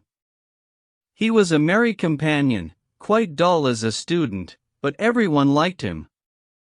And when, in the upper grades, many of the young men, predominantly Russians, learned to talk about rather lofty contemporary questions, and with an air as if they had only to wait till graduation and then they would resolve them all, Andrei Antonovich continued to occupy himself with the most innocent schoolboy pranks. He made everyone laugh, true, though only with quite unsophisticated escapades, cynical at most, but he set that as his goal. One time he would blow his nose somehow remarkably when the teacher addressed a question to him during a lecture, making both his comrades and the teacher laugh. Another time he would present some cynical tableau vivant in the dormitory, to general applause, or he would play, solely on his nose, and quite skillfully, the overture to Fra Diavolo. 6. He was also distinguished by his deliberate slovenliness, which for some reason he found witty. In his very last year he took to scribbling little Russian verses. His own tribal language he knew quite ungrammatically, like many of his tribe in Russia. This propensity for verse brought him together with a schoolmate, gloomy and as if downtrodden by something, the son of some poor general, one of the Russians, who was regarded at the institute as a great future writer. The latter treated him patronizingly. But it so happened that 3 years after graduation, this gloomy comrade, who had abandoned his career for the sake of Russian literature and, as a consequence, was already parading around in torn boots, his teeth chattering from the cold, wearing a summer coat in the depths of autumn, unexpectedly met by chance, near the Anichkov Bridge, his former protégé Lemke, as everyone, by the way, had called him at school. And what do you think? He did not even recognize him at first sight and stopped in surprise. Before him stood an impeccably dressed young man, with wonderfully tended side whiskers of a reddish hue, wearing a pince-nez, patent leather boots, the freshest gloves, in a full-cut overcoat from Charmeuse, and with a briefcase under his arm. Lemke treated his comrade benignly, gave him his address, and invited him to call on him some evening. It also turned out that he was no longer Lemke, but von Lemke. The comrade did call on him, however, if only out of spite. At the stairway, rather unattractive, and certainly not the main one, though laid with red baize, he was met and questioned by a doorkeeper. A bell rang out upstairs. But instead of the riches the visitor expected to meet, he found his Lemka in a side room, a very small one, dark and decrepit-looking, divided in two by a large dark green curtain, furnished with very decrepit, though soft, dark green furniture, and with dark green shades on its narrow and high windows. Von Lemke lodged with some very distant relative, a general, whose protégé he was. He met his guest amiably, was serious and gracefully polite. They also talked of literature, but within decent limits. A servant in a white tie brought some leakish tea with small, round, dry biscuits. The comrade, out of spite, asked for seltzer water. It was served, but with some delay, and Lemke seemed embarrassed at calling the servant an extra time in giving him an order. However, he himself asked whether the visitor wanted a bite to eat, and was obviously pleased when the latter declined and finally left. The simple fact was that Lemke was starting his career and was sponging on the general, a fellow tribesman, but an important one. At that time he was sighing after the general's fifth daughter, and this seemed to be reciprocated. Nevertheless, when the time came, Amalia was given in marriage to an old German factory owner, an old comrade of the old general's. Andrei Antonovich did not weep much, but glued together a theater made of paper. The curtains rose, the actors came out, made gestures with their hands, the audience sat in their boxes, the orchestra mechanically moved their bows across their fiddles, the conductor waved his baton, and in the stalls gentlemen and hosiers clapped their hands. It was all made of paper, all designed and assembled by von Lemke himself. He sat over this theater for half a year. The general purposely organized an intimate little evening. The theater was brought out for display, all 5 of the general's daughters, the newly wedded Amalia included, her factory owner, and many young girls and women with their Germans, attentively examined and praised the theater. Then there was dancing. Lemke was very pleased and soon consoled. Years passed and his career got established. He always served in prominent places, and always under his tribesman's command, and in the end he served his way up to quite a significant rank, compared with his age. He had long wanted to marry, and had long been cautiously on the lookout. In secret from the authorities, he sent a novella to a magazine, but it was not published. To make up for that he glued together an entire railway station with a train, and again it came out as a most successful little thing. People left the station with suitcases and bags, children and dogs, and got into the cars. Conductors and porters walked about, the bell rang, the signal was given, and the train started on its way. He sat for a whole year over this clever piece. But all the same he had to get married. The circle of his acquaintances was quite wide, primarily in the German world, but he also moved in Russian spheres, through his superiors, of course. Finally, when he had already turned 38, he also received an inheritance. His uncle, the baker, died and left him a bequest of 13,000. Now it was just a matter of the right position. Mr. von Lemke, despite the rather high cut of the sphere in which he served, was a very modest man. He would have been quite satisfied with some independent little government post, with being in charge of the delivery of government firewood, or some such plum, and that for the rest of his life. But here, instead of some anticipated Mina or Ernestina, all at once Yulia Mikhailovna turned up. His career immediately rose another degree in prominence. The modest and precise von Lemke felt that he, too, was capable of ambition. Yulia Mikhailovna owned 200 souls, by the old way of reckoning, and, besides that, brought big connections with her. Von Lemke, on the other hand, was handsome, and she was already past 40. Remarkably, he did really fall in love with her little by little, as he felt himself more and more a fiancé. On the morning of their wedding day he sent her some verses. She liked it all very much, even the verses. 40 is no joke.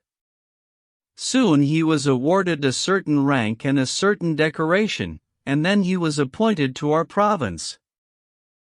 In preparation for coming to our town, Yulia Mikhailovna worked assiduously on her husband.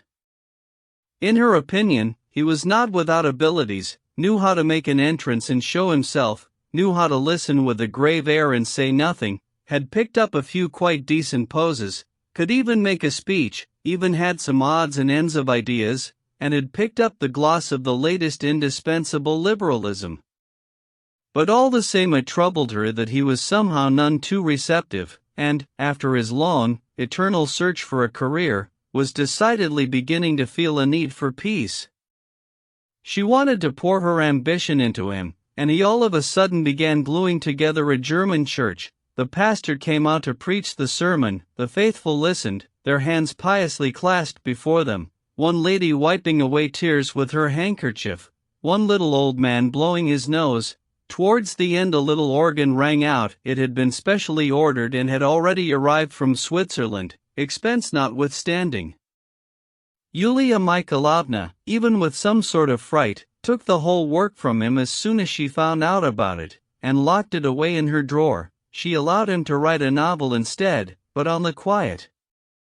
Since then she began to rely directly on herself alone. The trouble was that there was a fair amount of frivolity in all this, and little measure. Fate had kept her too long among the old maids. Idea after idea now flashed in her ambitious and somewhat fretted mind. She nursed designs, she decidedly wanted to rule the province, dreamed of being surrounded at once, chose her tendency. Von Lemke even got somewhat frightened, though he quickly figured out, with his Siles tact, that there was no reason at all for him to be afraid of governorship as such. The first 2 or 3 months even passed quite satisfactorily. But then Fyodor Stepanovich turned up, and something strange began to happen.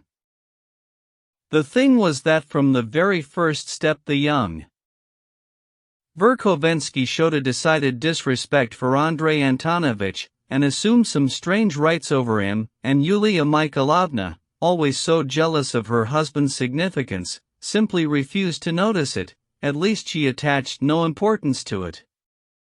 The young man became her favorite, ate, drank, and all but slept in the house.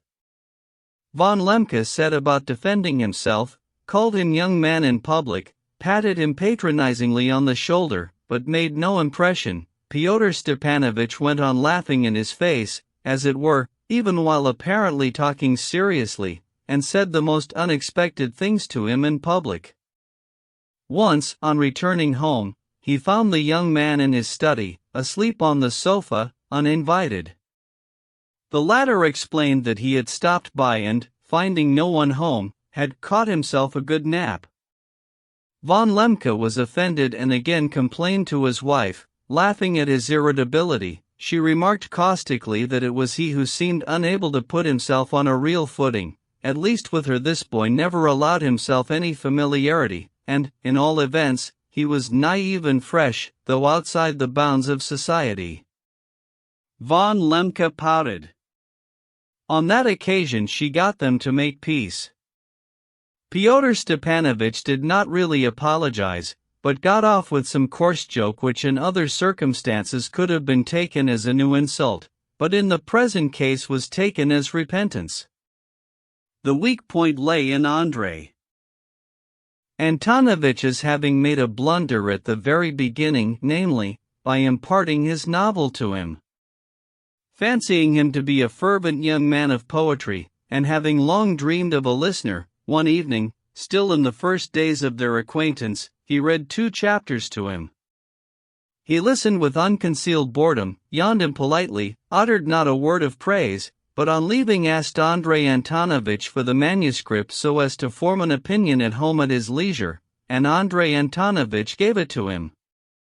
Since then, though he ran by every day, he had not returned the manuscript, and laughed in answer to inquiries, Finally he announced that he had lost it then and there in the street.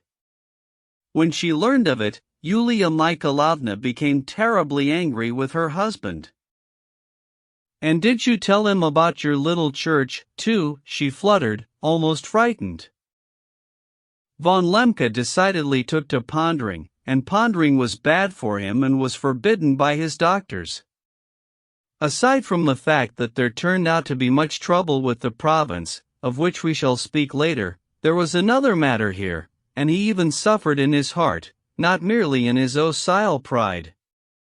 On entering into marriage, Andrei Antonovich had by no means envisioned the possibility of future family strife and discord. This was not what he had always imagined in his dreams of Mina and Ernestina. He felt himself unable to endure family storms. Yulia Mikhailovna finally had a frank talk with him. "You can't be angry at this," she said, "if only because you are 3 times more sensible and immeasurably higher on the social ladder. There are many leftovers of former free-thinking ways in the boy, just mischief, in my opinion, but one must be gradual, not sudden. We should cherish our young people. My way is to indulge them and keep them on the brink." "But he says the devil knows what," objected von Lemke. "I can't be tolerant when he asserts publicly and in my presence that the government purposely gets the people drunk on vodka so as to brutalize them and keep them from rebelling. Imagine my role when I'm forced to listen to that in front of everyone." As he said this, von Lemke recalled a conversation he had had recently with Fyodor Stepanovich. With the innocent aim of disarming him with his liberalism, he had shown him his own private collection of all sorts of tracts, from Russia and abroad, which he had been carefully collecting since the year '59, not really as an amateur, but merely out of healthy curiosity. Fyodor Stepanovich, having guessed his aim, stated rudely that there was more sense in one line of some tracts than in certain whole chanceries, perhaps not excluding your own. Lemke cringed. "But with us it's too early, much too early," he said almost pleadingly, pointing to the tracts. "No, it's not too early, see, you're afraid, so it's not too early.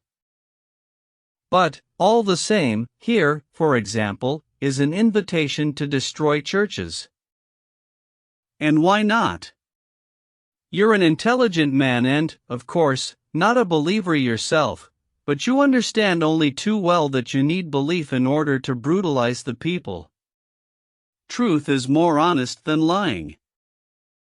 I agree, I fully agree with you, but for us it's too early, von Lemke kept wincing. "And what sort of government docile are you after that, if you yourself agree to destroy churches and march with cudgels to Petersburg, and the only difference is when to do it?" So rudely caught up, Lemke was sorely piqued. "It's not that, he was getting carried away, his amour propre more and more chafed. Being a young man and, above all, unfamiliar with our goals, you are mistaken. You see, my dearest Fyodor Stepanovich, you call us dociles of the government? Right. Independent dociles? Right. But, may I ask, how do we act? The responsibility is on us, and as a result we serve the common cause the same as you do. We merely hold together that which you are shaking apart, and which without us would go sprawling in all directions. We're not your enemies, by no means. We say to you, go forward, progress, even shake all that's old, that is, and has to be remade, but when need be, we will keep you within necessary limits, and save you from yourselves, for without us you will only set Russia tottering, depriving her of a decent appearance, while our task consists precisely in maintaining her decent appearance.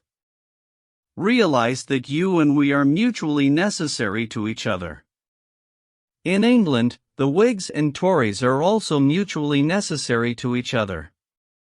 So, then, we are the Tories and you are the Whigs, that's precisely how I see it. Andrei Antonovich even waxed enthusiastic. Ever since Petersburg, he had enjoyed talking intelligently and liberally, and here, furthermore, no one was eavesdropping. Fyodor Stepanovich was silent and bore himself somehow with unusual gravity. This egged the orator on even more.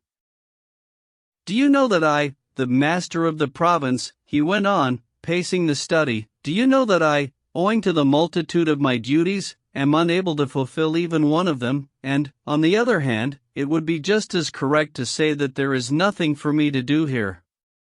The whole secret is that here everything depends on the views of the government. Suppose the government even establishes a republic, say, out of politics, or to restrain passions, and on the other hand, parallel with that, suppose it strengthens the power of the governors, then we governors will swallow up the republic, not just the republic, we'll swallow up whatever you like. I at least feel I am ready. In short, if the government sends me a telegram declaring activite deverent *, then I'll give them activite deverent. I said here, right in their faces, my dear sirs, for the balancing and flourishing of all provincial institutions, one thing is necessary: an increase of the governor's power. You see, all these institutions, whether local or legislative, ought, so to speak, to live a double life. That is, they ought to exist. I agree that this is necessary, well, and on the other hand, they ought at the same time not to exist. All depending on the government's view. If the notion should arise that these institutions suddenly seem necessary, I immediately have them available. If the necessity passes, no one will find them anywhere in my province. That is how I understand activite deverent, and it cannot exist without an increase of the governor's power. We are talking privately. You know, I've already applied to Petersburg about the necessity for a special sentry at the door of the governor's house. I'm awaiting an answer. You need to, said Fyodor Stepanovich. Why to? Von Lemke stopped in front of him. I don't think one will be enough to earn your respect. You surely need two. Andrei Antonovich made a wry face. You allow yourself God knows what, Fyodor Stepanovich. You take advantage of my kindness to make caustic remarks and play some sort of Burubayan pheasant. Well, that's as you like, Fyodor Stepanovich muttered, but all the same you're paving the way for us and preparing our success. That is, which us and what success? Von Lemke stared at him in surprise, but received no answer. Yulia Mikhailovna, after hearing a report of the conversation, was very displeased. But, really, Von Lemke defended himself, I cannot behave as a superior towards your favorite, especially when we're in private. I might have let something slip, from the goodness of my heart. From all too much goodness. I didn't know you had a collection of tracts, kindly show it to me. But he asked to take it for a day. And once again you gave it. Yulia Mikhailovna became angry. What tactlessness! I'll send someone now to take it back from him. He won't give it back. I'll insist. Von Lemke boiled over, and even jumped up from his place. Who is he to be so feared, and who am I not to dare to do anything? Sit down and calm yourself, Yulia Mikhailovna interrupted. I will answer your first question. He came to me with excellent recommendations, he has abilities, and occasionally says extremely intelligent things. Karmazinov assured me that he has connections almost everywhere and is extremely influential with the youth of the capital. And if through him I can attract them and gather them all around me, I can divert them from ruin by showing a new path for their ambition. He is devoted to me with his whole heart and heeds me in everything. But while we're indulging them, they can do, devil knows what. Of course, it's an idea, von Lemke vaguely defended himself, but now I hear that some tracts have appeared in the district. But we heard that rumor already in the summer, tracts, false banknotes, and whatnot, yet nothing has been brought in. Who told you? I heard it from von Blum. Ah, spare me your Blum, and do not dare to mention him again. Yulia Mikhailovna boiled over and for about a minute was even unable to speak. Von Blum was an OCIL from the governor's OCE whom she especially hated. Of that later. Please don't worry about Verkhovensky, she concluded the conversation. If he had participated in any mischief, he wouldn't talk the way he does with you and with everyone here. Phrasemongers are not dangerous, and I would even say that if something were to happen, I would be the first to learn of it through him. He is fanatically devoted to me. I will note, anticipating events, that had it not been for Yulia Mikhailovna's self-importance and ambition, perhaps none of the things these bad little people managed to do here would have taken place. Much of it is her responsibility. 5. Before the fete. The day of the fete conceived by Yulia Mikhailovna as a subscription benefit for the governesses of our province had already been fixed and cancelled several times. Constantly fluttering around her were Fyodor Stepanovich, the little clerk, Lyamshin, serving as errand boy, who once upon a time used to visit Stepan Trofimovich but suddenly came into favor in the governor's house for his piano playing, Lipudin, partly, whom Yulia Mikhailovna planned to make the editor of a future independent provincial newspaper, a few ladies and young girls, and finally even Karmazinov, who, though he did not flutter, nevertheless announced aloud and with a satisfied air that he was going to give everyone a pleasant surprise when the quadrille of literature began. A great many subscribers and donors turned up, all select town society, though the most non-select were also admitted, as long as they came with money. Yulia Mikhailovna observed that sometimes the mixing of ranks even ought to be allowed, otherwise who will enlighten them? An UNOCIL home committee was formed at which it was decided that the fete should be a democratic one. The extravagant subscription list tempted them to spend. They wanted to do something wonderful, which was why it kept being postponed. They still could not decide where to organize the evening ball, at the huge house of the Marshal of Nobility's wife, which she had offered for the day, or at Varvara Petrovna's in Skvoreshniki. Skvoreshniki would be a bit far, but many of the committee insisted that it would be freer there. Varvara Petrovna herself was only too anxious to have it take place there. It is hard to understand why this proud woman almost fawned on Yulia Mikhailovna. She probably liked it that the woman, in her turn, almost demeaned herself before Nikolai Vsevolodovich and paid court to him as to no one else. I will repeat once more, Fyodor Stepanovich, all the time and unceasingly, in whispers, continued to cultivate in the governor's house an idea he had set going even earlier, that Nikolai Vsevolodovich was a man who had the most mysterious connections in a most mysterious world, and that he must have come on some assignment. Strange was the state of people's minds at that time. A certain frivolity emerged especially in the ladies' society, and one could not say little by little. Several extremely casual notions spread as if on the wind. Something light and happy-go-lucky came about, which I will not say was always pleasant. A certain disorderliness of mind became fashionable. Afterwards, when it was all over, the blame fell on Yulia Mikhailovna, her circle and influence, but it hardly all originated with Yulia Mikhailovna alone.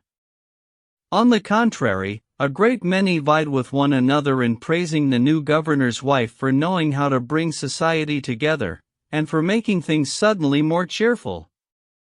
Several scandalous incidents even took place which were not Yulia Mikhailovna's fault at all, but at the time everyone merely laughed loudly and disported themselves, and there was no one to stop them. True, a considerable group of persons stood firmly aside, having their own special view of the course of events then, but even they did not grumble at the time, they even smiled. I remember that at that time a rather wide circle had formed, somehow of itself, whose center may indeed have been in Yulia Mikhailovna's drawing room. In this intimate circle that crowded around her among the young people, of course all sorts of mischief was allowed and even accepted as a rule, some of it really quite free and easy. The circle included several even very charming ladies. The young people arranged picnics, parties, sometimes rode all around town, in a whole cavalcade, in carriages and on horseback. They sought adventures, even purposely invented some, concocting them themselves, solely for the sake of a merry joke. They treated our town as some sort of Foolsbury Point when they were called sneerers and jeerers, because there was little they scorned to do. It so happened, for example, that one local lieutenant's wife, still a very young little brunette, though wasted from her husband's ill-keeping, thoughtlessly sat down at a party to play a high-staked hand of whist, hoping to win enough to buy a mantilla, but instead of winning, she lost 15 rubles. Fearing her husband, and having no money to pay, she decided, recalling her former boldness, to borrow some money on the quiet, right there at the party, from our mayor's son, a very nasty boy, dissipated beyond his years. He not only refused her but also went guffawing to tell her husband. The lieutenant, who indeed lived poorly on nothing but his salary, took his wife home and gave her what for to his heart's content, though she screamed, yelled, and begged forgiveness on her knees. This outrageous story evoked only laughter everywhere in town, and though the poor woman did not belong to the society that surrounded Yulia Mikhailovna, one of the ladies of the cavalcade, a perky and eccentric character who somehow knew the lieutenant's wife, stopped by her place and quite simply carried her off to her own house. There she was seized upon at once by our pranksters, who petted her, showered her with presents, and kept her for some 4 days without returning her to her husband. She lived in the perky lady's house, spending whole days driving around town with her and the rest of that frolicsome society, taking part in their merrymaking and dances. Everyone egged her on to haul her husband into court, to start a scandal. She was given assurances that they would all support her and appear as witnesses. The husband was silent, not daring to fight. The poor woman finally grasped that she was up to her ears in trouble, and on the 4th day, at nightfall, half dead with fear, she fled from her protectors to her lieutenant.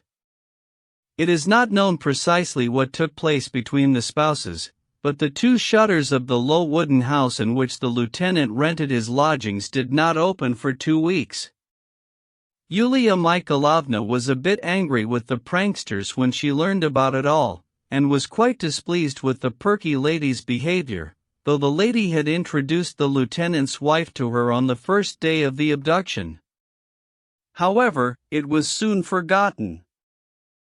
Another time a petty clerk, to all appearances a respectable family man, gave away his daughter, a girl of 17 and a beauty known to the whole town, to a young man who came to town from another district. Word suddenly went around that on their wedding night the young man dealt rather uncivilly with the beauty, in revenge for his injured honor. Lyamshin, who all but witnessed the affair, because he got drunk at the wedding and stayed in the house overnight, ran around at first light bringing everyone the merry news. Instantly a company of about 10 men was formed, all of them on horseback, some on hired Cossack horses, like Fyodor Stepanovich, for example, or Liputin, who, despite his gray hairs, took part at the time in almost all the scandalous adventures of our flighty youth. When the young couple appeared outside in a droshky pair to go around paying calls, as our custom invariably demands on the day after a wedding, mishaps notwithstanding, the whole cavalcade surrounded the droshky, laughing merrily, and accompanied them around town all morning. True, they did not go into the houses, but waited on horseback at the gates. They refrained from any particular insults to the bride and groom, yet they still caused a scandal. The whole town began talking. Of course, everyone laughed heartily. But Herr von Lemke got angry and again had a lively scene with Yulia Mikhailovna.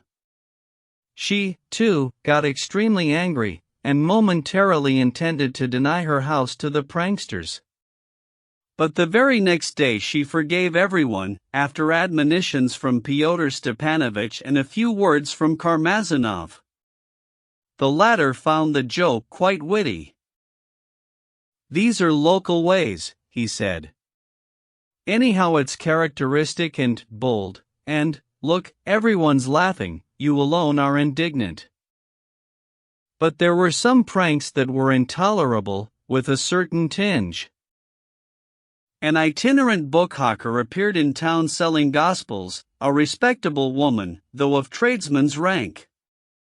She was talked about, because the metropolitan newspapers had just published some curious reports on her kind. To again that same rogue, Lyamshin, with the help of some seminarian who was loafing about waiting for a teaching post in the school, while pretending to buy books from her, quietly slipped into her bag a whole bundle of enticing, nasty photographs from abroad, specially donated for the occasion, as was found out later, by a quite venerable old man whose name I shall omit, who had an important decoration around his neck, and who loved, as he put it, healthy laughter and a merry joke.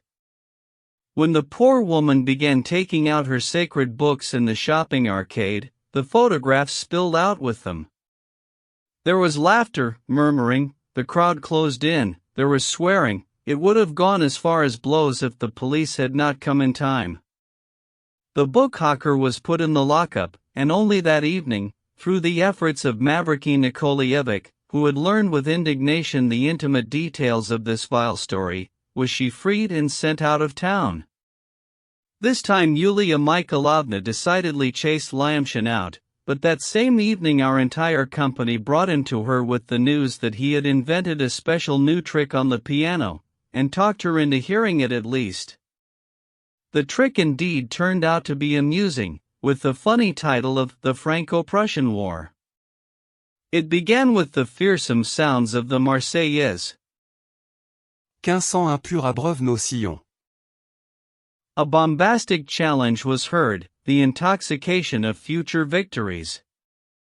But suddenly, together with masterfully varied measures from the anthem, somewhere from the side, down below, in a corner, but very close by, came the vile little strains of Mein lieber Augustin. 3. The Marseillaise does not notice them. The Marseillaise is at the peak of her intoxication with her own grandeur, but Augustine is gaining strength, Augustine is turning insolent, and now the measures of Augustine somehow unexpectedly begin to fall in with the measures of the Marseillaise. She begins to get angry, as it were. She finally notices Augustine, she wants to shake him off, to chase him away like an importunate, worthless fly, but Mein lieber Augustine holds on tight. He is cheerful and confident, he is joyful and insolent, and the Marseillaise somehow suddenly becomes terribly stupid. She no longer conceals that she is annoyed and offended. These are cries of indignation, these are tears and oaths, with arms outstretched to Providence. Pas un pouce de notre terrain, pas une pierre de nos forteresses. But now she is forced to sing in time with Mein lieber Augustine. Her strains somehow turn most stupidly into Augustine. She is drooping, dying out. Only an occasional outburst, Schuon sang imper, is heard again, but it jumps over at once, in a most vexing way, to the vile little waltz. She is thoroughly humbled. It is Jules Favre weeping on Bismarck's bosom and giving away everything for. But then Augustine turns ferocious, one hears horse sounds, senses measureless quantities of beer being drunk, a frenzy of self-advertisement, demands for billions, slender cigars, champagne, and hostages, Augustine turns into a furious bellowing. The Franco-Prussian War is over. Our group applauds. Yulia Mikhailovna smiles and says, "Well, how can one chase him out? Peace is made." The scoundrel did indeed have a bit of talent. Stepan Trofimovich once tried to convince me that the loftiest artistic talents can be the most terrible scoundrels, and that the one does not exclude the other. Rumor later had it that Lyamshin stole this little piece from a certain talented and modest young man, a visiting acquaintance of his, who remained unknown, but that is an aside. This blackguard, who for several years fluttered around Stepan Trofimovich, portraying on demand at his parties various little Jews, the confession of a deaf woman, or the birth of a child, now at Yulia Mikhailovna's produced killing caricatures, among them one of Stepan Trofimovich himself, entitled A Liberal of the 40s.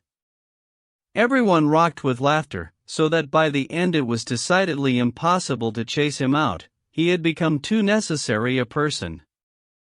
Besides, he fawned servilely on Fyodor Stepanovich, who, in his turn, had by that time acquired a strangely strong influence over Yulia Mikhailovna. I would not have begun speaking in particular about this scoundrel, and he would not be worth dwelling upon, but at that time a certain outrageous incident occurred in which, it was asserted, he also took part, and this incident I can by no means omit from my chronicle. One morning the news swept through town of an ugly and outrageous blasphemy. At the entrance to our vast marketplace stands the decrepit church of the Nativity of the Mother of God, which is a notable antiquity in our ancient town. Long ago a large icon of the Mother of God had been built into the wall behind a grating near the gates of the enclosure. And so, one night the icon was robbed, the glass of the frame was knocked out, the grating was broken, and a few stones and pearls were taken from the crown and setting, whether very valuable ones or not I do not know. But the main thing was that besides the theft a senseless, jeering blasphemy was committed. Behind the broken glass of the icon a live mouse was said to have been found in the morning.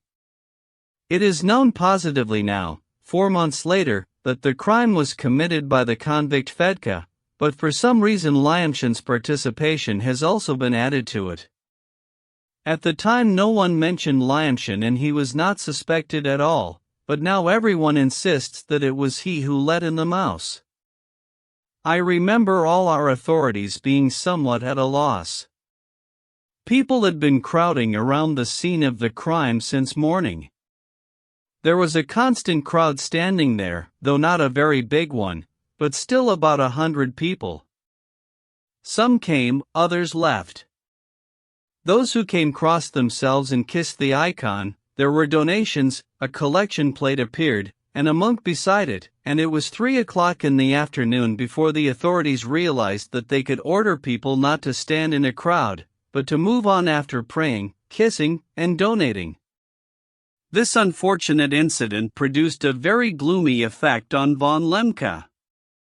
As I am told Yulia Mikhailovna put it afterwards, from that sinister morning on she began to notice that strange despondency in her husband which never left him afterwards up to the very day of his departure from our town, 2 months ago, for reasons of ill health, and seems to be accompanying him now in Switzerland as well, where he continues to rest after his brief career in our province.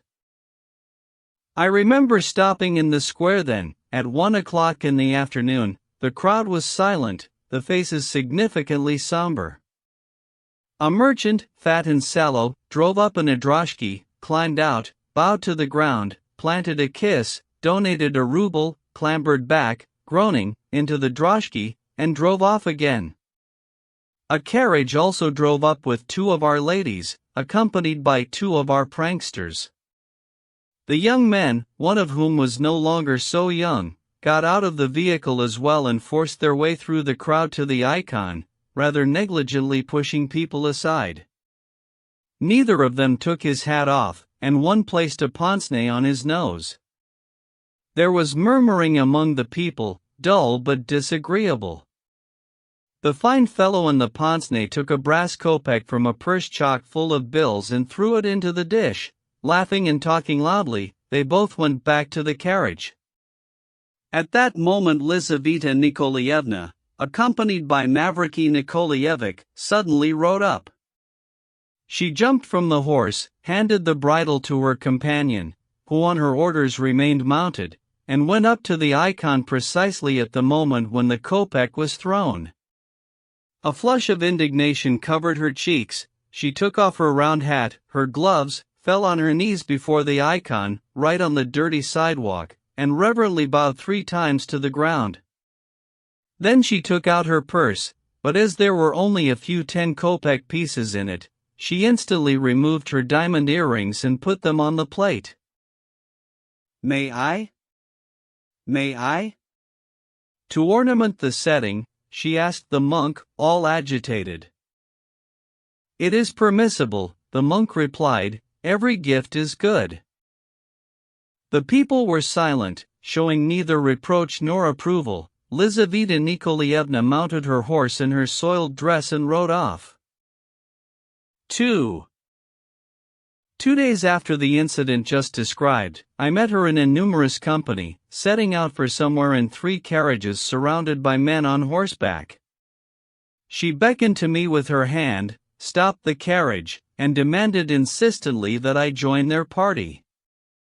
Space was found for me in the carriage, and she laughingly introduced me to her companions, magnificent ladies, and explained to me that they were all setting out on an extremely interesting expedition. She laughed loudly and seemed somehow happy beyond measure. In the most recent time she had become gay to the point of friskiness. The undertaking was indeed an eccentric one. They were all going across the river, to the house of the merchant Sebastianov, in whose wing, for about 10 years now, our blessed man and prophet Semyon Yakovlevich, famous not only among us but in the neighboring provinces and even in the capitals, had been living in retirement, in ease and comfort. Everyone visited him, especially those from out of town, trying to get a word from the holy fool, venerating him, and leaving donations. The donations, sometimes significant ones, unless Semyon Yakovlevich disposed of them at once, were piously conveyed to God's church, mainly to our Bogorodsky monastery. For this purpose a monk sent from the monastery was constantly on duty at Semyon Yakovlevich's. They were all looking forward to having great fun. No one in the group had yet been to see Semyon Yakovlevich. Lyamshin alone had visited him once before, and now insisted that he had ordered him driven out with a broom and with his own hand had sent 2 big boiled potatoes flying after him. Among the riders I noticed Fyodor Stepanovich, again on a hired Cossack horse, which he sat rather poorly, and Nikolai Vsevolodovich, also on horseback. On occasion the latter did not shun the general amusement, and at such times was always of decently cheerful mien, though he spoke as little and as seldom as ever. When the expedition, descending to the bridge, came opposite the town hotel, someone suddenly announced that in one of the rooms of the hotel they had just found a guest who had shot himself, and that they were awaiting the police. At once the idea was voiced of having a look at the suicide. The idea met with support. Our ladies had never seen a suicide. I remember one of them saying aloud right then that everything has become so boring that there's no need to be punctilious about entertainment, as long as it's diverting. Only a few stood and waited by the porch, the rest went trooping down the dirty corridor, and among them, to my surprise, I noticed Lizaveta Nikolaevna. The room of the man who had shot himself was not locked, and, naturally, they did not dare to keep us from going in. He was a young boy, about 19, certainly not more, who must have been very pretty, with thick blonde hair, a regular oval face, a pure, beautiful brow. He was already stiff, and his white face looked as if it were made of marble. On the table lay a note, in his handwriting, saying no one was to blame for his death, and that he was shooting himself because he had caroused away 400 rubles. The phrase caroused away stood just so in the note. In its 4 lines there were 3 grammatical errors. A fat landowner, who seemed to be his neighbor and was staying in another room on business of his own, sighed over him especially. From what he said, it turned out that the boy had been sent to town from their village by his family, his widowed mother, his sisters and aunts, to purchase, under the supervision of a female relation who lived in town, various things for the trousseau of his eldest sister, who was getting married, and to bring them home. Those 400 rubles, saved up in the course of decades, had been entrusted to him with fearful sighs and endless admonishing exhortations, prayers, and crosses. The boy had hitherto been modest and trustworthy. Having come to town 3 days before, he did not go to his relation. He put up at the hotel and went straight to the club, hoping to find somewhere in a back room some traveling gambler, or at least a game of cards. But there was no card game that day, nor any gambler. Returning to his room at around midnight, he asked for champagne, Havana cigars, and ordered a dinner of 6 or 7 courses. But the champagne made him drunk, the cigar made him throw up, so that when the food was brought he did not touch it, but went to bed almost unconscious. He woke up the next day fresh as an apple, went at once to a gypsy camp in a village across the river, which he had heard about in the club the day before, and did not return to the hotel for 2 days. Finally, yesterday at 5 in the afternoon, he arrived drunk, went to bed at once, and slept until 10 o'clock in the evening. On waking up, he asked for a cutlet, a bottle of Chateau d'Yquem 5 and grapes, some notepaper, ink, and the bill. No one noticed anything special about him. He was calm, quiet, and gentle. He must have shot himself at around midnight, though strangely, no one heard the shot, and his absence was noticed only today, at 1 in the afternoon, when, after knocking in vain, they broke down the door. The bottle of Chateau d'Yquem was half empty, about half a plate of grapes was also left. The shot had come from a small 3-chambered revolver, straight into his heart.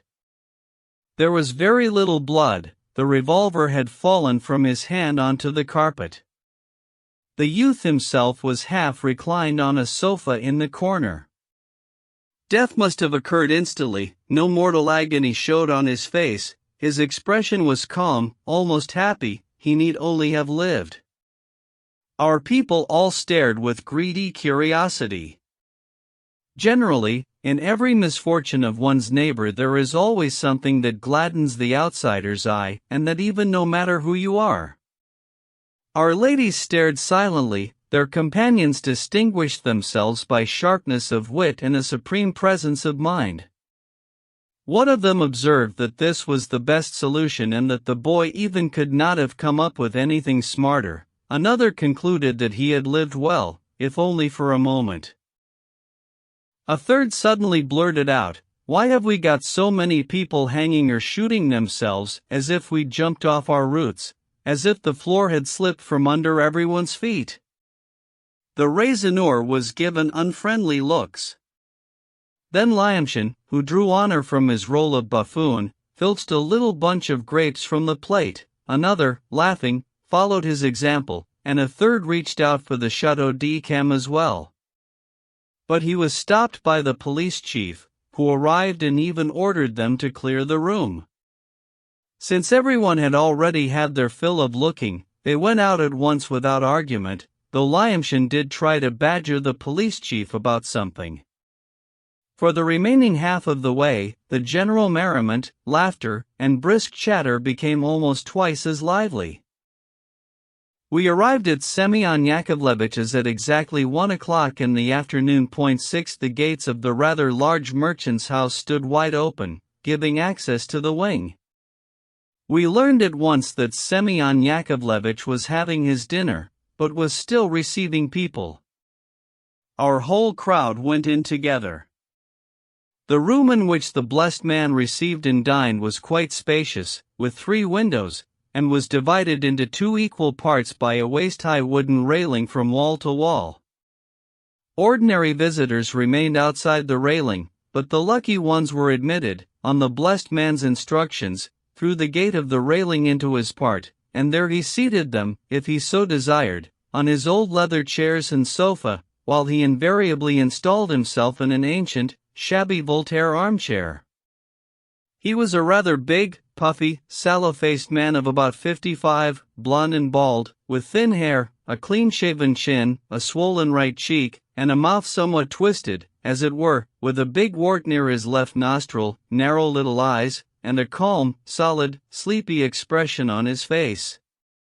He was dressed German fashion in a black frock coat, but with no waistcoat or tie. 7 a rather coarse, the white shirt peeped out from under the frock coat. On his feet, which I believe were ailing, he wore slippers. I have heard that he was once an Osile and had some rank. He had just finished dining upon a light fish soup and begun his second course, jacket potatoes with salt. This was all he ever dined upon. He also drank lots of tea, of which he was a great fancier. 3 servants, kept by the merchant, scurried about him. One of them wore a tailcoat, the second looked like a shop foreman, the third like a beadle. There was also a lad of about 16, quite a frisky one. Besides the servants there was present a venerable grey-haired monk, a bit too corpulent, holding a tin cup. On one of the tables an enormous samovar was boiling, and there stood a tray with as many as 24 glasses. On another table, across the room, offerings had been placed, several loaves and packets of sugar, about 2 pounds of tea, a pair of embroidered slippers, a foulard, a length of broadcloth, a piece of linen, and so on. Almost all the money that was donated went into the monk's tin cup. The room was crowded, the visitors alone numbering about a dozen, of whom 2 sat beyond the railing with Semyon Yakovlevitch, one a gray-haired little old man, a pilgrim from simple folk, the other a small, dry monk from elsewhere who sat decorously and looked down.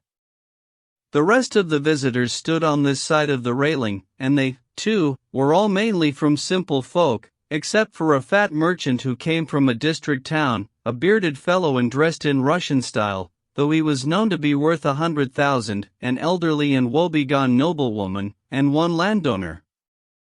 They were all awaiting their happiness, not daring to begin speaking.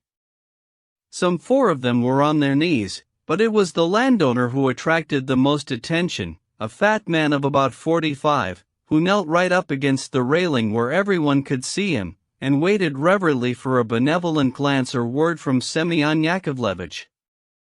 He had already been kneeling there for an hour or so, and the man had still paid him no notice. Our ladies crowded up to the railing with gay and giggly whispers. The kneeling ones and all the other visitors were pushed aside or screened from view, except for the landowner, who stubbornly kept himself in full view and even grabbed the railing with his hands. Gay and greedily curious eyes turned towards Semyon Yakovlevitch, as did lorgnettes, pince-nez, and even opera glasses. Lyamshin at least was observing through opera glasses. Semyon Yakovlevitch calmly and lazily glanced around with his small eyes. Fair looks, he deigned to utter, in a hoarse bass, with a slight exclamation. Our people all laughed. Fair looks? What does it mean? But Semyon Yakovlevitch lapsed into silence and went on eating his potatoes. At last he wiped his mouth with a napkin and was served tea. He usually did not take tea alone, but also had it served to his visitors, though by no means to all of them, usually pointing out himself those upon whom happiness would be bestowed. His instructions were always striking in their unexpectedness. He sometimes passed over rich men and dignitaries and ordered tea served to some peasant or some decrepit little lady. At other times he would pass over the beggarly folk and serve some one fat, wealthy merchant. The way the tea was served also varied. Some got it with sugar in it, others with sugar on the side, still others with no sugar at all. This time happiness was bestowed upon the little monk in the form of a glass of tea with sugar in it, and on the old pilgrim, who was served tea without any sugar. But the fat monk with the tin cup from the monastery was for some reason not served at all, though up to then he had had his glass every day. "Semyon Yakovlevich, say something to me, I've desired to make your acquaintance for so long," the magnificent lady from our carriage sang out, smiling and narrowing her eyes, the same lady who had observed earlier that there was no need to be punctilious about entertainment, as long as it was diverting. Semyon Yakovlevich did not even glance at her. The kneeling landowner sighed audibly and deeply, like a big bellows going up and down. "With sugar in it." Semyon Yakovlevich pointed suddenly to the 100,000-ruble merchant. The man came forward and stood beside the landowner. "More sugar for him," Semyon Yakovlevich ordered, when the glass had already been poured. They added another helping. More for him." More was added a third time, and then finally a fourth. The merchant unobjectingly began to drink his syrup. "Lord," people whispered and crossed themselves. The landowner again sighed audibly and deeply. "My father!" Semyon Yakovlevich, the voice of the woebegone lady, who had been pressed back against the wall by our people, suddenly rang out, a rueful voice, but so sharp one would scarcely have expected it. "For a whole hour, my dear, I have been waiting for your grace. Speak your word to me, an orphan, make your judgment." "Ask her," Semyon Yakovlevich made a sign to the servant beadle. He went up to the railing. "Did you do what Semyon Yakovlevich told you last time?" he asked the widow in a soft and even voice. "Really, Father Semyon Yakovlevich, how could I do it with such people?" the widow wailed. "The cannibals, they're filing a petition against me in the district court. They're threatening to go to the Senate against their own mother." "Give it to her." Semyon Yakovlevich pointed to a sugar loaf. The lad sprang over, seized the loaf, and lugged it to the widow. "Oh, Father, great is your mercy. What am I to do with so much?" the poor widow began to wail. More, Semyon Yakovlevich bestowed. Another loaf was lugged over. More, the blessed man ordered. A third and finally a fourth loaf was brought. The poor widow was surrounded on all sides with sugar. The monk from the monastery sighed. It all might have gone to the monastery that same day, as previous instances had shown. "But what shall I do with so much?" the poor widow kept sighing obsequiously. "I myself I'll just get sick." "Isn't it some prophecy, Father?" "That's it, a prophecy," someone said in the crowd. Another pound, another. Semyon Yakovlevich would not let up. There was one whole sugar loaf left on the table, but Semyon Yakovlevich had indicated a pound, and so the widow was given a pound. Lord, people sighed and crossed themselves. A visible prophecy. Sweeten your heart beforehand with kindness and mercy, and then come to complain against your own children, bone of your bone, that, one may suppose, is what this emblem signifies, the fat but tea-bypassed monk from the monastery said softly but smugly, in a fit of wounded vanity, taking the interpretation upon himself. "But really, Father," the poor widow suddenly snarled, "they dragged me into the fire on a rope when the Verkishin's place burned down. They put a dead cat in my trunk. I mean, no matter what the atrocity, they're ready." Out. Semyon Yakovlevich suddenly waved his arms. the beadle and the lad burst from behind the railing. The beadle took the widow under the arm, and she, having quieted down, trailed to the door, glancing at the awarded sugar loaves which the lad dragged after her.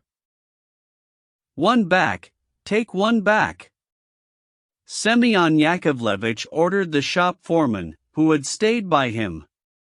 He rushed after the departing group, and all three servants returned shortly bringing the once given and now retrieved sugar loaf. The widow, however, went off with 3. "Semyon Yakovlevich," someone's voice came from the back, "just by the door, I saw a bird in a dream, a jackdaw, he flew out of water and into fire." "What is the meaning of this dream?" 9. "Frost," said Semyon Yakovlevich. "Semyon Yakovlevich, why won't you answer me anything? I've been interested in you for so long." Our Lady tried to start again. "Ask." Semyon Yakovlevich, not listening to her, suddenly pointed to the kneeling landowner. The monk from the monastery, who had been ordered to ask, gravely approached the landowner. "What is your sin? And were you told to do anything?" "Not to fight, not to be so quick-fisted," the landowner replied hoarsely. "Have you done it?" asked the monk. "I can't, my own strength overpowers me." "Out, out. The broom, use the broom." Semyon Yakovlevich was waving his arms. The landowner, without waiting to be punished, jumped up and rushed from the room. "He left a gold piece behind," the monk declared, picking up a florin from the floor. "To that one." Semyon Yakovlevich jabbed his finger towards the 100,000 ruble merchant. The 100,000 ruble merchant did not dare refuse, and took it. Gold to gold, the monk from the monastery could not help himself. "To that one, with sugar in it," Semyon Yakovlevich pointed to Mavriky Nikolaevich. The servant poured tea and offered it by mistake to the fop and the pince-nez. "To the long one," Semyon Yakovlevich corrected. Mavriky Nikolaevich took the glass, gave a military half-bow, and began to drink. I do not know why, but our people all rocked with laughter. "Mavriky Nikolaevich," Liza suddenly addressed him, "that gentleman on his knees has left, go and kneel in his place." Mavriky Nikolaevich looked at her in perplexity. "I beg you, it will give me the greatest pleasure." "Listen, Mavriky Nikolaevich," she suddenly began in an insistent, stubborn, ardent patter, "you absolutely must kneel, I absolutely want to see you kneeling. If you won't kneel, don't even come to call on me. I absolutely insist, absolutely." I do not know what she meant by it, but she demanded insistently, implacably, as if she were having a fit. Mavriky Nikolaevich, as we shall see further on, attributed these capricious impulses in her, especially frequent of late, to outbursts of blind hatred for him, not really from malice. On the contrary, she honored, loved, and respected him, and he knew it himself, but from some special, unconscious hatred which, at moments, she was utterly unable to control. He silently handed his cup to some little old lady standing behind him, opened the gate in the railing, stepped uninvited into Semyon Yakovlevich's private side, and knelt in the middle of the room, in view of everyone. I think he was deeply shaken in his delicate and simple soul by Liza's coarse, jeering escapade in view of the whole company. Perhaps he thought she would be ashamed of herself on seeing his humiliation, which she had so insisted on. Of course, no one but he would venture to reform a woman in such a naive and risky way. He knelt there with his look of imperturbable gravity, long, awkward, ridiculous. But our people were not laughing. The unexpectedness of the act produced a painful effect. Everyone looked at Liza. Unction, unction, muttered Semyon Yakovlevich. Liza suddenly went pale, cried out, gasped, and rushed behind the railing. There a quick, hysterical scene took place. With all her might she began lifting Mavriky Nikolaevich from his knees, pulling at his elbow with both hands. Get up, she kept crying out, as if beside herself. Get up now, now. How dared you kneel? Mavriky Nikolaevich rose from his knees. She gripped his arms above the elbows and stared fixedly in his face. There was fear in her eyes. Fair looks. Fair looks. Semyon Yakovlevich repeated again. She finally pulled Mavriky Nikolaevich back outside the railing. A great stir went through our whole crowd. The lady from our carriage, probably wishing to dispel the impression, inquired of Semyon Yakovlevich a third time, in a ringing and shrill voice, and, as before, with a coy smile. Now, Semyon Yakovlevich, won't you utter something for me as well? I was counting on you so. F you. Semyon Yakovlevich, turning to her, suddenly used an extremely unprintable little word. The phrase was spoken ferociously and with horrifying distinctness. Our lady shrieked and rushed out headlong. The gentleman burst into Homeric laughter. And that was the end of our visit to Semyon Yakovlevich. And yet it was at this point, they say, that another extremely mysterious event took place, and, I confess, it was rather for the sake of it that I have referred to this visit in such detail. They say that when everyone trooped out, Liza, supported by Mavriky Nikolaevich, suddenly, in the doorway, in the crowd, ran into Nikolai Vsevolodovich. It should be mentioned that since that Sunday morning in the swoon, though the two had met more than once, they had not approached each other or exchanged a single word. I saw them run into each other in the doorway. It seemed to me that they stopped for a moment and looked at each other somehow strangely. But it is possible that I did not see very well in the crowd. It was asserted, on the contrary, and quite seriously, that Liza, having looked at Nikolai Vsevolodovich, quickly raised her hand, right up to the level of his face, and would certainly have struck him if he had not managed to draw back. Perhaps she did not like the expression on his face or some smirk of his, especially then, after such an episode with Mavriky Nikolaevich. I confess I did not see anything, but on the other hand everyone asserted that they did see it, though certainly not everyone could have seen it in that turmoil, even if some did. Only I did not believe it at the time. I remember, however, that for the whole way back Nikolai Vsevolodovich looked somewhat pale. 3. Almost at the same time, and precisely on the very same day, there at last took place the meeting between Stepan Trofimovich and Varvara Petrovna, which she had long had in mind and had long since announced to her former friend, but for some reason kept putting off. It took place at Skvoreshniki. Varvara Petrovna arrived at her country house all a bustle. It had finally been determined the day before that the forthcoming fete would be given at the house of the marshal's wife. But Varvara Petrovna, with her quick mind, saw at once that no one could prevent her, after the fete, from giving a separate fete of her own, this time at Skvoreshniki, and again inviting the whole town out. Then everyone could satisfy themselves as to whose house was better, and who knew better how to receive and how to give a ball with greater taste.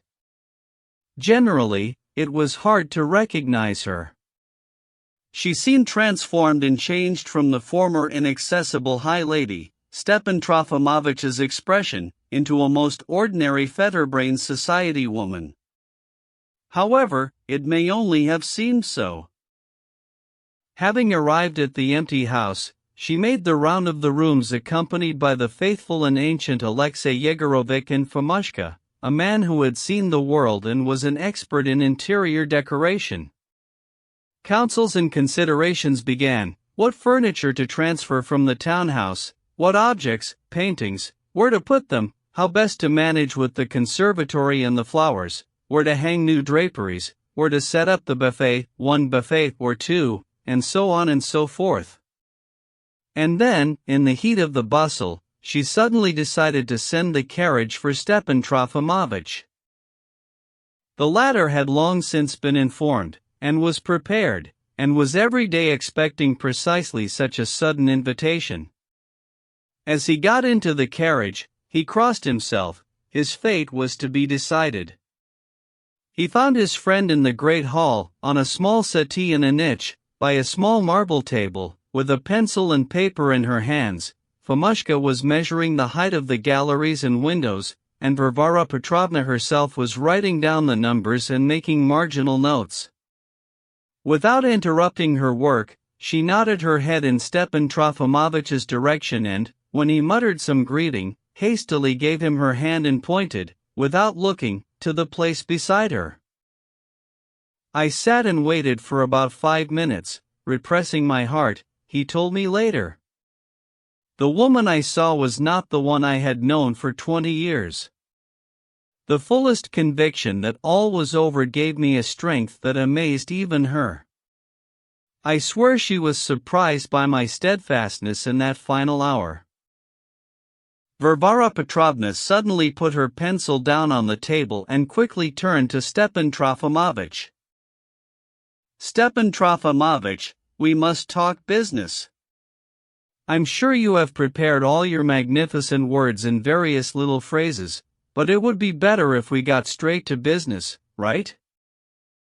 He flinched. She was in too much of a hurry to set her tone. What would come next? "Wait, keep still, let me speak, then you can, though I really don't know what you'd be able to say in reply," she went on in a quick patter. "The 1,200 of your pension I regard as my sacred duty as long as you live, or, why a sacred duty, simply an agreement, that will be much more real, right? If you like, we can put it in writing. In case of my death, special arrangements have been made. But, beyond that, you now get lodgings, servants, and your full keep from me. Translated into money, that makes 1,500 rubles, right? I will add another 300 rubles for emergencies, that makes it a full 3,000. Will that succeed you for a year? Doesn't seem too little? In extreme emergencies I'll add to it, however. So, take the money, send me back my servants, and live on your own, wherever you like, in Petersburg, in Moscow, abroad, or here, only not with me. Understand?" Not long ago a different demand was conveyed to me by those same lips just as urgently and as quickly, Stepan Trofimovitch said slowly and with sad distinctness. I resigned myself and danced the little Cossack ten to please you. Oui, la comparaison peut être permise. C'était un petit cosaque du Don, qui sautait sur sa propre tombe. Now. Stop, Stepan Trofimovitch. You are terribly verbose. You did not dance, but you came up to me in a new tie and shirt, wearing gloves, pomaded and perfumed. I assure you that you yourself would have liked very much to marry. It was written on your face, and, believe me, the expression was a most inelegant one. If I did not remark upon it then and there, it was solely out of delicacy. But you wished it, you wished to marry, despite the abominations you wrote privately about me and about your bride. Now it's not that at all. And what do you mean by a Cossack du Don on some grave of yours? I don't understand the comparison. On the contrary, don't die but live as much as you can, I shall be very glad. In the almshouse? In the almshouse? One doesn't go to the almshouse with an income of 3,000. Ah, I remember, she grinned. Indeed, Pyotr Stepanovich once got to joking about the almshouse. Bah, but that was indeed a special almshouse, which is worth considering. It's for the most respectable persons. There are colonels there, one general even wants to go there. If you got in there with all your money, you'd find peace, satisfaction, servants. You could occupy yourself with your studies and always get up a game of preference. Passons. Passons? Varvara Petrovna winced. But, in that case, that's all, you've been informed. From now on we live entirely separately. And that's all? All that's left of 20 years? Our final farewell? You're terribly fond of exclaiming, Stepan Trofimovich. It's not at all the fashion nowadays.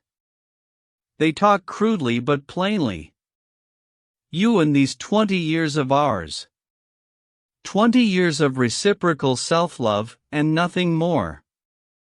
Your every letter to me was written not for me but for posterity. You're a stylist, not a friend, and friendship is merely a glorified word, essentially a mutual outpouring of slops.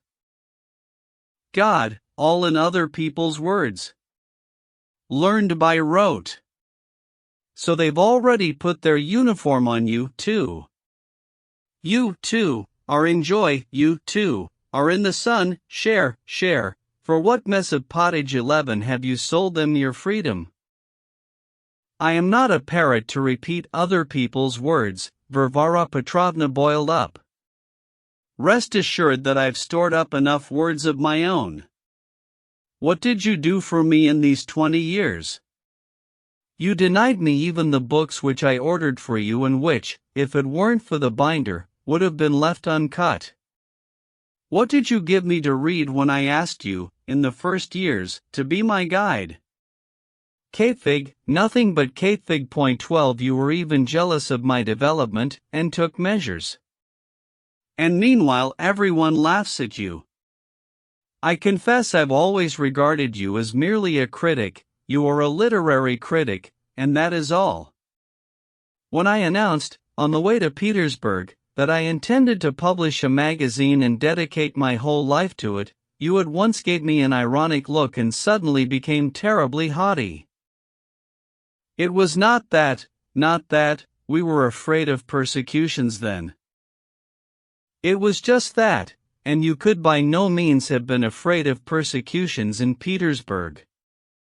Remember how afterwards, in February, when the news swept over 13, you suddenly came running to me all in a fright and started demanding that I at once give you a certificate, in the form of a letter, that the proposed magazine had no relation to you at all, that the young people had come to see me and not you, that you were only a tutor who lived in the house because you were still owed some salary, right? Do you remember that? You have distinguished yourself superbly throughout your life, Stepan Trofimovich. That was only a moment of faint-heartedness, an intimate moment, he exclaimed ruefully. But can it really be that we will break up because of such petty impressions? Can it be that nothing else has been preserved between us from all those long years? You are terribly calculating. You keep wanting to make it so that I am still indebted to you. When you returned from abroad, you looked down your nose at me and wouldn't let me utter a word, and when I myself came and spoke with you later about my impressions of the Madonna, you wouldn't hear me out and began smiling haughtily into your tie, as if I really could not have the same feelings as you. It was not that, probably not that. J. Ubley. No, it was just that, and there was nothing to boast of before me, because it's all nonsense and merely your invention. No one nowadays admires the Madonna anymore or wastes time over it, except for inveterate old men. This has been proved. Proved, really? She serves absolutely no purpose. This mug is useful, because water can be poured into it. This pencil is useful, because everything can be written with it, but here you have a woman's face that's worse than all faces in nature. Try painting an apple and put a real apple next to it, which would you take? I'll bet you wouldn't make any mistake. This is what your theories boil down to, once the first ray of free analysis shines on them. 14. So.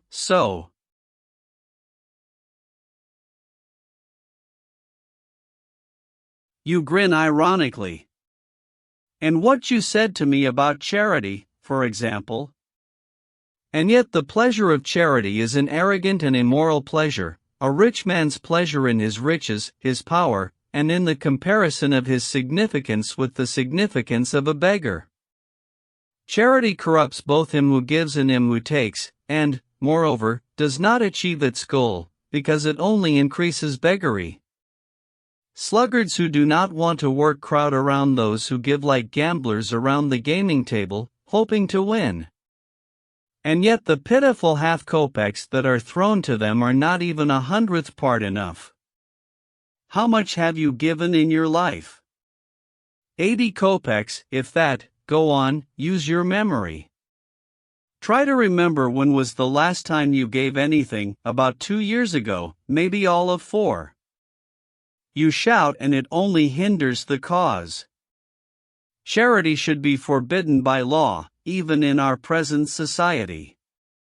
In the new order there will be no poor at all. Oh, what an outpouring of other people's words! So it's even gone as far as the new order? God help you, unhappy woman. Yes, it has, Stepan Trofimovich. You carefully concealed from me all the new ideas that are now known to everyone, and you were doing it solely out of jealousy, so as to have more power over me. Now even this Yulia is 100 miles ahead of me. But I, too, have now opened my eyes. I've defended you, Stepan Trofimovich, as far as I could. Absolutely everyone accuses you. Enough, he made as if to get up from his seat. Enough. And what else shall I wish you, if not indeed repentance? Sit down for a minute, Stepan Trofimovich. There is still something I want to ask you. You have received an invitation to read at the literary matinee that was arranged through me. Tell me, what precisely will you read? Why, precisely about that Queen of Queens, that ideal of humanity, the Sistine Madonna, who in your opinion is not worth a glass or a pencil. Not from history, then? Varvara Petrovna was ruefully surprised.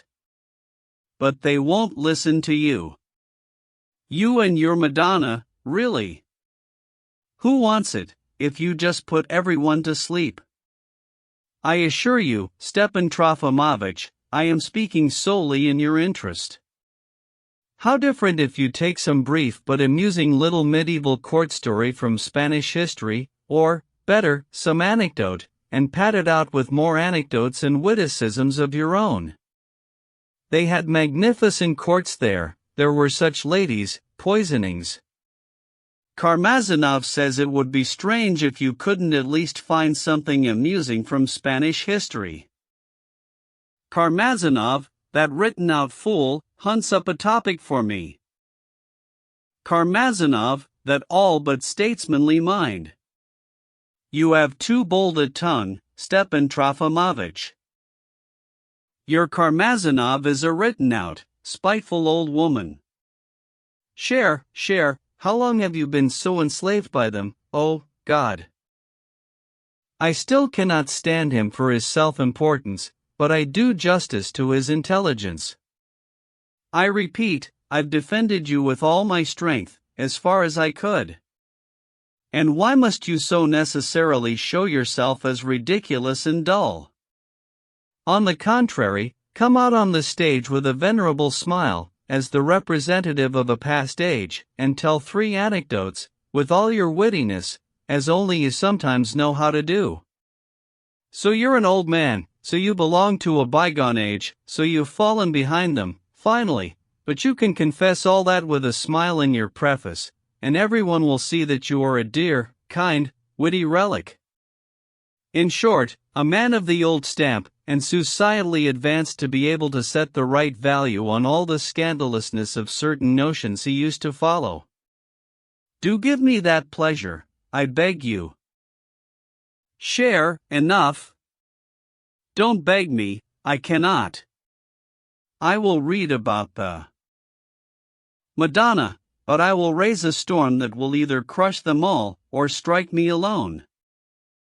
Most likely you alone, Stepan Trofimovich. Such is my lot.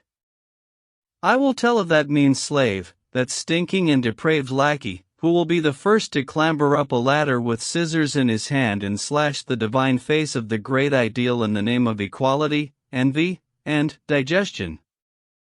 Let my curse thunder out, and then. To the madhouse? Perhaps.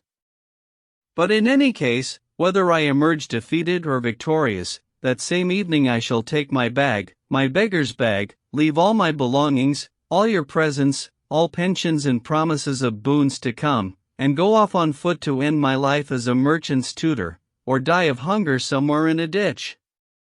I have spoken. Allez à Jactae. 15. He again rose slightly. I've been sure, Varvara Petrovna rose, flashing her eyes. 4 years I've been sure that you lived precisely so that in the end you might disgrace me in my house with slander. What do you mean to say by this tutoring in a merchant's house or dying in a ditch? Spite, slander, and nothing more. You have always despised me, but I will end as a knight faithful to his lady, for your opinion has always been dearest of all to me. From this minute I shall accept nothing, but revere disinterestedly. How stupid that is!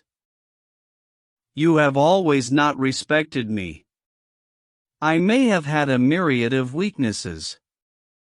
Yes, I was grubbing off you. I speak the language of nihilism, but grubbing was never the highest principle of my actions. It happened just so, of itself, I don't know how. I always thought that something else remained between us, higher than food, and never have I been a scoundrel. And so, on our way, to set things right.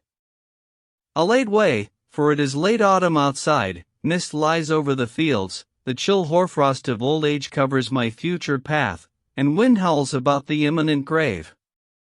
But on our way, our new way. Filled with love that's pure and true to the sweet dream. 16. Oh, my dreams, farewell. 20 years. Allez à Jactae. His face was splashed with the tears that suddenly burst through. He took his hat. I don't understand Latin, said Varvara Petrovna, holding herself back with all her might. Who knows, perhaps she also wanted to cry, but indignation and caprice once again got the upper hand. I know only one thing, that this is all pranks. You will never be able to carry out your threats, so filled with egoism. You will not go anywhere, not to any merchant, but will end up quite contentedly on my hands, getting a pension and holding Tuesday gatherings of your friends, who bear no resemblance to anything. Farewell, Stepan Trofimovich.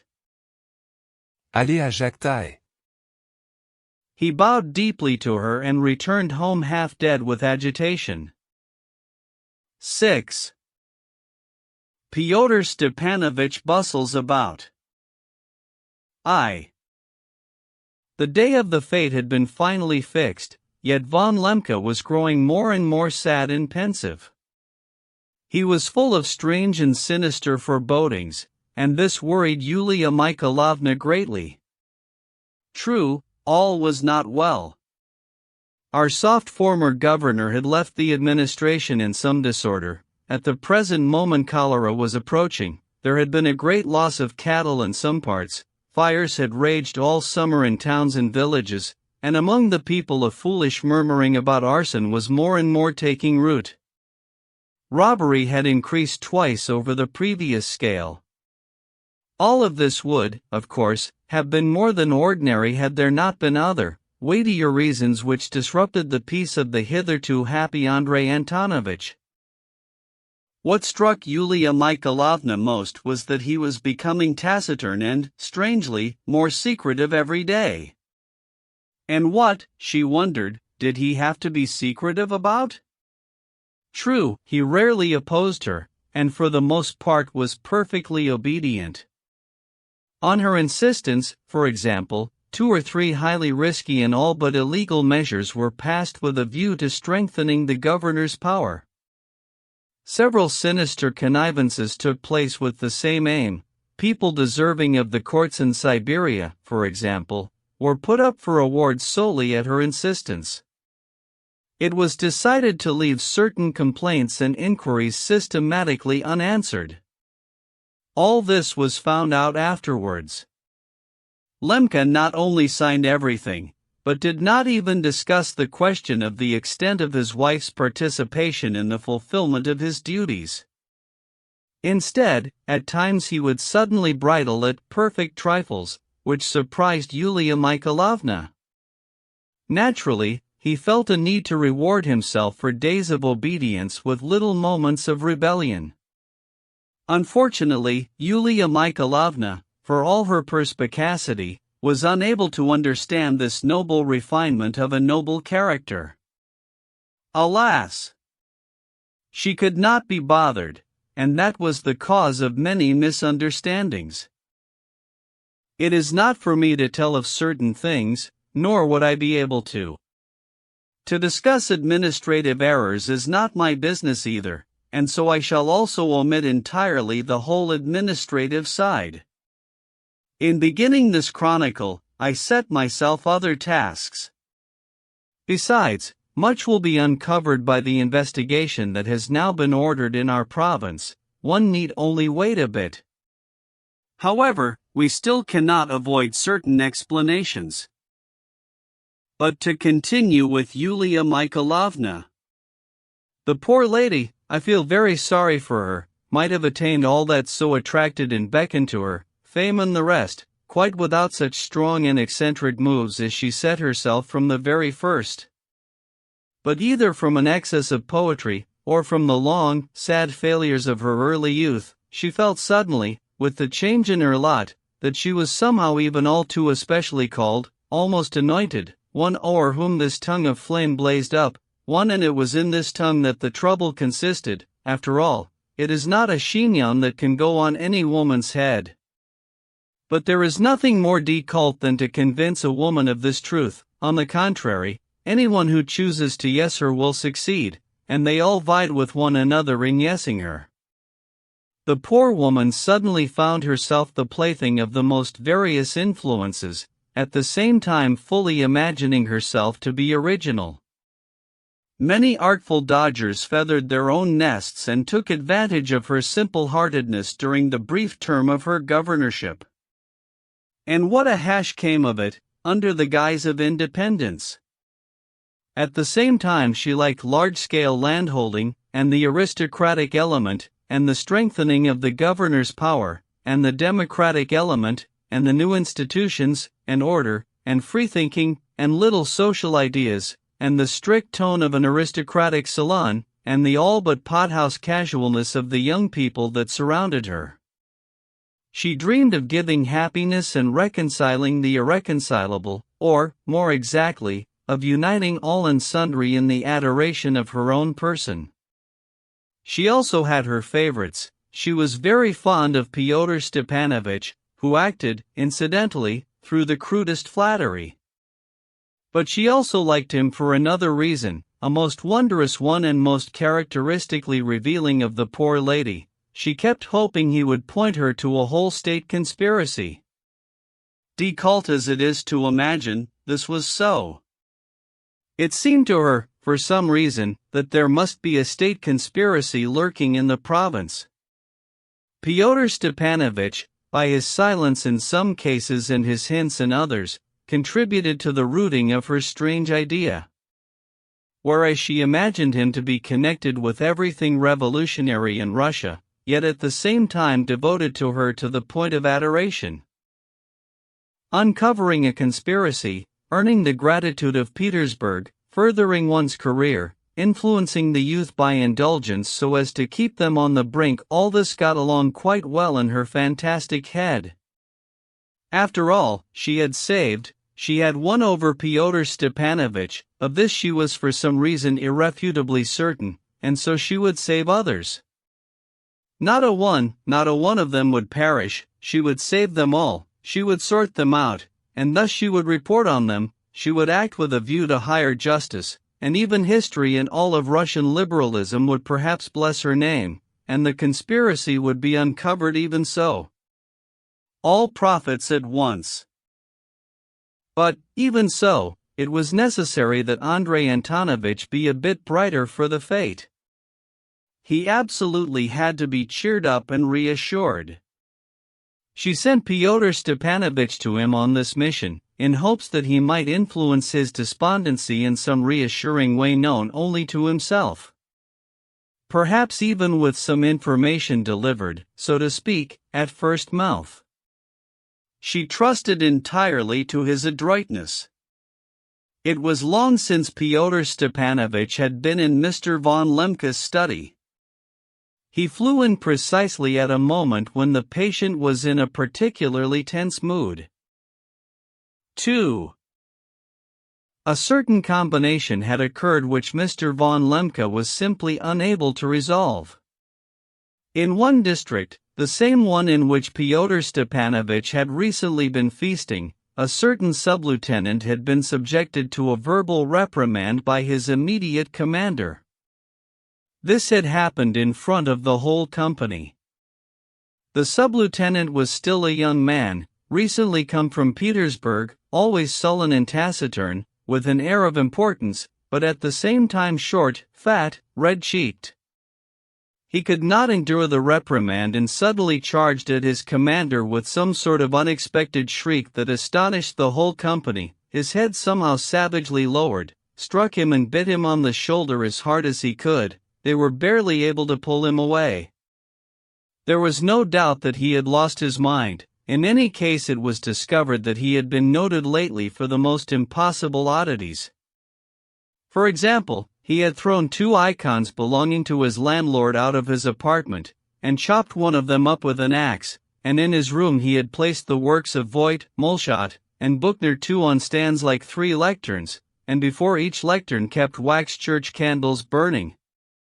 From the number of books found in his place it could be concluded that he was a well-read man. If he had had 50,000 francs, he might have sailed off to the Marquesas Islands like that cadet mentioned with such merry humor by Mr. Herzen in one of his works. 3 When he was taken, a whole bundle of the most desperate tracts was found in his pockets and in his lodgings. Tracts are an empty affair of themselves, and in my opinion not at all worrisome. As if we haven't seen enough of them. Besides, these were not even new tracts, exactly the same ones, it was said later, had been spread recently in Kh province, and Liputin, who had been in the district capital and the neighboring province about a month and a half earlier, insisted that he had already seen exactly the same leaflets there.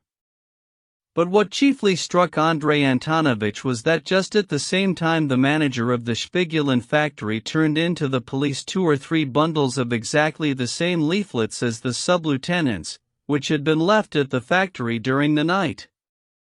The bundles had not even been undone yet, and none of the workers had had time to read even one. The fact was silly, but Andrei Antonovich fell to pondering strenuously. The affair appeared unpleasantly complicated to him. In this factory of the Spigulins there was just beginning that very Spigulin story which caused so much shouting among us and was then passed on with such variations to the metropolitan newspapers. About 3 weeks previously a worker there had fallen ill and died of Asian cholera, then several more people fell ill. Everyone in town got scared, because cholera was approaching from the neighboring province. I will note that all possibly satisfactory sanitary measures were taken in our town to meet the uninvited guest. But the factory of the Spigulins, who were millionaires and people with connections, was somehow overlooked. And so everyone suddenly started screaming that it was there that the root and hotbed of disease lay, and that the uncleanliness of the factory itself, and especially of the workers' quarters, was so inveterate that even if there had been no cholera, it would have generated there of itself. Naturally, measures were taken at once, and Andrei Antonovich vigorously insisted that they be carried out immediately. The factory was cleaned up in about 3 weeks, but then for some reason the Spigulins closed it. One of the Spigulin brothers resided permanently in Petersburg, and the other, after the order from the authorities about the cleaning, left for Moscow. The manager began paying off the workers and, as it now turns out, was brazenly cheating them. The workers began to murmur, wanted their rightful pay, were foolish enough to go to the police, though without making a great noise or really causing much trouble. It was just at this time that the tracts were turned into Andrei Antonovich by the manager. Fyodor Stepanovich flew into the study unannounced, like a good friend and familiar, and with an errand from Yulia Mikhailovna besides. Seeing him, von Lemke scowled sullenly and stopped inimically by his desk. Before then he had been pacing the study, discussing something in private with his Chancery Oseilblum, an extremely awkward and sullen German whom he had brought from Petersburg over the most strenuous opposition of Yulia Mikhailovna. When Fyodor Stepanovich entered, the Oseil retreated to the door, but did not leave. It even seemed to Fyodor Stepanovich that he somehow exchanged significant looks with his superior. "Oh ho, caught you this time, you cagey burgomaster!" Fyodor Stepanovich cried out, laughing, and he placed the flat of his hand over the tract lying on the table. "Adding to your collection, eh?" Andrei Antonovich flared up. Something suddenly became as if distorted in his face. Leave off at once," he cried, starting with wrath, "and do not dare, sir." "What's the matter with you? You seem angry?" "Allow me to tell you, my dear sir, that henceforth I by no means intend to suffer your sans-facon asterisk, and I ask you to recall." "Pah, the devil, he really means it." Be still, von Lemke stamped his feet on the carpet, "and do not dare." God knows what it might have come to. Alas, there was one further circumstance here, besides all the rest, which was quite unknown both to Fyodor Stepanovich and even to Yulia Mikhailovna herself. The unhappy Andrei Antonovich had reached a point of such distress that lately he had begun to be secretly jealous about his wife and Fyodor Stepanovich. Alone, especially at night, he had endured some most unpleasant moments. "And I thought that if a man reads you his novel for 2 days running, in private, past midnight, and wants your opinion, then he's at least beyond these ocilities. Yulia Mikhailovna receives me on a friendly footing. Who can figure you out?" "Pyotr," Stepanovich pronounced, even with some dignity. "Here's your novel." By the way, he placed on the desk a large, weighty notebook, rolled into a tube and entirely wrapped in dark blue paper. Lemke blushed and faltered. "Where did you find it?" he asked cautiously, with a flood of joy that he could not contain and that he tried nevertheless to contain with all his might. "Imagine, it fell behind the chest of drawers, rolled up just as it was. I must have tossed it carelessly on the chest as I came in. It was found only 2 days ago, when they were scrubbing the floors, and what a job you gave me, really." Lemke sternly lowered his eyes. "Thanks to you I haven't slept for 2 nights running." They found it 2 days ago, but I kept it. I've been reading it. I have no time during the day, so I did it at night. Well, sir, and I'm not pleased, can't warm up to the idea. Spit on it, however, I've never been a critic, but I couldn't tear myself away, my dear, even though I'm not pleased. The 4th and 5th chapters are, the devil knows what.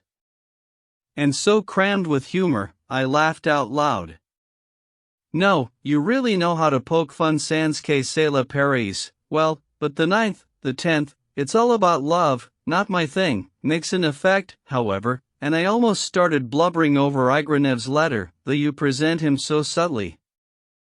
You know, there's feeling there, and at the same time you want to present him as if with a false side, right? Have I guessed, or not? Well, and for the ending I'd simply thrash you. What is it you're pushing there? Why, it's the same old deification of family happiness, of the multiplying of children, and capital, and they lived happily ever after, for pity's sake. You'll charm the reader, because even I couldn't tear myself away, but so much the worse. Readers are as stupid as ever, intelligent people ought to shake them up, while you. But enough, though. Goodbye. Next time don't be angry, I had a couple of important little words to say to you, but you seem somehow. Andrei Antonovich meanwhile took his novel and locked it up in the oak bookcase, having managed in the meantime to wink at Blum to efface himself. The latter vanished with a long and sad face. I do not seem somehow, I'm simply nothing but troubles, he muttered, scowling, though no longer wrathfully, and sitting down at the desk. Sit down and tell me your 2 little words. I haven't seen you for a long time, Fyodor Stepanovich, only in future don't come flying in with that manner of yours. Sometimes, when one is busy, it's... I always have the same manners. I know, sir, and I believe it is unintentional, but sometimes, amidst all this bustle. Sit down now. Fyodor Stepanovich sprawled on the sofa and immediately tucked his legs up. 3. And what is all this bustle? You can't mean these trifles, he nodded towards the tract. I can drag in as many of these leaflets as you like, I already made their acquaintance in KH. Province. You mean, when you were living there? Well, naturally, not when I wasn't. There's a vignette, a drawing of an axe, at the top point for excuse me, he picked up the tract, yes, here's the axe, it's the same one, exactly. Yes, an axe. See an axe. And what, are you afraid of the axe? Not of the axe, and not afraid, sir, but this matter is, such a matter, there are circumstances here. Which? That they were turned in from the factory? Ha. You know, you'll soon have the workers at that factory writing tracts themselves. How's that? Von Lemke stared sternly. Just so. With you looking on. You're too soft, Andrei Antonovich, you write novels. What's needed here are the old methods. What do you mean, the old methods? What sort of advice is that? The factory has been cleaned up, I gave orders, it was cleaned up. Yet there's rioting among the workers. They all ought to be whipped, and there's an end to it. Rioting? Nonsense, I gave orders and it was cleaned up. What a soft man you are, Andrei Antonovich. In the first place, I am by no means so soft, and in the second, von Lemke felt stung again. He forced himself to talk with the young man out of curiosity, on the chance that he might tell him a little something new. Again an old acquaintance. Pyotr Stepanovich interrupted, citing another sheet of paper under the paperweight, also looking like a tract, apparently of foreign imprint, but in verse. Why, this one I know by heart, it's The Shining Light. Let me see, yes, so it is, The Shining Light. I've been acquainted with this light ever since I was abroad. Where did you dig it up? You say you saw it abroad? Von Lemke roused himself. Sure thing, about 4 months ago, or even 5. You saw quite a lot abroad, however. Von Lemke glanced at him subtly. Pyotr Stepanovich, without listening, unfolded the paper and read the poem aloud. The Shining Light. A man of high birth he was not, among the people he cast his lot. Hounded by the wrath of Tsars, the jealous malice of boyars, he from suffering drew not back, from torment, torture, nor the rack, but firm before the people stood, for liberty, equality, and brotherhood.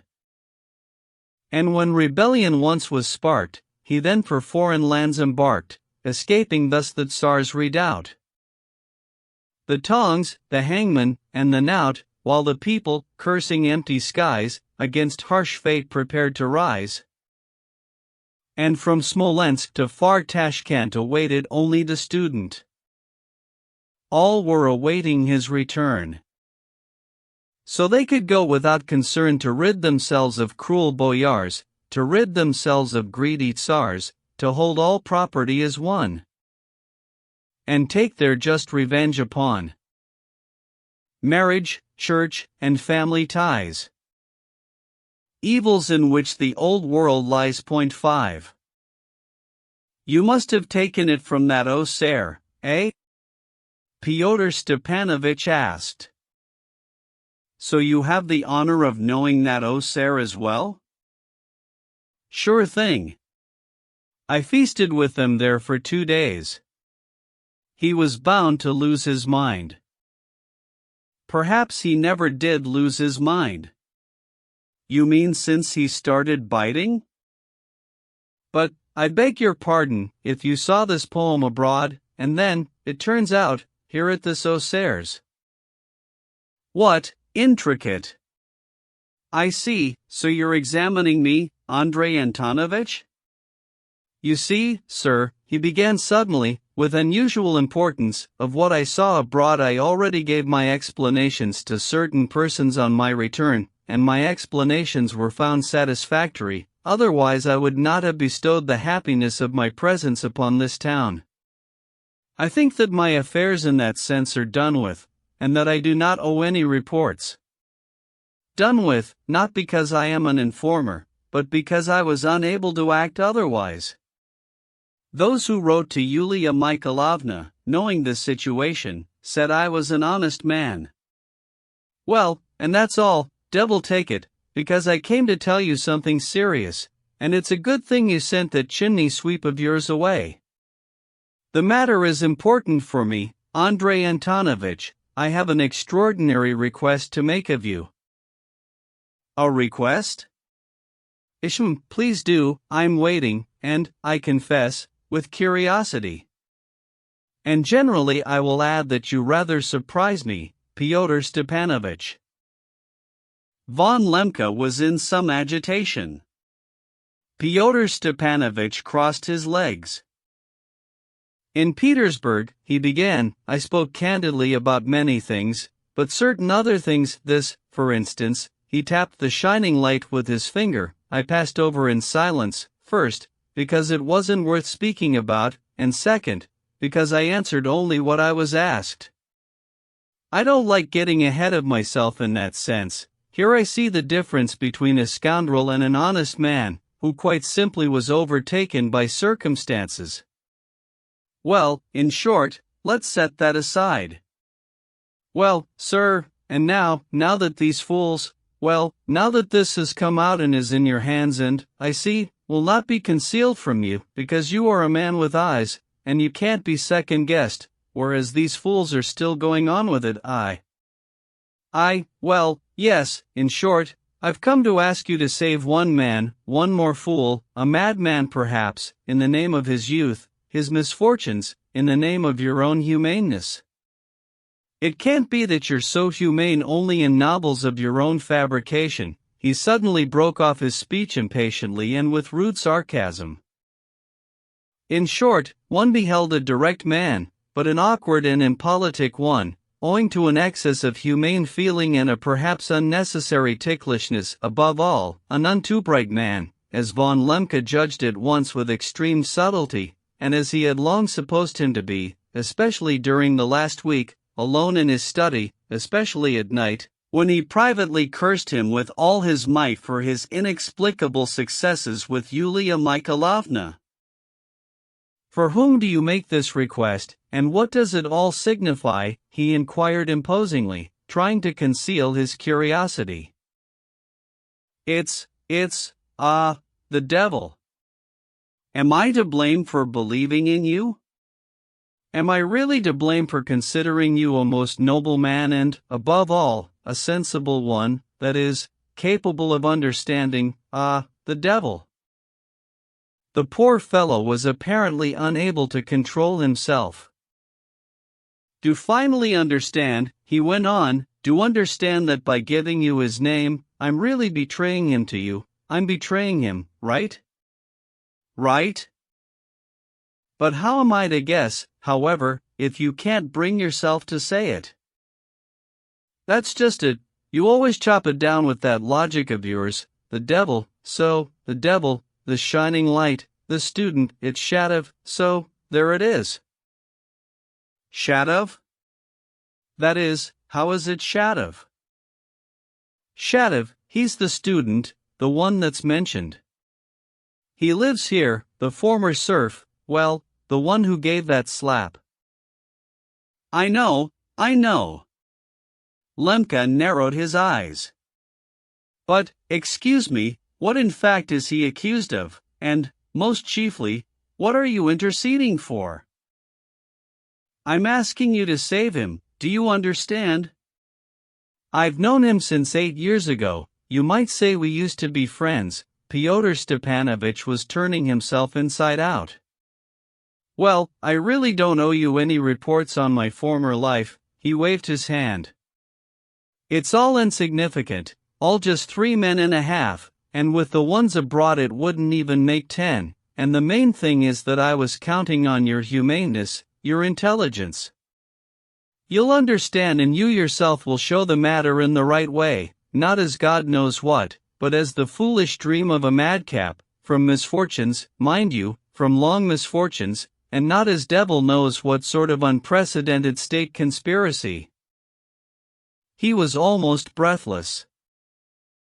I see he's to blame for the tracks with the axe, Lemke concluded almost majestically, but, excuse me, if he's alone, how could he have spread them both here and in other districts, and even in KH province, and, finally, the main thing is, where'd he get them?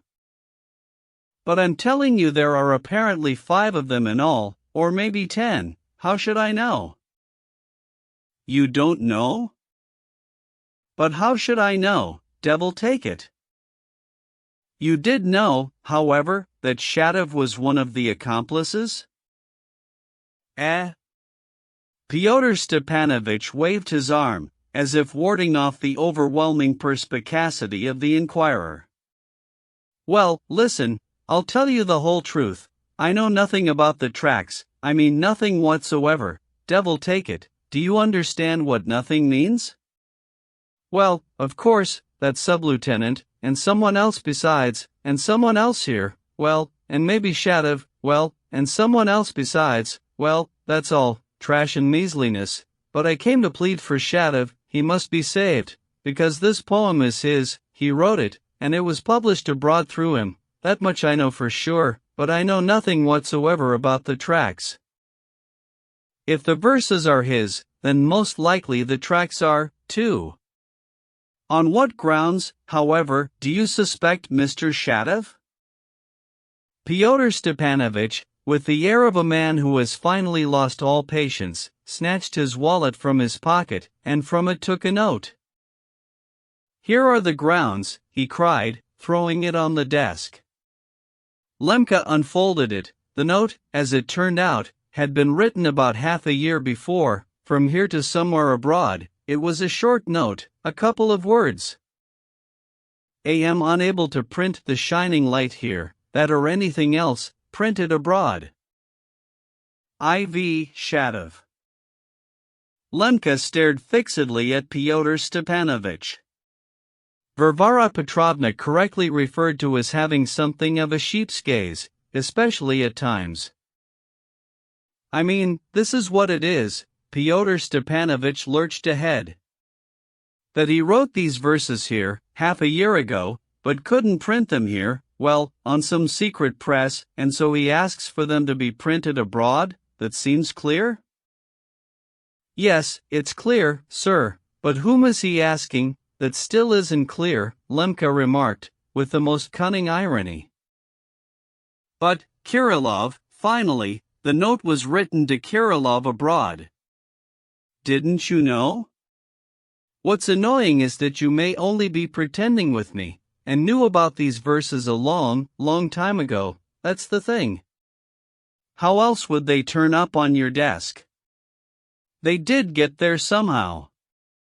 So why are you tormenting me?"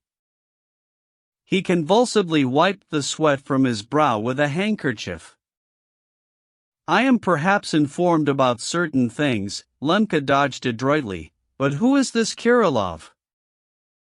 "Well, so, he's this visiting engineer, acted as Stavrogin's second, a maniac, a madman. Your sub-lieutenant may indeed just have brain fever, but this one is totally mad, totally, I guarantee it.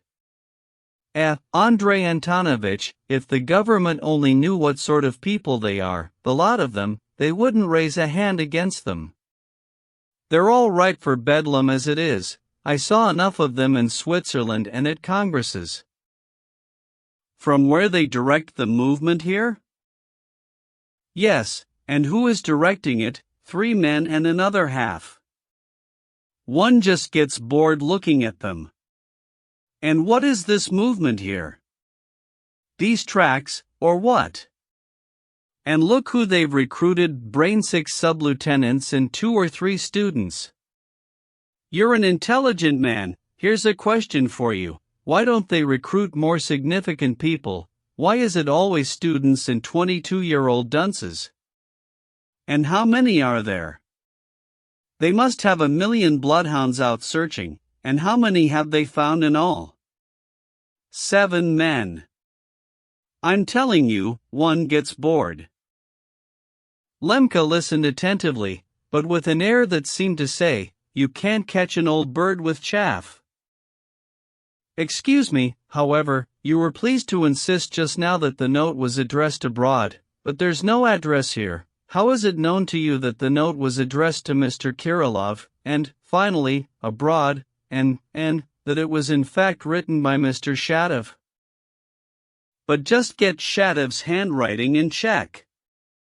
Some signature of his is bound to turn up in your chancery. And as for its being to Kirillov, it was Kirillov himself who showed it to me right then." "So you yourself?" "Well, yes, of course, so I myself. They showed me all kinds of things there. And about these verses, it was supposedly the late Herzen who wrote them for Shatov while he was still wandering abroad, supposedly in memory of their meeting, as praise, as a recommendation. Well, the devil, so Shatov is spreading it among the young people. Herzen's own opinion of me, he says. Tsk, tsk, Lemke finally figured it all out, and here I was thinking, the tracks I understand, but why the verses? But how could you not understand? And devil knows why I'm spilling it all out to you. Listen, you give me Shatov, and the devil take all the rest, even with Kirillov, who has now locked himself up in Filipov's house, where Shatov also lives, and is lying low. They don't like me, because I've gone back, but promise me Shadev and I'll bring you all the rest of them on a platter. I'll prove useful, Andrei Antonovich. I reckon the whole pitiful crew numbers 9, maybe 10 people. I'm keeping an eye on them myself, for my own part, sir. 3 are already known to us, Shadev, Kirillov, and that sub-lieutenant. The rest I'm still making out, not that I'm all that nearsighted. It's like it was in KH province, 2 students, 1 high school boy, 2 20-year-old noblemen, 1 teacher, and 1 retired major of about 60, stupefied with drink, were seized there with tracts, that's all, and believe me, that was all. They were even surprised that that was all. But I'll need 6 days. I've already worked it out on the abacus, 6 days, and not before. If you want to get any results, don't stir them up for another 6 days, and I'll tie them all into a single knot for you. Stir them up before then, and the nest will scatter. But give me Shadev. I'm for Shadev. And best of all would be to summon him secretly and amiably. Why not here to this study, and examine him, after lifting the veil for him? And he'll probably throw himself at your feet and weep. He's a nervous man, an unhappy man. His wife goes about with Stavrogen. Coddle him a bit and he'll reveal everything himself, but I need 6 days. And the main thing, not even half a word to Yulia Mikhailovna. A secret. Can we keep it a secret? What? Lemka goggled his eyes. You actually haven't revealed anything to Yulia Mikhailovna? To her? Save me and have mercy on me. Andrei Antonovich. You see, sir, I greatly value her friendship and highly respect, well, and all that, but I wouldn't make such a blunder. I don't contradict her, because to contradict her, you know yourself, is dangerous. It's possible I did drop a hint or two, because she likes that, but to give away names or anything to her, as I just did to you. My dear. And why am I turning to you now? Because you are, after all, a man, a serious person, with solid, old-style experience in the service. You've seen it all. I suppose you already know every step in such matters by heart from Petersburg cases. And if I were to tell her these 2 names, for example, she'd just start banging the drums. Because she'd really love to astonish Petersburg from here. No, she's too hot-headed, that's the thing, sir. Yes, she does have something of that fug, Andrei Antonovich muttered, not without pleasure, at the same time regretting terribly that this ignoramus should dare to express himself quite so freely about Yulia Mikhailovna. But Fyodor Stepanovich probably thought it was still too little, and that he must put on more steam so as to flatter and completely subdue Lemka. Fug, precisely, he agreed. Granted, she may be a genius, a literary woman, but she'll scare the sparrows away. She couldn't hold out for 6 hours, much less 6 days. Andrei Antonovich, don't ever lay a 6-day term on a woman. You will acknowledge that I do have some experience in these matters. I mean, I do know a thing or two, and you yourself know that I'm capable of knowing a thing or two. I'm asking you for 6 days not to play around, but for serious business.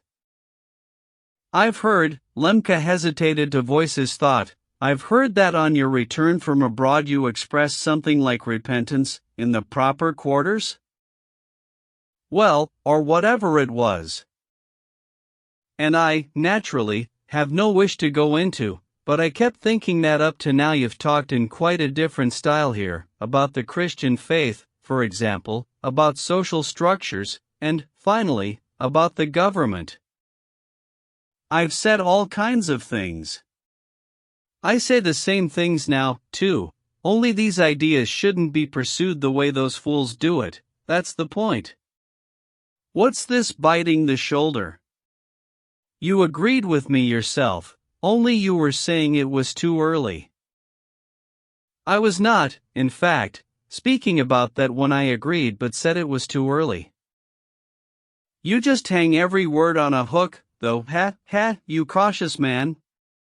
Fyodor Stepanovich suddenly remarked gaily.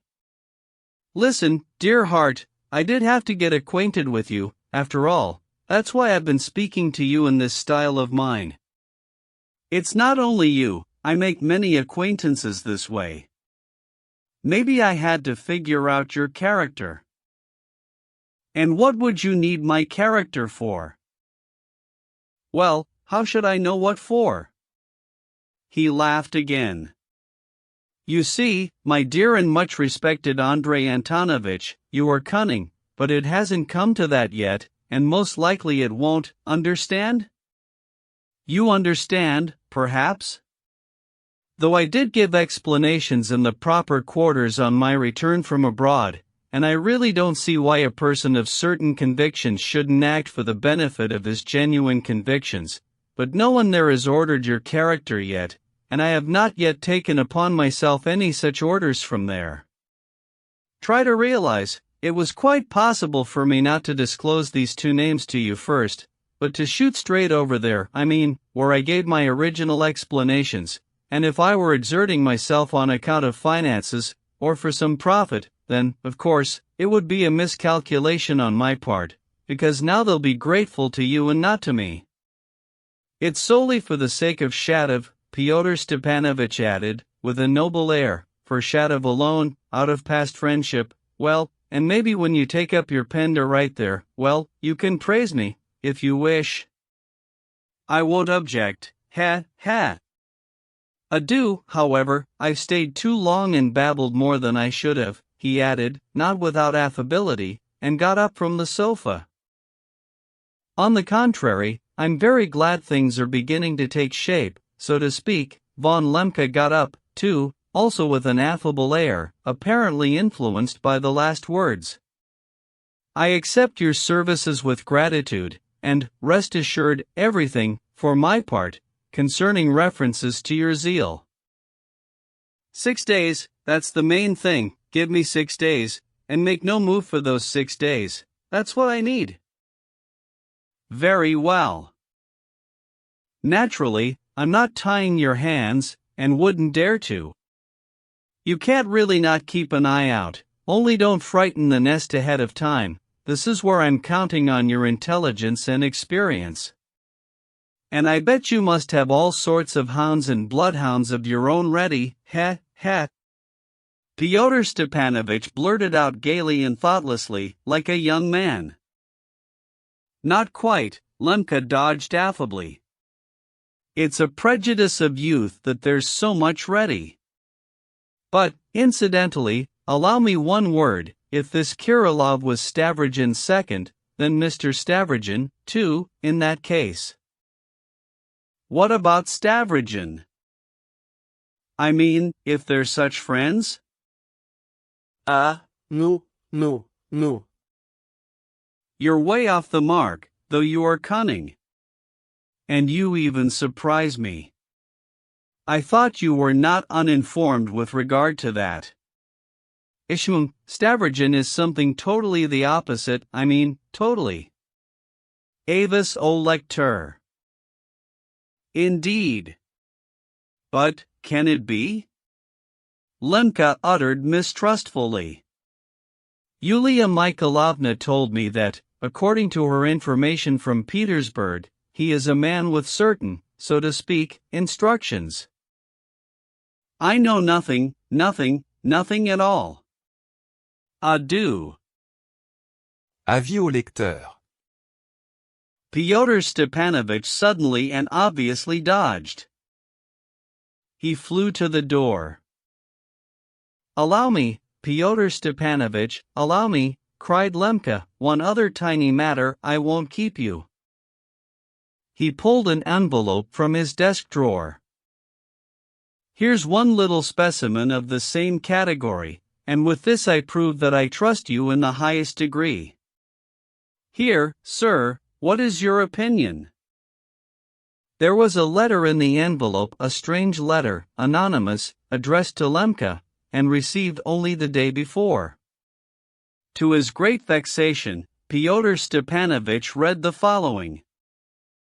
Your Excellency, for by rank you are so.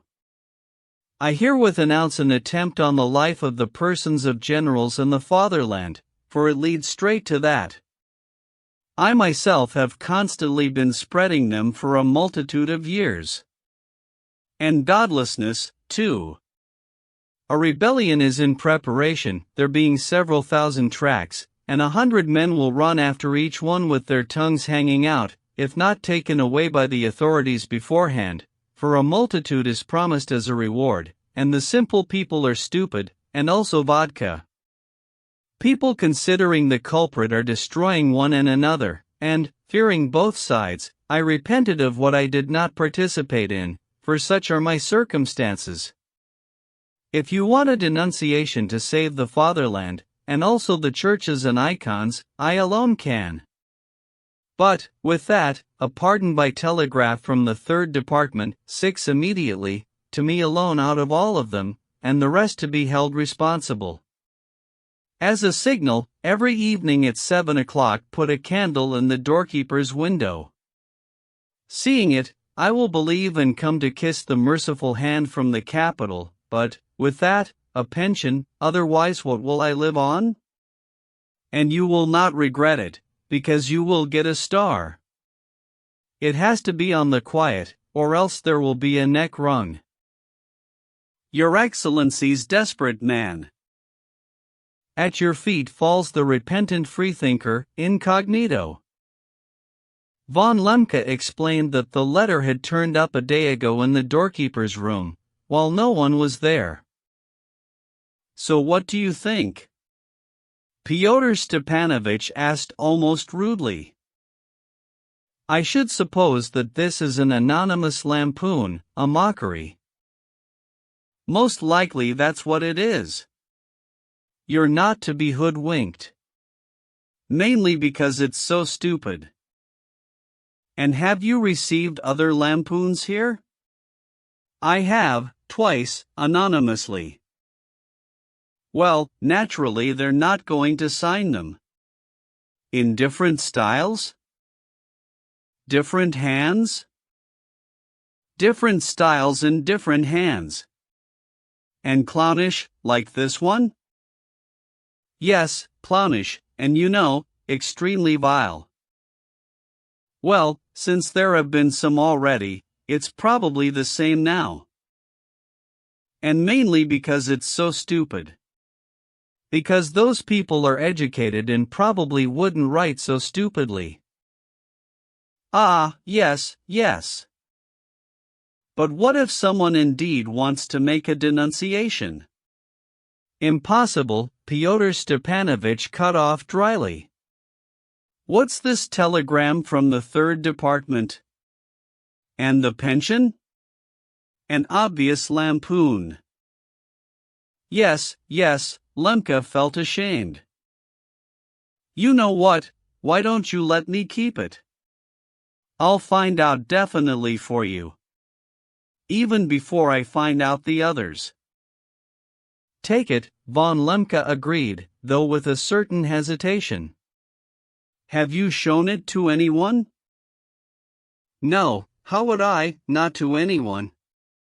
I mean, to Yulia Mikhailovna? Ah, God forbid, and for God's sake don't you show it to her. Lemke cried out in fright. She'll be so shocked, and terribly angry with me. Yes, you'll be the first to catch it, she'll say you had it coming, if they write to you like that. We know women's logic. Well, goodbye. I may even present this writer to you within 3 days. Above all, our agreement.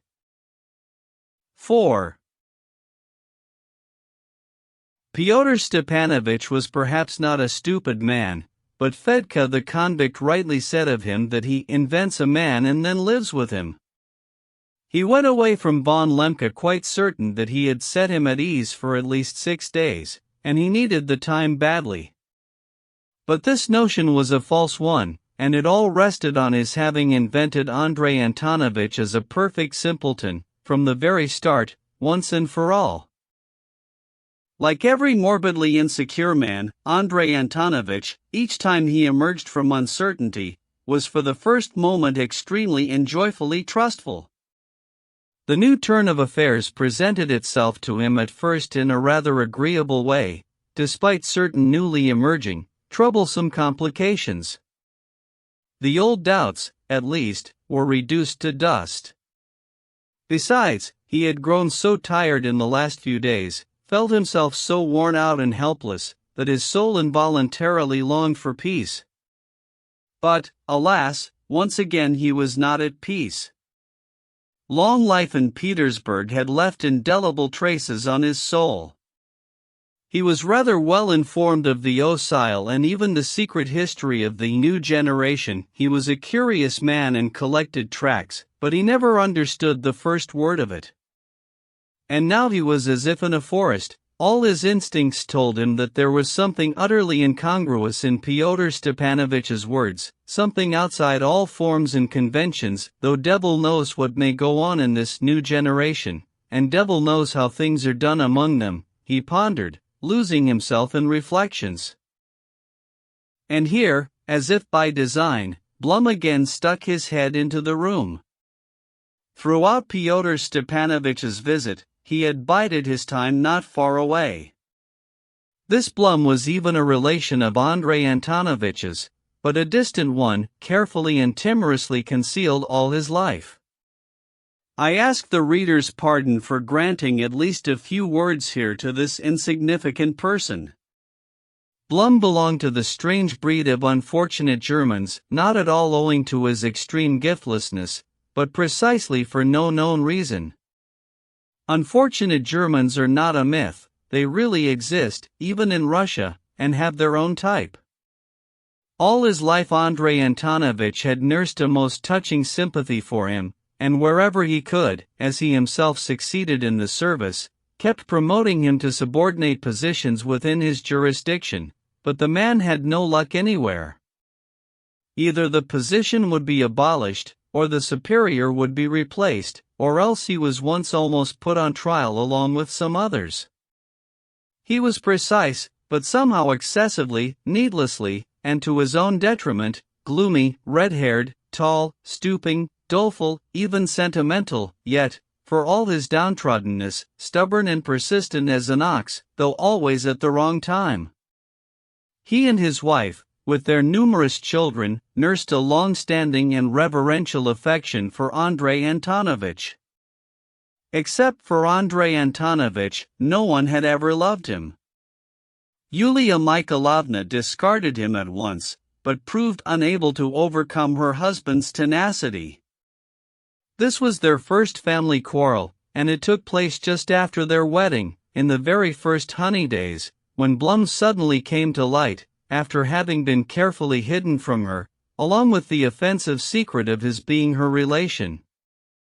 Andrei Antonovich entreated her with clasped hands, recounted feelingly the whole story of Blum and of their friendship from very childhood, but Yulia Mikhailovna considered herself disgraced forever and even resorted to swooning.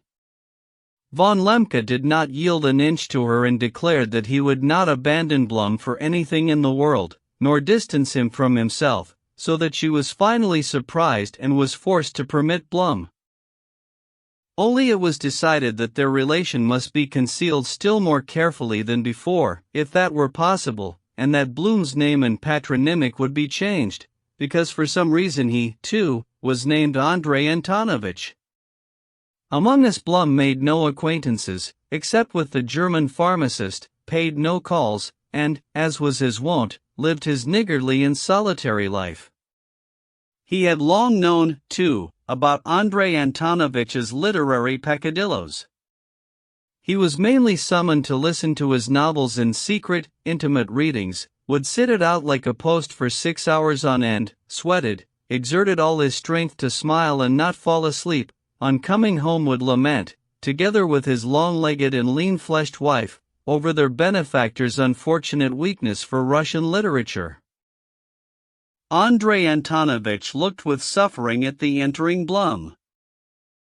"Leave me alone, Blum, I beg you," he began in an alarmed patter, obviously wishing to deflect any renewal of their previous conversation, interrupted by Fyodor Stepanovich's arrival.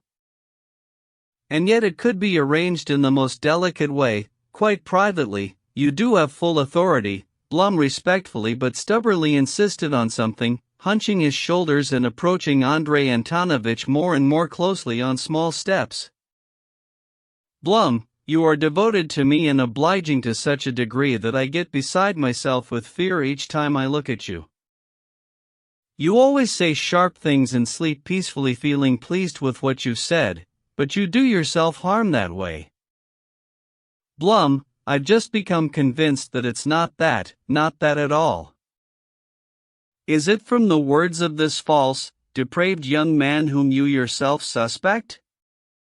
He won you over by his flattering praise of your talent for literature." "Blum, you understand nothing. Your project is an absurdity, I tell you. We won't find anything, and there will be a terrible outcry, then laughter, and then Yulia Mikhailovna. We will unquestionably find everything we are looking for." Blum took a firm step towards him, placing his right hand on his heart. "We will make the inspection suddenly, early in the morning, observing all delicacy regarding the person, and all the prescribed strictness of legal form. The young men, Lyonshin and Telyatnikov, insist all too much that we will find everything we want. They have visited there many times. No one is attentively disposed towards Mr. Verkhovensky. The general's widow Stavrogin has clearly denied him her patronage, and every honest man, if there be such in this rude town, is convinced that there has always been concealed there a source of disbelief and social teaching. He keeps all the forbidden books, Riley's Ponderings, 7 all of Herzen's works. I have an approximate catalogue just in case.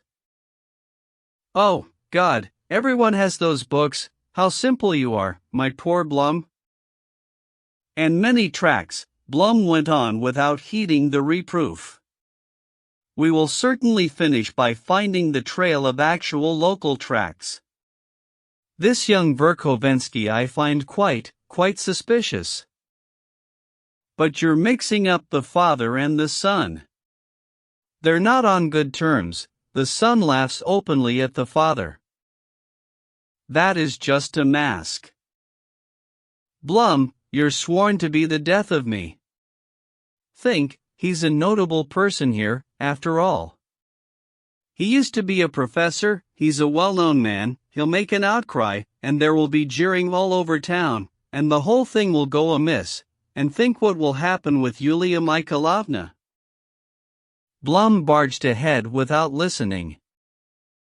"He was just an assistant professor, just only an assistant professor, and is only a mere retired collegiate assessor in rank. He kept beating his breast. He has no distinctions. He was fired from his post on suspicion of plotting against the government.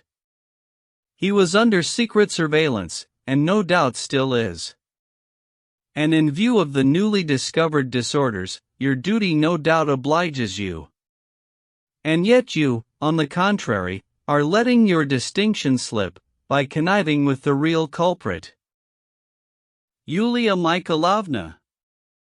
"Get out, Blum," von Lemke suddenly cried, hearing his spouse's voice in the next room. Blum gave a start, but did not yield. "Permit me, do permit me," he edged forward, pressing both hands still more tightly to his breast. "Get out." Andrei Antonovich gnashed. "Do what you like, later." "Oh, my God." The portiere was raised, and Yulia Mikhailovna appeared. She stopped majestically on seeing Blum, looked him over haughtily and offendedly, as if the man's very presence there were an insult to her. Blum silently and respectfully made her a low bow and, stooping with respect, went to the door on tiptoe, his hands spread slightly. Whether he indeed took Andrei Antonovich's last hysterical exclamation as direct permission to act as he had requested, or whether he played it false in this case for the direct good of his benefactor, being only too certain that the end would crown the affair, in any case, as we shall see below, this conversation between the superior and his subordinate produced a most unexpected result, which made many laugh, became publicly known, aroused the bitter wrath of Yulia Mikhailovna, and withal, that left Andrei Antonovich finally bewildered, having thrown him, at the hottest moment, into the most lamentable indecision.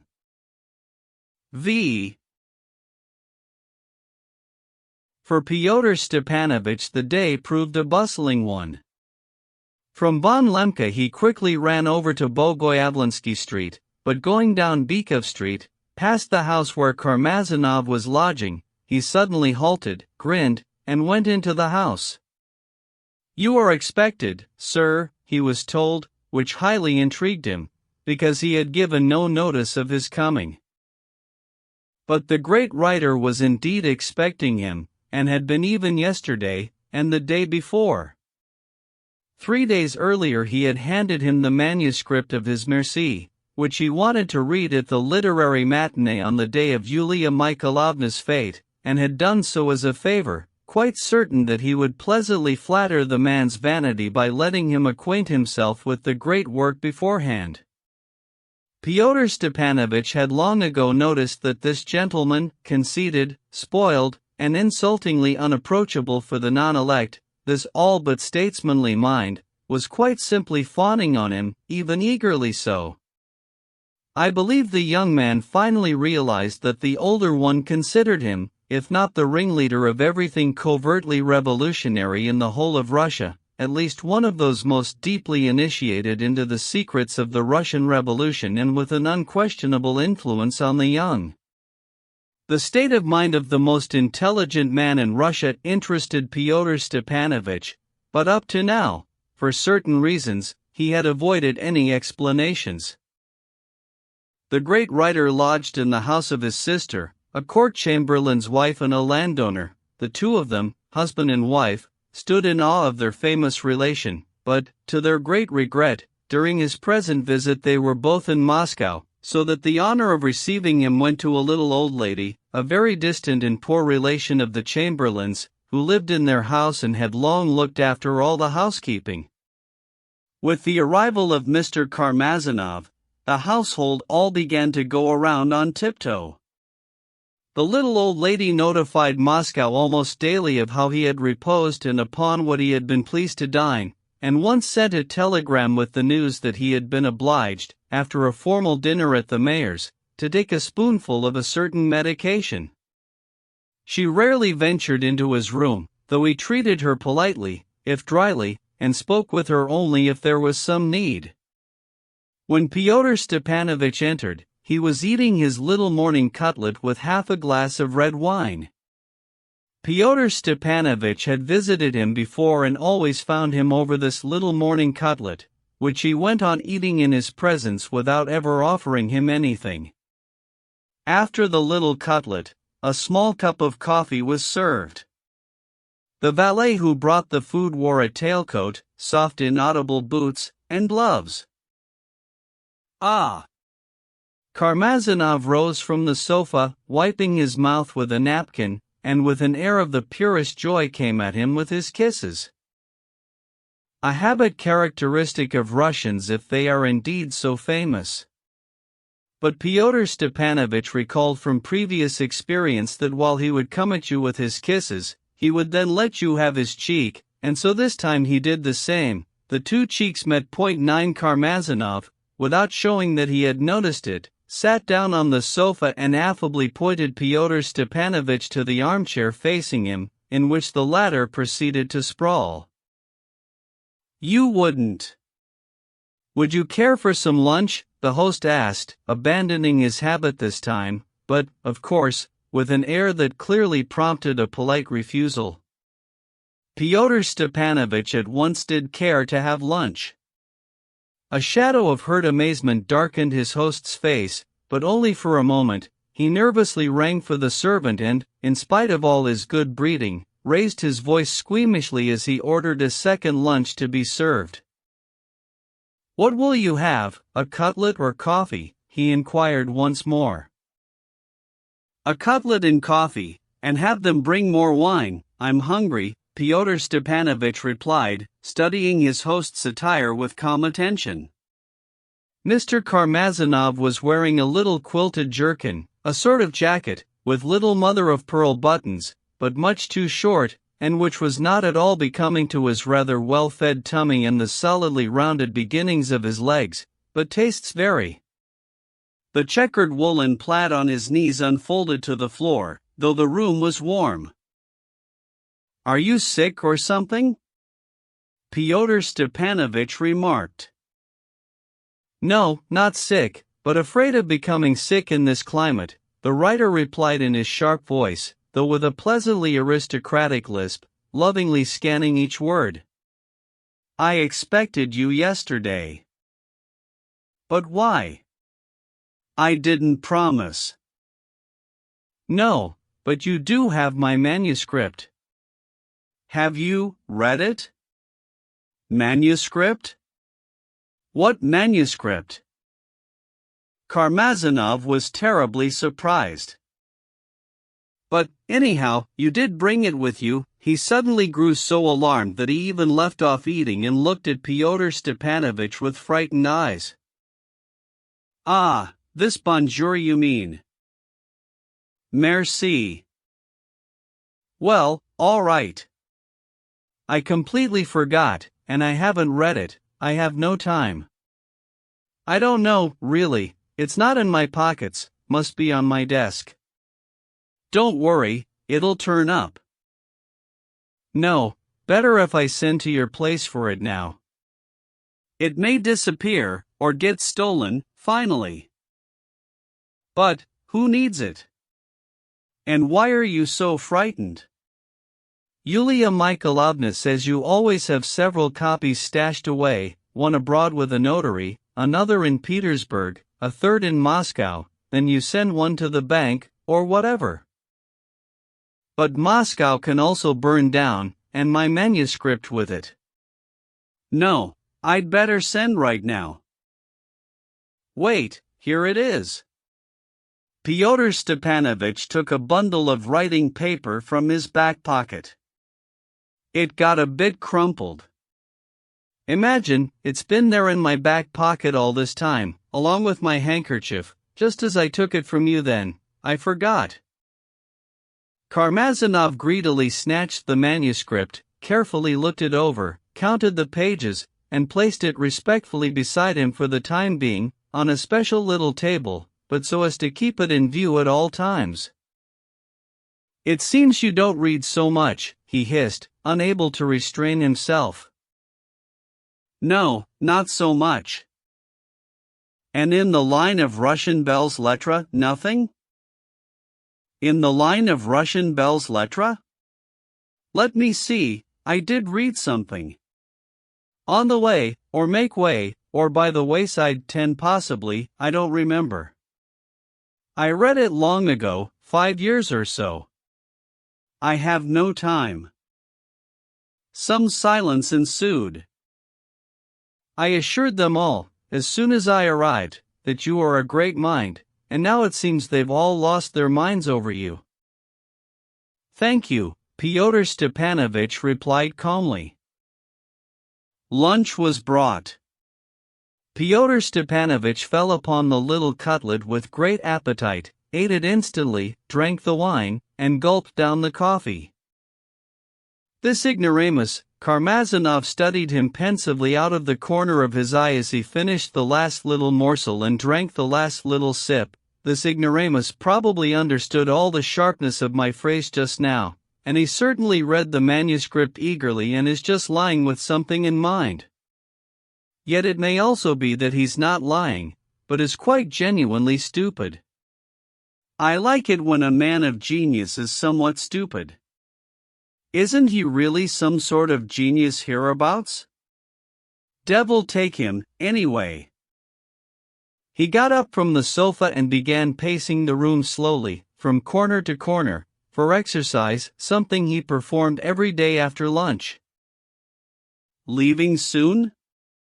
Fyodor Stepanovich asked from the armchair, having lighted a cigarette. I came to sell my estate, actually, and am now entirely dependent on my manager. But it seems you came because an epidemic was expected there after the war? And no, it wasn't quite that, Mr. Karmazinov continued, scanning his words benignly, and kicking his right leg out briskly, though only slightly, each time he turned back from a corner.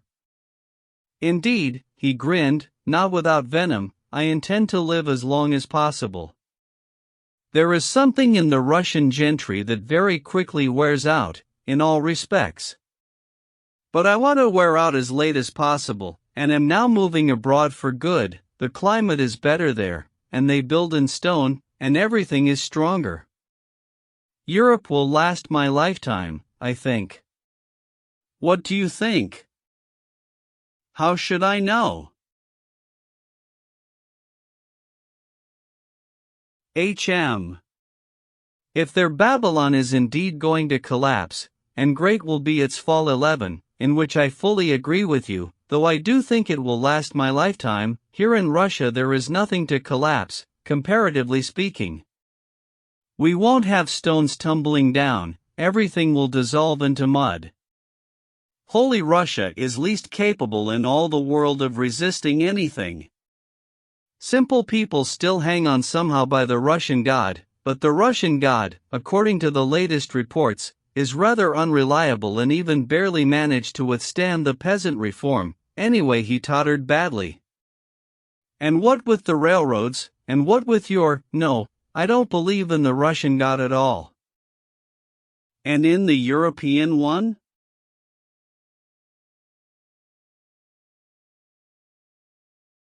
I don't believe in any. I've been slandered to the Russian youth. I've always sympathized with every movement of theirs. I was shown these local tracts.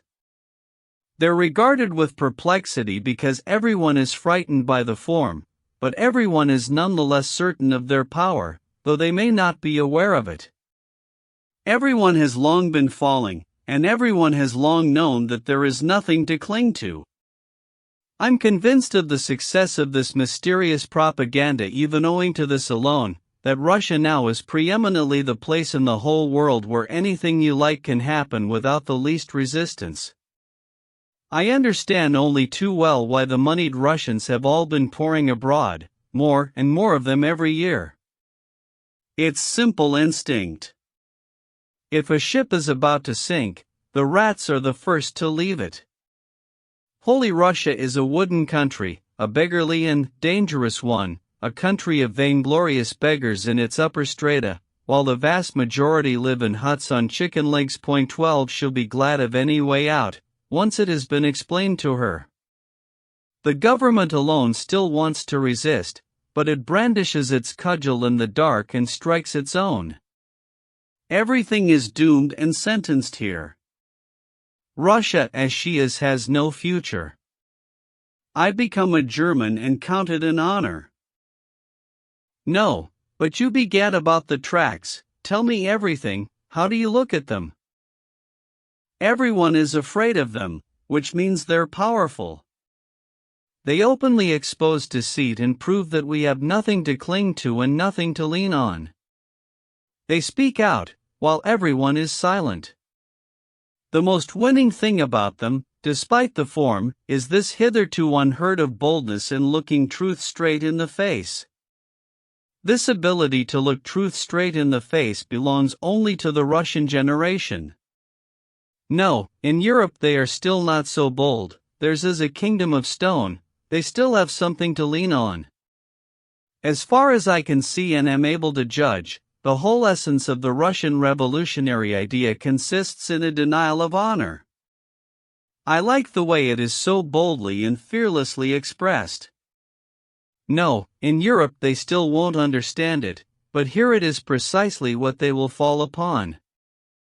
For the Russian, honor is simply a superfluous burden. And it has always been a burden, throughout his history. He can be all the sooner carried away by an open right to dishonor. 13 I am of the old generation and, I confess, still stand for honor, but only from habit. I simply like the old forms, say it's from faint-heartedness. I do have to live my life out somehow. He suddenly paused. I talk and talk, however, he thought, and he says nothing and keeps an eye on me. He came so that I'd ask him a direct question. And I will ask it. Yulia Mikhailovna asked me to trick you somehow into telling what this surprise is that you're preparing for the ball the day after tomorrow, Fyodor Stepanovich said suddenly. Yes, it will indeed be a surprise, and I will indeed amaze, Karmazinov assumed a dignified air, but I won't tell you what the secret is. Fyodor Stepanovich did not insist. There's some Shatov here, the great writer inquired, and, imagine, I haven't seen him.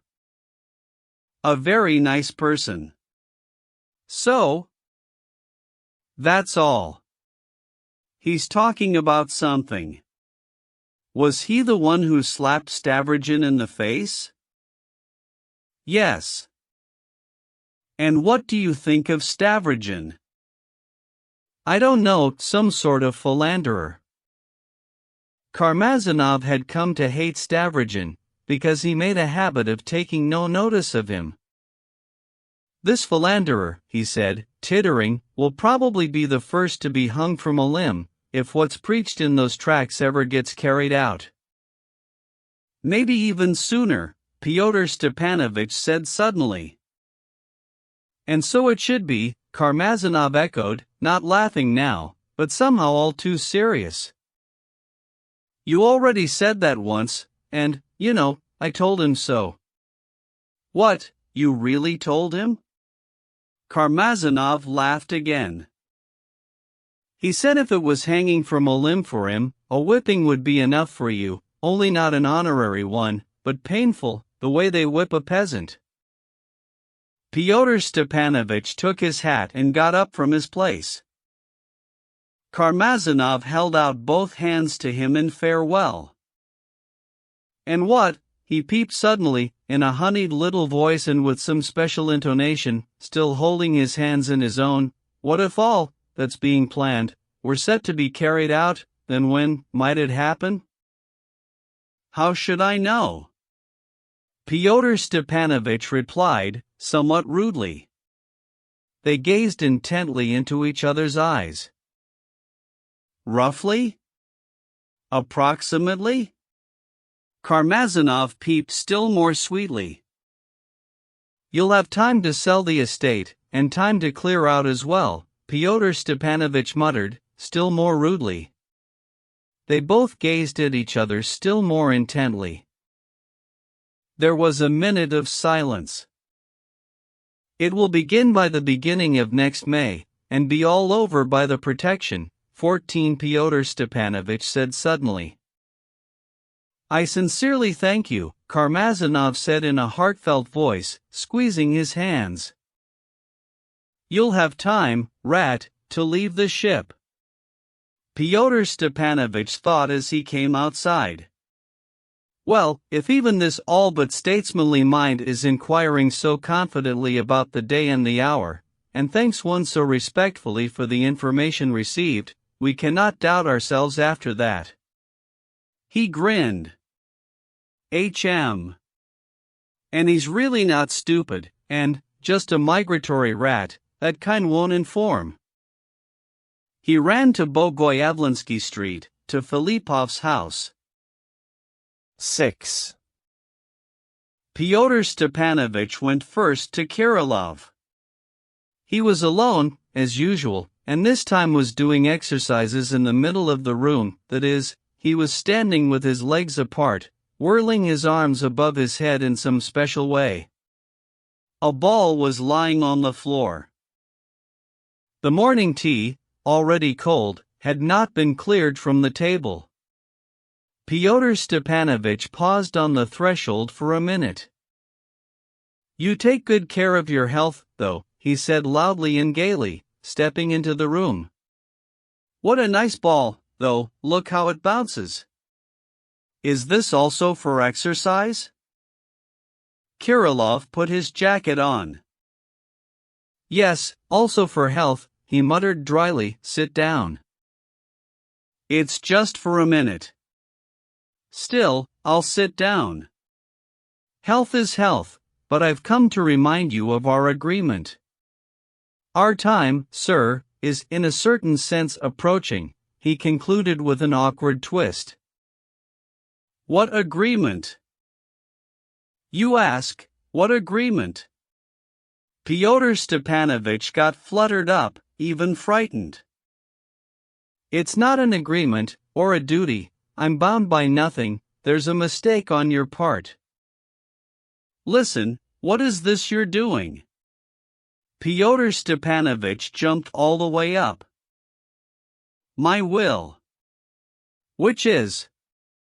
"The same." "I mean, how am I to understand that?" "You're still of the same mind?" "I am." "Only there is not and was not any agreement, and I'm bound by nothing. There was just my will, and now there is just my will." Kirillov was talking abruptly and squeamishly. I agree, let it be your will, as long as this will doesn't change." Fyodor Stepanovich settled down again with a satisfied air. "You get angry at words. You've somehow become very angry lately, that's why I've avoided visiting. I was completely sure, by the way, that you wouldn't change. I dislike you very much, but you can be completely sure. Though I do not recognize changes and non-changes. You know, though," Fyodor Stepanovich got fluttered up again, "why don't we talk it all over properly, so as not to be confused? The matter requires precision, and you disconcert me terribly. Am I permitted to speak?" "Speak," Kirillov said curtly, looking into the corner. "You resolved long ago to take your own life. I mean, you did have such an idea. Have I put it right? Is there any mistake?" "I have such an idea now, too." "Wonderful. And note, also, that no one has forced you into it. To be sure, how stupidly you talk." All right, so I put it very stupidly. No doubt it would be very stupid to force such things. To go on, you were a member of the society under the old organization, and it was then that you confided it to one member of the society. I did not confide it, I simply told it. All right. It would be ridiculous to confide such a thing. What sort of confession is it? You simply told it. Wonderful. No, not wonderful, because you maunder so. I don't owe you any accounting, and you're not capable of understanding my thoughts. I want to take my own life because I have this thought, because I do not want the fear of death, because there's nothing here for you to know. What is it? Want some tea? It's cold. Let me get you another glass. Indeed, Fyodor Stepanovich had grabbed the teapot and was looking for an empty receptacle. Kirillov went to the cupboard and brought a clean glass. I just had lunch with Karmazinov, the visitor observed, listened to him talk, got sweaty, then ran here and again got sweaty. I'm dying of thirst. Drink. Cold tea is good. Kirillov sat down on his chair again, and again stared into the corner. A thought occurred in the society, he went on in the same voice, that I could be useful if I killed myself, and that one day when you got into some kind of mischief and they were looking for culprits, I could suddenly shoot myself and leave a letter that I had done it all, so that they wouldn't suspect you for a whole year. Or at least a few days, even one day is precious. Very well. In that sense I was told to wait if I liked. I said I would, until I was told the time by the society, because it makes no difference to me.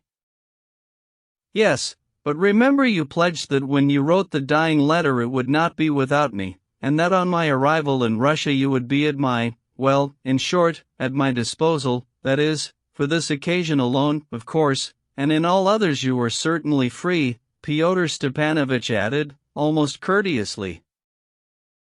I did not pledge, I consented, because it makes no difference to me. Wonderful, wonderful, I don't have the slightest intention of dampening your pride, but this is not pride. But remember that 120 thalers were collected for your trip, so you took money. Not at all, Kirillov flared up, not for that. One does not take money for that. Sometimes one does. You're lying. I declared in a letter from Petersburg, and in Petersburg I paid you 120 thalers, handed them to you, and they were sent there, unless you kept them. Very well, I'm not disputing anything, they were sent. The main thing is that you're of the same mind as before. The same. When you come and say it's time, I'll fulfill everything. What, very soon? Not so many days. But remember, we composed the note together, that same night. Or day, even. You say I must take the blame for the tracks? And something else. I won't take everything on myself. What won't you take? Fyodor Stepanovich got fluttered up again. Whatever I don't want to, enough. I don't want to talk about it anymore. Fyodor Stepanovich restrained himself and changed the subject. Here's another thing, he warned. Will you join us this evening? It's Virginsky's name day, that's the pretext for the gathering. I don't want to. Do me a favor and come. You must. You must, to impress them with numbers, and with your face. Your face is, well, in short, you have a fatal face. You find it so, laughed Kirillov. Very well, I'll come. Only not for my face. When? Oh, early-ish, 6:30. And, you can come in, sit down, and not speak to anyone, however many there are. Only, don't forget to bring a pencil and paper with you. What for?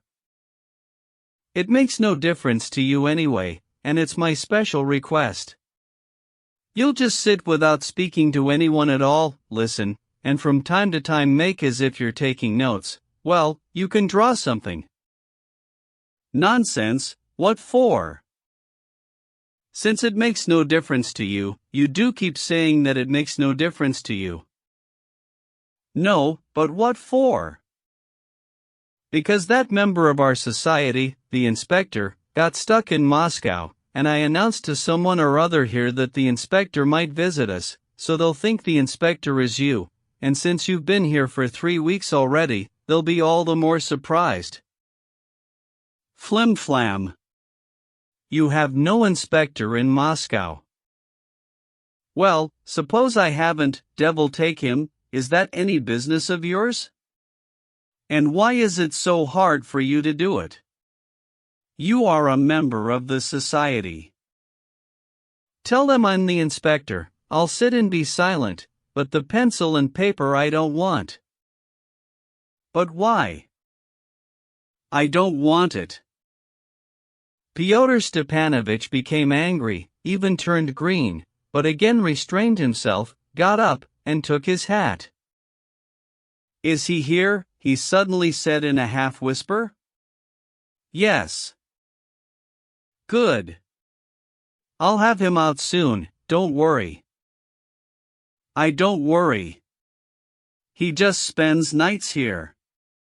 "The old woman is in the hospital, the daughter-in-law died, for 2 days I've been alone. I showed him a place in the fence where a board can be removed. He gets in, no one sees him. I'll take him away soon. He says he has many places to spend the night." That's a lie, they're looking for him, and here so far it's inconspicuous. Do you really get to talking with him? "Yes, all night. He says very bad things about you." I read him the Apocalypse at night, with tea. He listened hard, even very, all night. Ah, the devil, you'll convert him to the Christian faith. He's of Christian faith as it is. Don't worry, he'll use his knife." "Whom do you want to put a knife into?" "No, that's not what I'm keeping him for, he's for something else." "And does Shatov know about Fedka?" "I don't talk and never see Shatov." "Is he angry, or what?" "No, we're not angry, we just turn away. We spent too long lying together in America." "I'll go to him now." "As you like." "Stavrogin and I may also come to you from there, somewhere around 10 o'clock. Come. I have to talk with him about an important. You know, why don't you give me your ball?" "What do you need it for now?" "I, too, for exercise. I'll even pay money for it." "Just take it." Pyotr Stepanovich put the ball in his back pocket. "And I won't give you anything against Stavrogin," Kirillov muttered behind him, letting his visitor out. The latter looked at him in surprise, but did not respond. Kirillov's last words confused Pyotr Stepanovich greatly. He still had not had time to make sense of them, but going up the stairs to see Shatov he tried to recompose his displeased look into a benign physiognomy. Shatov was at home and slightly ill. He was lying on his bed, though dressed. "What bad luck!" Pyotr Stepanovich cried out from the threshold. "Are you seriously ill?" The benign expression on his face suddenly vanished, something spiteful flashed in his eyes. "Not in the least," Shatov jumped up nervously. "I'm not ill at all, my head is a little." He was even at a loss. The sudden appearance of such a visitor decidedly frightened him. "The matter I've come on is such that it would be better not to be sick," Pyotr Stepanovich began quickly and as if peremptorily. "Allow me to sit down." He sat down, "and you sit back down on your cot, so." "Today some of our people are getting together at Virginsky's, under the pretense of his birthday. There will be no other tinge, that's been seen to." "I'll come with Nikolai Stavrogin." "I certainly wouldn't drag you there, knowing your present way of thinking. I mean, in the sense of not wanting to torment you there, and not because we think you'd inform. But it turns out that you'll have to go. You'll meet those people there with whom we will finally decide the manner of your leaving the society, and to whom you will hand over what you have. We'll do it inconspicuously. I'll lead you to some corner. There will be a lot of people, and there's no need for everyone to know. I confess I did have to exercise my tongue on your behalf, but now it seems that they, too, agree, with the understanding, of course, that you hand over the press and all the papers. Then you can go to the Four Winds." Shatov listened frowningly and spitefully. His recent nervous fright had left him altogether. "I do not acknowledge any obligation to give an accounting to the devil knows whom," he stated flatly. "No one can set me free." "Not quite so. A lot was entrusted to you. You had no right to break it off so directly. And, finally, you never announced it clearly, so you led them into an ambiguous position. As soon as I came here, I announced it clearly in a letter." "No, not clearly," Fyodor Stepanovich disputed calmly. "For instance, I sent you The Shining Light to print here, and to keep the copies somewhere here with you until called for, and 2 tracts as well. You sent it all back with an ambiguous letter that meant nothing." "I directly refused to print it." "Yes, but not directly. You wrote, 'I am unable,' but did not explain for what reason." "Unable doesn't mean unwilling. It could be supposed that you were unable simply for material reasons. In fact, they took it that way, and supposed that you still agreed to continue your connection with the society, and so they might have entrusted you with something again, and thus have compromised themselves. Here they say you simply wanted to deceive, so that, having obtained important information, you could then denounce them. I defended you all I could, and showed your 2-line written reply as a document in your favor. But I myself had to admit, on rereading it, that those 2 lines are vague and lead one into deception." "And you've preserved this letter so carefully?" "That I've preserved it is nothing, I have it even now." "Who the devil cares?" Shatov cried out furiously. "Let your fools think I denounced them, it's not my business. I'd like to see what you can do to me." "You'd be marked out and hanged at the first success of the revolution. That's when you seize supreme power and subjugate Russia? Don't laugh. I repeat, I stood up for you. One way or another, I'd still advise you to come today. Why waste words because of some false pride? Isn't it better to part amicably? Because you'll have to hand over the press and the type and the old papers in any case, so we can talk about that." "I'll come," Shatov growled, hanging his head in thought. Fyodor Stepanovich studied him out of the corner of his eye from where he sat. "Will Stavrogin be there?" Shatov suddenly asked, raising his head. "Quite certainly." "Ha, ha." Again they were silent for about a minute. Shatov was grinning squeamishly and irritably. "And that vile Shining Light of yours, which I didn't want to print here, did it get printed?" "It did." "To persuade schoolboys that Herzen himself wrote it into your album?" "Herzen himself." Again they were silent for about 3 minutes. Shatov finally rose from the bed. "Get out of here from me, I don't want to sit with you." "I'm going," Fyodor Stepanovich said, even somehow gaily, rising at once. "Only one word, it seems Kirillov is all by himself in the wing now, without any maid?" "All by himself." "Get out, I can't stay in the same room with you." "Well, aren't you in a fine state now?" Fyodor Stepanovich reflected gaily as he was going out, "And so you will be in the evening, and that's precisely how I want you now. I could wish for nothing better, nothing better. The Russian God himself is helping out." 7. He probably bustled about a good deal that day on various little errands, and it must have been with success, which reflected itself in the smug expression of his physiognomy when in the evening, at 6 o'clock sharp, he appeared at Nikolai Vsevolodovitch's. But he was not shown in to him at once, Mavriky Nikolaevich had just shut himself up with Nikolai Vsevolodovich in the study. This news instantly worried him. He sat down right by the door of the study to wait until the visitor came out.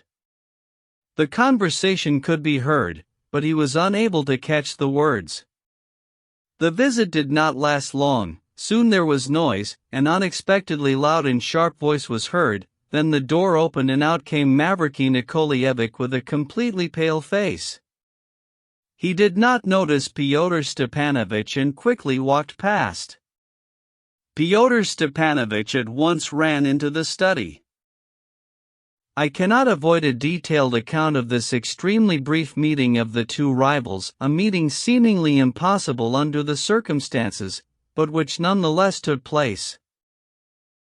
It happened like this. Nikolai Vsevolodovich was dozing after dinner on the sofa in his study when Alexei Yegorovich reported the arrival of an unexpected visitor. On hearing the name announced, he even jumped up from his place and would not believe it. But soon a smile flashed on his lips, a smile of haughty triumph and at the same time of a certain dull, mistrustful amazement. The entering. Mavriky Nikolaevich seemed struck by the expression of this smile. At least he paused suddenly in the middle of the room as if undecided whether to go on or turn back. The host at once managed to change his face, and with a look of earnest perplexity stepped forward to meet him. The man did not take the proffered hand, moved a chair out awkwardly, and, not saying a word, sat down even before the host, without waiting to be invited. Nikolai Vsevolodovich sat himself down sideways on the sofa and, scrutinizing Mavriky Nikolaevich, waited silently. "If you can, then marry Lizaveta Nikolaevna," Mavriky Nikolaevich suddenly offered, and, what was most curious, it was quite impossible to tell by the tone of his voice whether it was a request, a recommendation, a concession, or an order. Nikolai Vsevolodovich continued to be silent, but the visitor had evidently said all he had come for, and was staring at him point blank, awaiting an answer. "Unless I'm mistaken, though it's all too true, Lizaveta Nikolaevna is already engaged to you," Stavrogin said at last. Betrothed and engaged, Mavriky Nikolaevich firmly and clearly confirmed. "You've quarreled?"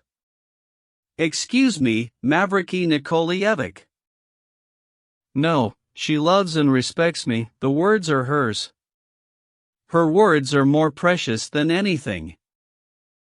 "There's no doubt of that." "But you should know that if she were standing right at the altar, and you were to call her, she would drop me and everyone and go to you." "From the altar? And after the altar? You're not mistaken?" "No." "From behind her ceaseless, genuine, and most complete hatred for you, love flashes every moment, and madness, the most genuine and boundless love and madness."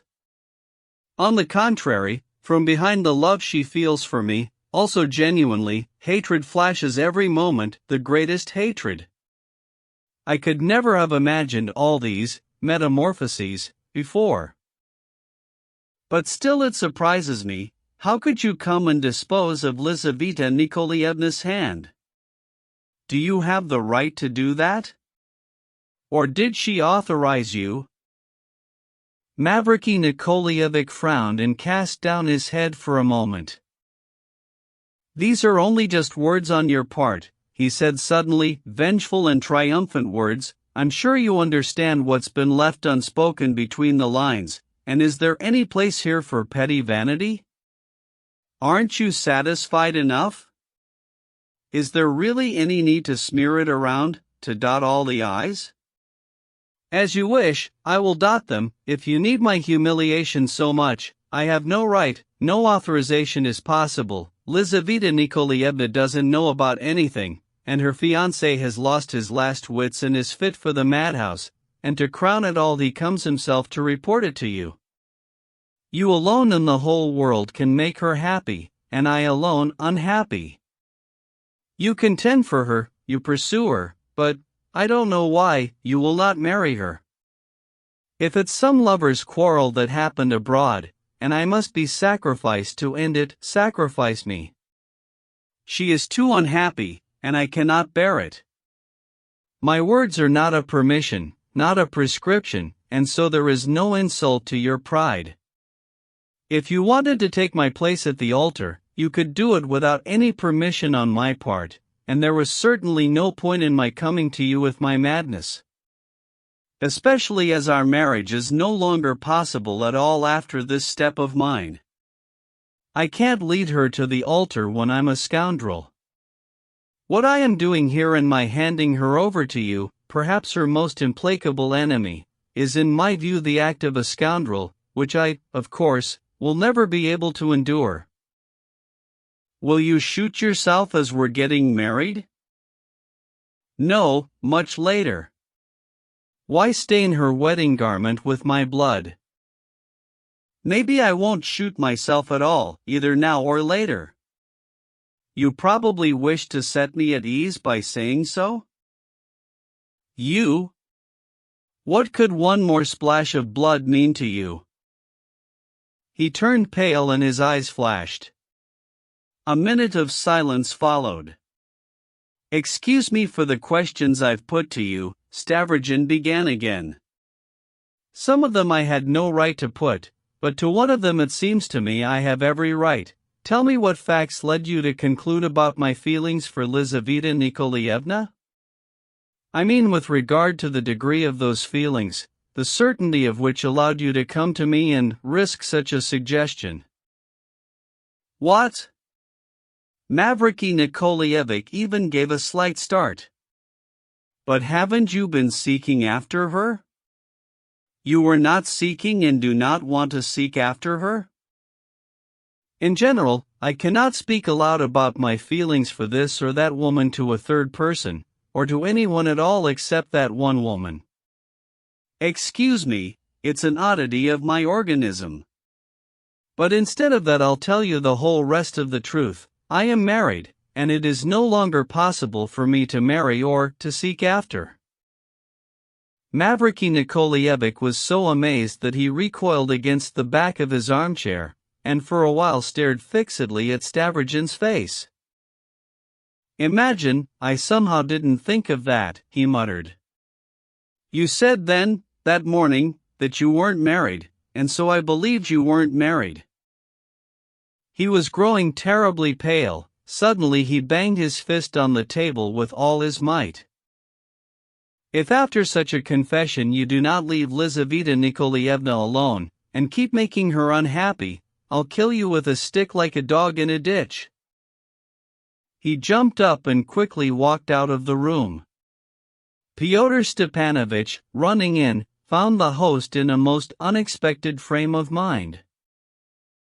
Ah, it's you! Stavrogen guffawed loudly. He seemed to be guffawing only at the figure of Fyodor Stepanovich, who ran in with such impetuous curiosity. You were eavesdropping at the door? Wait, what is it you've arrived with? I promised you something, I know. Aha! I remember, to go to our people. Let's go, I'm very glad, and you couldn't have thought of anything more appropriate right now. He grabbed his hat, and the two men left the house without delay. You're laughing ahead of time at seeing our people? Fyodor Stepanovich fidgeted gaily, now trying to keep in stride with his companion on the narrow brick sidewalk, now even running down into the roadway, right into the mud, since his companion was completely unaware that he was walking in the very middle of the sidewalk and thus occupying the whole of it with his own person. Not laughing in the least, Stavrogen answered loudly and gaily, on the contrary, I'm sure you've got some serious folk there. Gloomy dullards, as you were pleased to put it once. There's nothing gayer than certain gloomy dullards. Ah, you mean Mavriky Nikolaevich. I'm sure he came just now to give up his fiancée to you, eh? Imagine, it was I who set him onto that, indirectly. And if he doesn't give her up, we'll take her ourselves, eh? Pyotr Stepanovich knew, of course, the risk of allowing himself such flourishes, but when he was excited he preferred sooner to risk everything than to leave himself in ignorance. Nikolai Vsevolodovich merely laughed. "And you still count on helping me?" he asked. "If you call me. But, you know what, there's one way that's best." "I know your way." "Ah, no, so far it's a secret." "Only remember, secrets cost money." "I even know how much," Stavrogin growled under his breath, but checked himself and fell silent. "How much? What did you say?" Pyotr Stepanovich fluttered up. "I said, to hell with you and your secret. Better tell me who you've got there. I know we're going to a name day party, but who, namely, will be there?" "Oh, all sorts of things, in the highest degree. Even Kirillov." "All members of circles?" "Devil take it, you rush so. Not even one circle has taken place here yet." "Then how did you manage to spread so many tracts?" "Where we're going only 4 of them are members of the circle. The rest, while they wait, are spying on each other as hard as they can and bringing everything to me. Trustworthy folk. It's all material for us to organize, and then we clear out. However, you wrote the rules yourself, there's no need to explain to you. So, what, the going's hard? Got stuck? The going? Easy as could be. This'll make you laugh. What first of all affects them terribly is a uniform. There's nothing stronger than a uniform. I purposely invent ranks and positions. I have secretaries, secret stool pigeons, treasurers, chairmen, registrars, their adjuncts. It's all very much liked and has caught on splendidly. Then the next force, naturally, is sentimentality.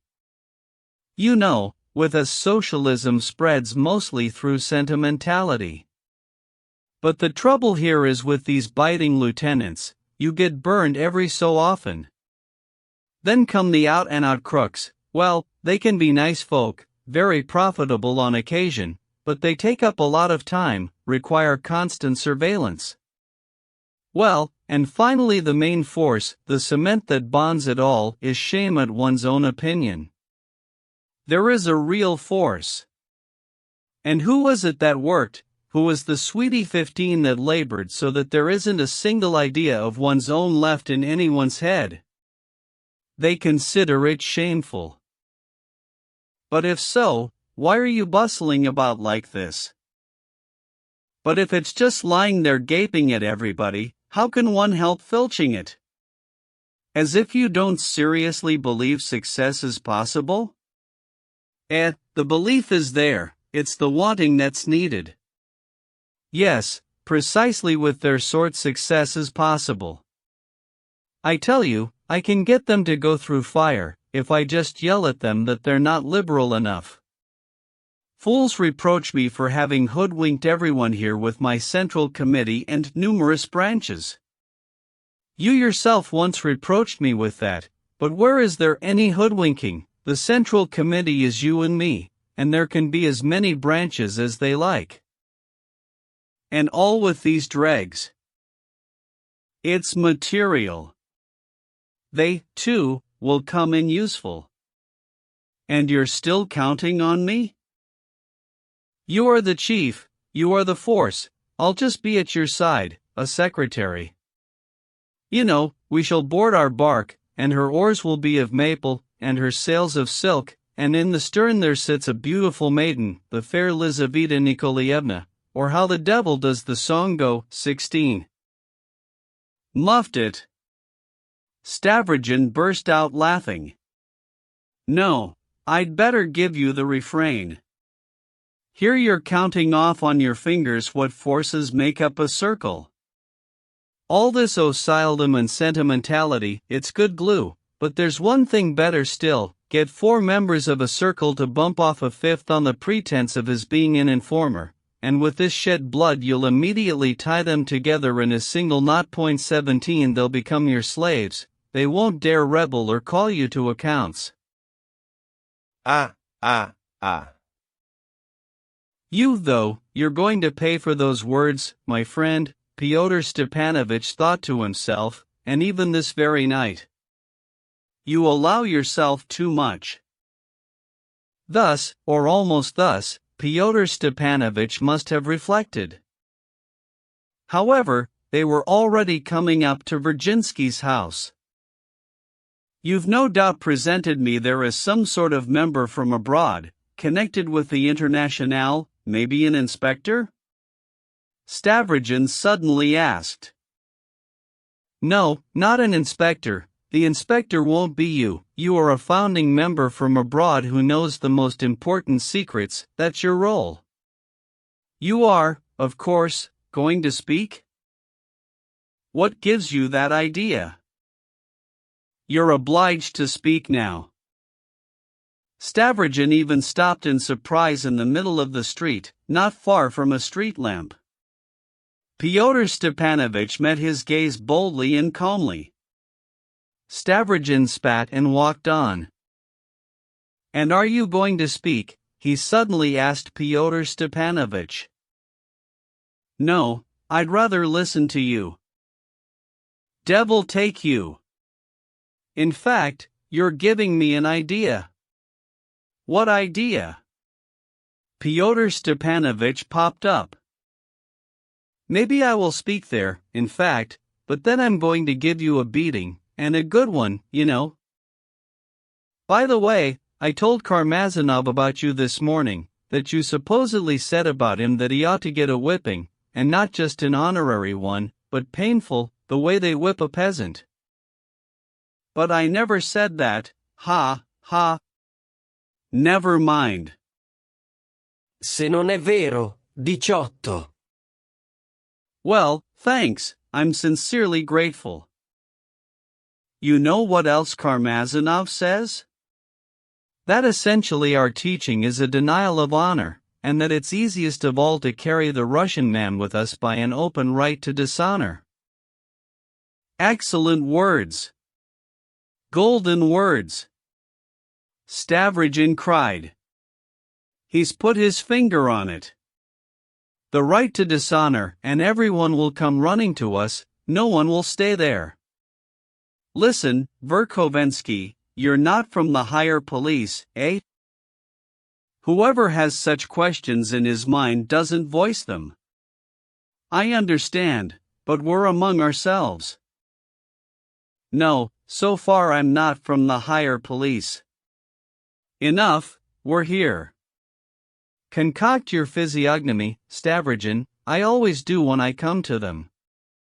Add some extra gloom, that's all, no need for anything else, it's quite a simple thing.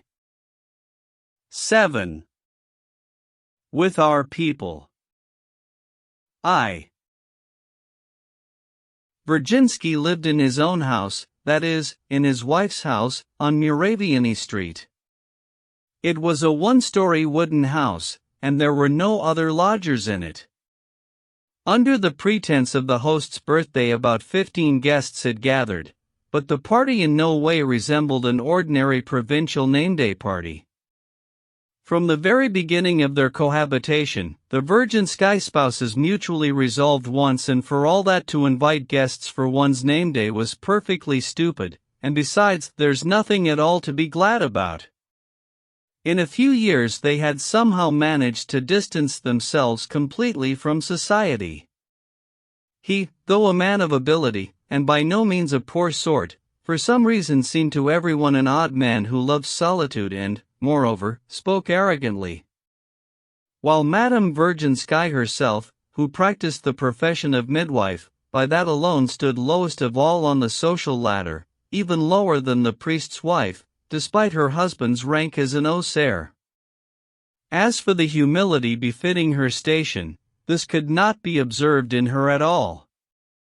And after a most stupid and unforgivably open liaison, on principle, with a certain crook, one Captain Lebiatkin, even the most lenient of our ladies turned away from her with remarkable disdain. Yet Madame Virginsky took it all as if it were just what she wanted.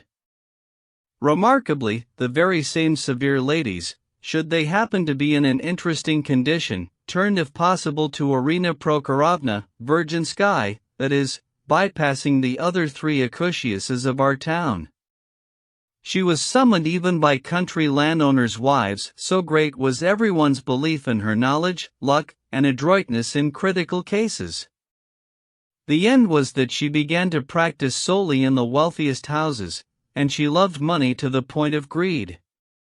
Having fully sensed her power, she finally stopped restraining her character altogether. Perhaps it was even on purpose that, while working in the most distinguished houses, she would frighten a nervous woman in childbed with some unheard-of nihilistic forgetting of decency, or, finally, with her mockery of all that's holy, precisely at moments when the holy might have been most useful. Our army doctor, Rozanov, and a couture himself, bore positive witness that once, when a woman in labor was howling in pain and calling on the almighty name of God, it was precisely one of these free-thinking outbursts from Arina Prokhorovna, sudden like a rifle shot, that, by affecting the patient with fright, contributed to a most speedy delivery.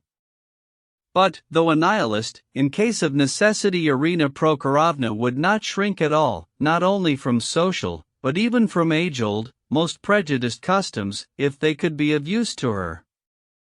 Not for anything would she miss, for example, the baptism of a baby she had delivered, and she would appear wearing a green silk dress with a train, and with her chignon combed into curls and ringlets, while at all other times she reached the point of reveling in her own slovenliness. And though she always maintained a most insolent air during the performance of the sacrament, to the embarrassment of the clergy, once the rite had been performed, it was she who unfailingly brought out the champagne. This was why she came, and got so dressed up, and woe to anyone who tried to take a glass from her without paying something into the pot. The guests who gathered at Virginsky's this time, almost all men, had some sort of accidental and urgent look. 1. There were no refreshments or cards. In the middle of the big drawing room, papered with supremely old blue wallpaper, 2 tables had been moved together and covered with a big tablecloth, not quite clean, incidentally, and on them 2 samovars were boiling. A huge tray with 25 glasses and a basket of ordinary French bread cut up into many slices, somewhat as in upper-class male and female children's boarding schools, occupied the end of the table. Tea was poured by a 30-year-old maiden lady, the hostess's sister, browless and pale-haired, a silent and venomous being, but who shared in the new views, and of whom Virginsky, in his domestic existence, was terribly afraid. Altogether there were 3 ladies in the room, the hostess herself, her browless sister, and Virginsky's sister, the young Miss Virginsky, who had just got in from Petersburg. Arina Prokhorovna, an imposing lady of about 27, not bad-looking, somewhat unkempt, in a non-festive woolen dress of a greenish shade, was sitting and looking over her guests with a dauntless gaze, as if hastening to say with her eyes, "See how I'm not afraid of anything at all." The visiting Miss Virginsky, also not bad-looking, a student and a nihilist, well-fed and well-packed, like a little ball, with very red cheeks, and of short stature, had placed herself next to Arina Prokhorovna, still almost in her traveling clothes, with some bundle of papers in her hand, and was studying the guests with impatient, leaping eyes. Virginsky himself was somewhat unwell that evening, but he nevertheless came out and sat in an armchair at the tea-table. The guests were all sitting down as well, and this decorous disposition on chairs around a table gave the suggestion of a meeting. Obviously they were all waiting for something, and, while waiting, engaged each other in loud but as if irrelevant conversation. When Stavrogin and Verkovensky appeared, everything suddenly became hushed. But I will allow myself some comments by way of clarification.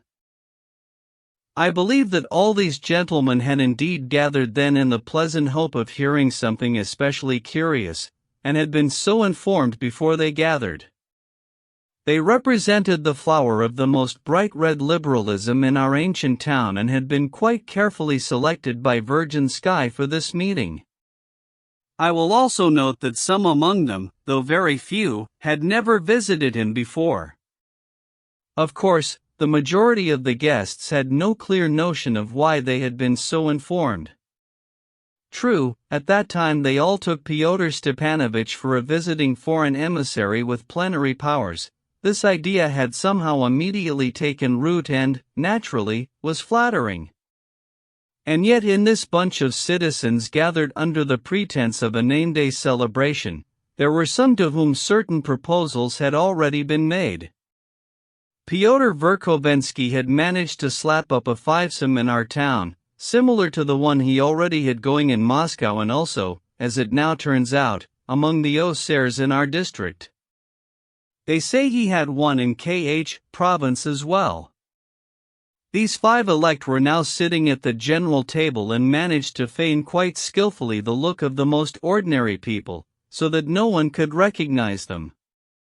These were, since it is no longer a secret, first, Lipudin, then Virgin Sky himself, long-eared Shigaliov, Mrs. Virginsky's brother, Lyamshin, and, finally, a certain Tolkachenko, a strange character, already a man of 40, and famous for his vast study of the people, predominantly crooks and robbers, for which purpose he frequented the pothouses, not only to study the people, however, and who flaunted among us his bad clothing, tarred boots, squintingly sly look, and frilly folk expressions.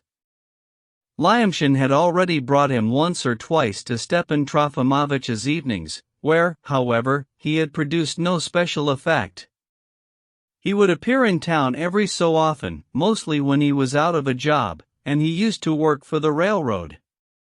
All five of these activists made up this first crew in the warm belief that it was just one unit among hundreds and thousands of fivesomes of the same sort scattered all over Russia, and that they all depended on some central, enormous, but secret place, which in turn was organically linked with Europe's world revolution. But, unfortunately, I must confess that even then there had begun to be discord among them. The thing was that though they had been expecting Fyodor Verkovensky since spring, as had been announced to them first by Tolkachenko and then by the newly arrived Shigaliov, though they were expecting extraordinary miracles from him, and though they had all come at once, without the slightest criticism and at his first call, to join the circle, yet they had no sooner made up the fivesome than they all at once became offended, as it were, and precisely, I suppose, because of the quickness of their consent. They had joined, of course, out of a magnanimous sense of shame, so that no one could say later that they had not dared to join, but, still, Fyodor Verkovensky ought really to have appreciated their noble deed and at least have told them some foremost anecdote as a reward. But Verkovensky did not have the slightest wish to satisfy their legitimate curiosity, and would not tell them anything unnecessary. Generally, he treated them with remarkable sternness and even casualness. This was decidedly irritating, and member Shigaliov was already instigating the others to demand an accounting, but, of course, not now, at Virginsky's, where so many outsiders had gathered.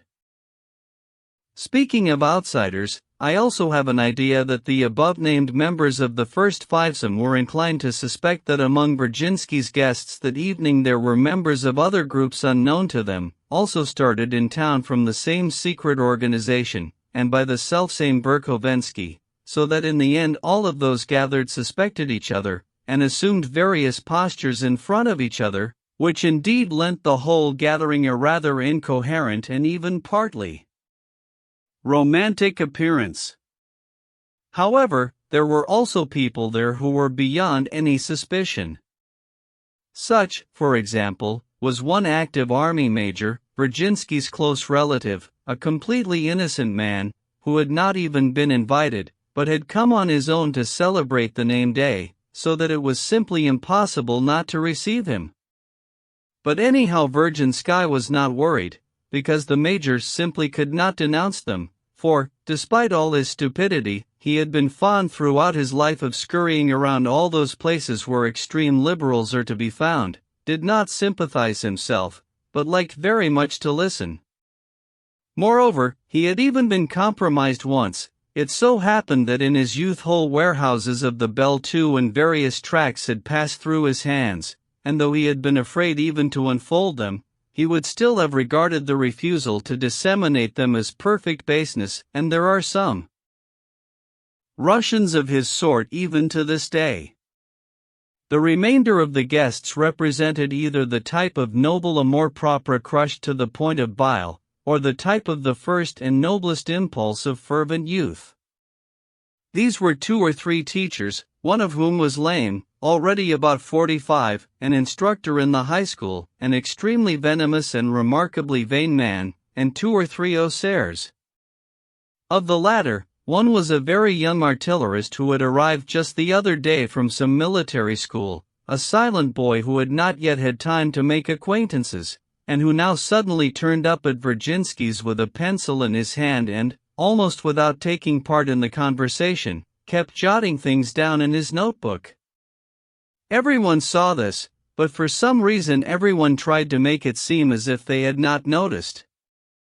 There was also the loaf-about seminarian who together with Lyamshin had slipped the vile photographs into the bookhawker's bag, a big fellow with a free and easy but at the same time mistrustful manner, with a perpetually accusatory smile, and along with that a calm look of triumphant perfection contained within himself. There was, I have no idea why, also the son of our mayor, that same nasty boy, dissipated beyond his years, whom I have already mentioned while telling the story of the lieutenant's little wife. He was silent all evening. And finally, in conclusion, there was a high school student, a very hot-headed and disheveled boy of about 18, who sat with the glum look of a young man whose dignity has been insulted, and suffered visibly on account of his 18 years. This mite of a lad was already the head of an independent crew of conspirators formed in the upper grade of the high school, which fact was discovered afterwards to general amazement.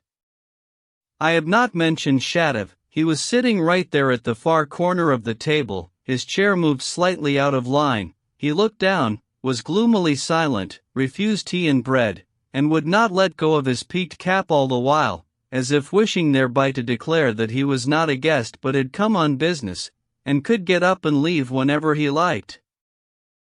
Not far from him sat Kirillov, also quite silent, though he did not look down but, on the contrary, examined each speaker point-blank with his fixed, lusterless stare, and listened to everything without the least emotion or surprise. Some of the guests who had never seen him before studied him stealthily and pensively.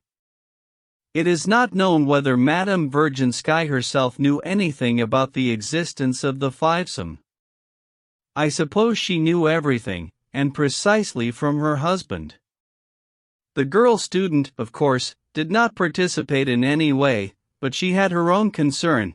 She intended to stay only for a day or two, and then go on farther and farther, to all the university towns, to share the suffering lot of the poor students and arouse them to protest.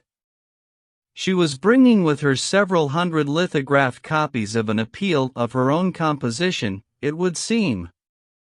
Remarkably, the high school boy hated her from first sight almost to the point of blood vengeance, though it was the first time he had seen her in his life, and she him. The major was her uncle, and met her that day for the first time in 10 years. When Stavrogin and Verkhovensky entered, her cheeks were as red as cranberries. She had just had a spat with her uncle over their views of the woman question. 2. Verkhovensky sprawled himself with remarkable casualness on a chair at the upper corner of the table, greeting almost no one. His look was squeamish, and even arrogant. Stavrogin politely made his bows, but, despite the fact that everyone had been waiting only for them, everyone, as if on command, pretended that they had scarcely noticed them. The hostess sternly addressed Stavrogin as soon as he sat down. "Stavrogin, you want tea?" "Thanks," he replied. "Tea for Stavrogin," she commanded the pouring woman, "and what about you?" This was now to Verkhovensky. "Of course I do. What a thing to ask a guest. And give me cream, too. You always serve such vileness instead of tea, and for a name-day party at that." "What, you also recognize name days?" the girl student suddenly laughed. "We were just talking about that." "It's old hat," the high school boy grumbled from the other end of the table. "What is old hat?" To forget prejudices, innocent though they may be, is an old hat, but, on the contrary, to everyone's shame, is so far still new, the girl student instantly declared, simply lunging forward from her chair. "Besides, there are no innocent prejudices," she added bitterly. "I just wanted to state," the high school boy became terribly excited, "that although prejudices are, of course, old and need to be wiped out, yet concerning name days everybody already knows they're stupid and too old hat to waste precious time on, which has been wasted by the whole world even without that, so as to use one's wits for some object more in need of." "Too dragged out, can't understand a thing," the girl student shouted. "It seems to me that everybody has the right to speak equally with everybody else, and if I wish to state my opinion, like anybody else, then—" "No one is taking away your right to speak," the hostess herself now cut in sharply. "You are simply being invited to stop maundering, because no one can understand you. Allow me to observe, however, that you do not respect me. If I was unable to finish my thought, it's not from having no thoughts, but rather from an excess of thoughts," the high school boy muttered, all but in despair, and became finally confused. "If you don't know how to talk, shut up," the girl student swatted.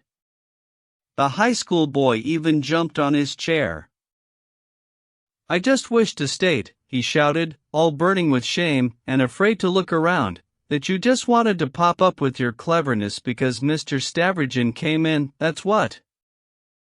Your thought is dirty and immoral, and indicates the utter insignificance of your development.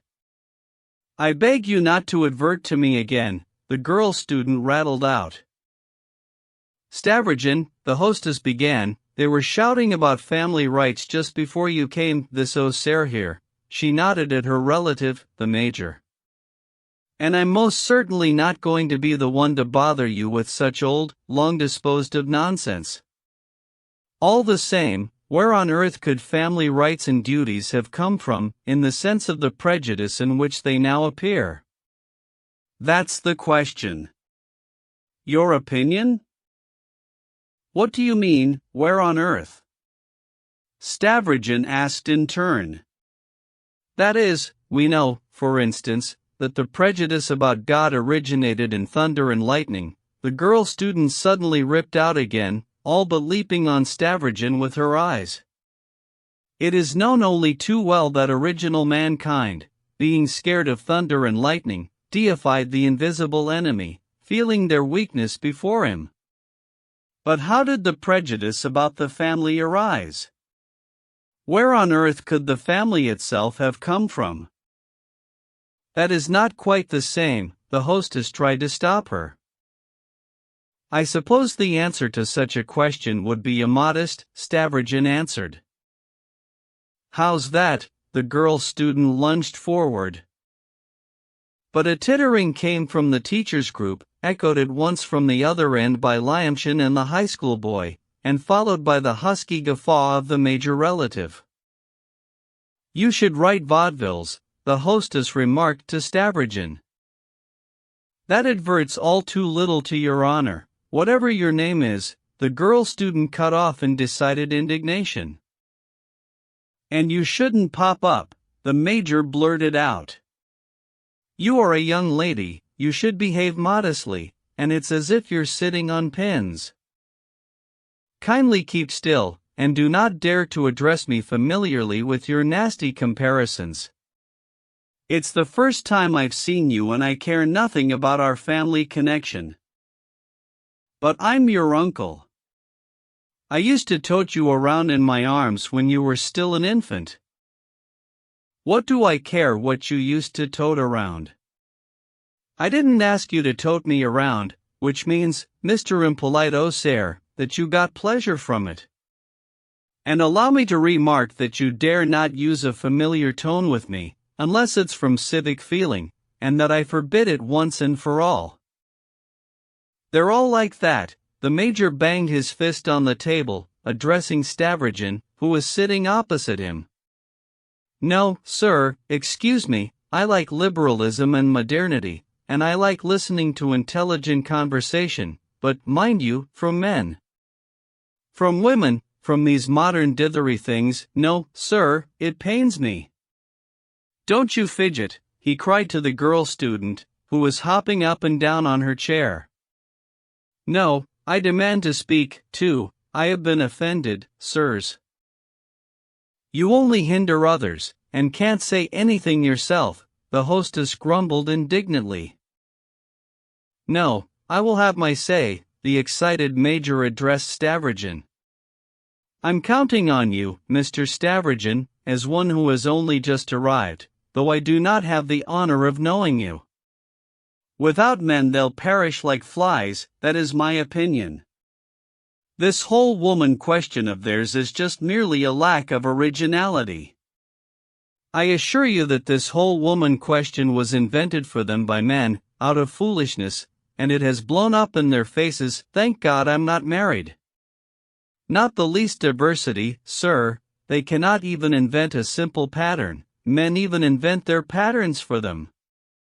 Look here, sir, I used to carry her in my arms, danced the mazurka with her when she was 10 years old. She came in today, naturally I flew to embrace her, and she announces to me from the second word that there is no God. If it had been from the third word, not from the second, but no, she's in a hurry. Well, suppose intelligent people don't believe, but that's from intelligence, and you, I say, squirt that you are, what do you understand about God? You were taught by some student, and if he'd taught you to light icon lamps, you'd do it. That's all lies. You are a very wicked man, and I conclusively expressed your groundlessness to you just now, the girl student replied disdainfully, as if scorning too many explanations with such a man. I precisely told you just now that we were all taught by the catechesis, if you honor your father and your parents, you'll live a long life and be granted wealth. It's in the 10 Commandments. Point 3 If God found it necessary to offer a reward for love, it means your God is immoral. These are the words in which I gave you my proof today, and not from the second word, but because you declared your rights. Whose fault is it if you're dumb and don't understand even now? You feel offended and you're angry, that's the whole clue to your generation. Ninny, said the Major. And you are a nincompoop. Go on, abuse me. I beg your pardon, Kapitan Maximovich, but didn't you tell me that you yourself don't believe in God? Liputin peeped from the other end of the table. What if I did? It's a different matter with me. Maybe I do believe, but not quite. Though I don't fully believe, still I'm not going to say that God should be shot. Back when I was serving with the Hussars, I kept reflecting about God. It's an accepted fact in all poems that a hussar drinks and carouses, so, sir, maybe I did drink, but, would you believe, I used to jump out of bed in the middle of the night, just in my socks, and start crossing myself in front of the icon, asking God to send me faith, because even then I couldn't be at peace. Is there God, or not? I really had a hot time of it. In the morning I'd get distracted, of course, and faith would seem to disappear again, and generally I've noticed that faith always disappears somewhat during the day. You wouldn't happen to have a deck of cards? Verkhovensky, with a gaping yawn, addressed the hostess.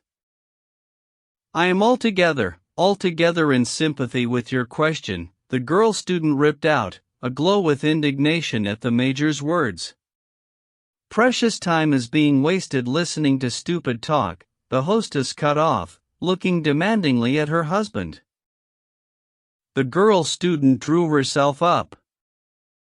I wanted to declare to the meeting about the suffering and protest of the students, but since time is being wasted on immoral talk. There's no such thing as moral or immoral, the high school boy could not bear it, once the girl student started. I knew that, Mr. High School student, way before you were taught such things. And I maintain, the boy flew into a frenzy, that you are a child come from Petersburg to enlighten us all, when we know it ourselves. About the commandment, honor thy father and mother, which you didn't know how to recite, and its being immoral, since Belinsky everyone in Russia has known that. Will this never end? Madame Virginsky said determinedly to her husband. As hostess, she blushed at the worthlessness of the talk, especially when she noticed a few smiles and even some perplexity among the first-time visitors. Gentlemen, Virginsky suddenly raised his voice, if anyone wished to begin on something more pertinent, or has something to state, I suggest he set about it without wasting time. I venture to make a question, the lame teacher, who had hitherto been silent and was sitting especially decorously, gently said. I should like to know whether we here and now constitute some sort of meeting, or are a gathering of ordinary mortals who have come as guests. I ask more for the sake of order, and so as not to be in ignorance. This cunning question produced its effect, everyone exchanged glances, each apparently expecting another to answer, and suddenly, as if on command, they all turned their eyes to Verkhovensky and Stavrogin.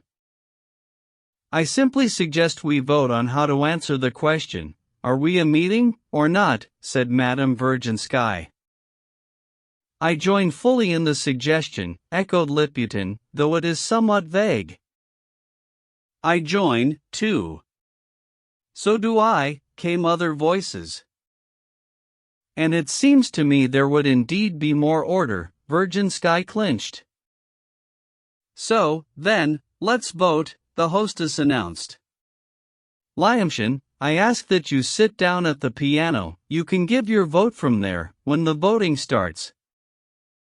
Again, cried Lyamshin. I've banged enough for you. I urgently ask you, sit down and play, don't you want to be of use to the cause? But I assure you, Irina Prokhorovna, no one is eavesdropping. It's just your fantasy. And the windows are high, and, besides, who'd understand anything even if he was eavesdropping? We don't understand what it's about ourselves, someone's voice grumbled. And I tell you that precaution is always necessary. It's in case there are spies, she turned to Verkhovensky with her interpretation, let them hear from the street that we're having a party in music.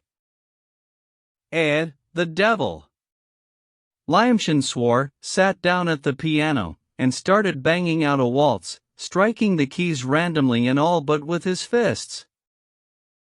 I suggest that those who wish it to be a meeting raise their right hand, Madame Virginsky suggested.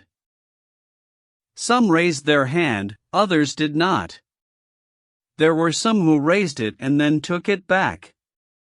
Took it back and then raised it again. The devil! I didn't understand a thing, one osaire shouted. I don't either, shouted another. No, I understand, a third one shouted, hand up if it's yes.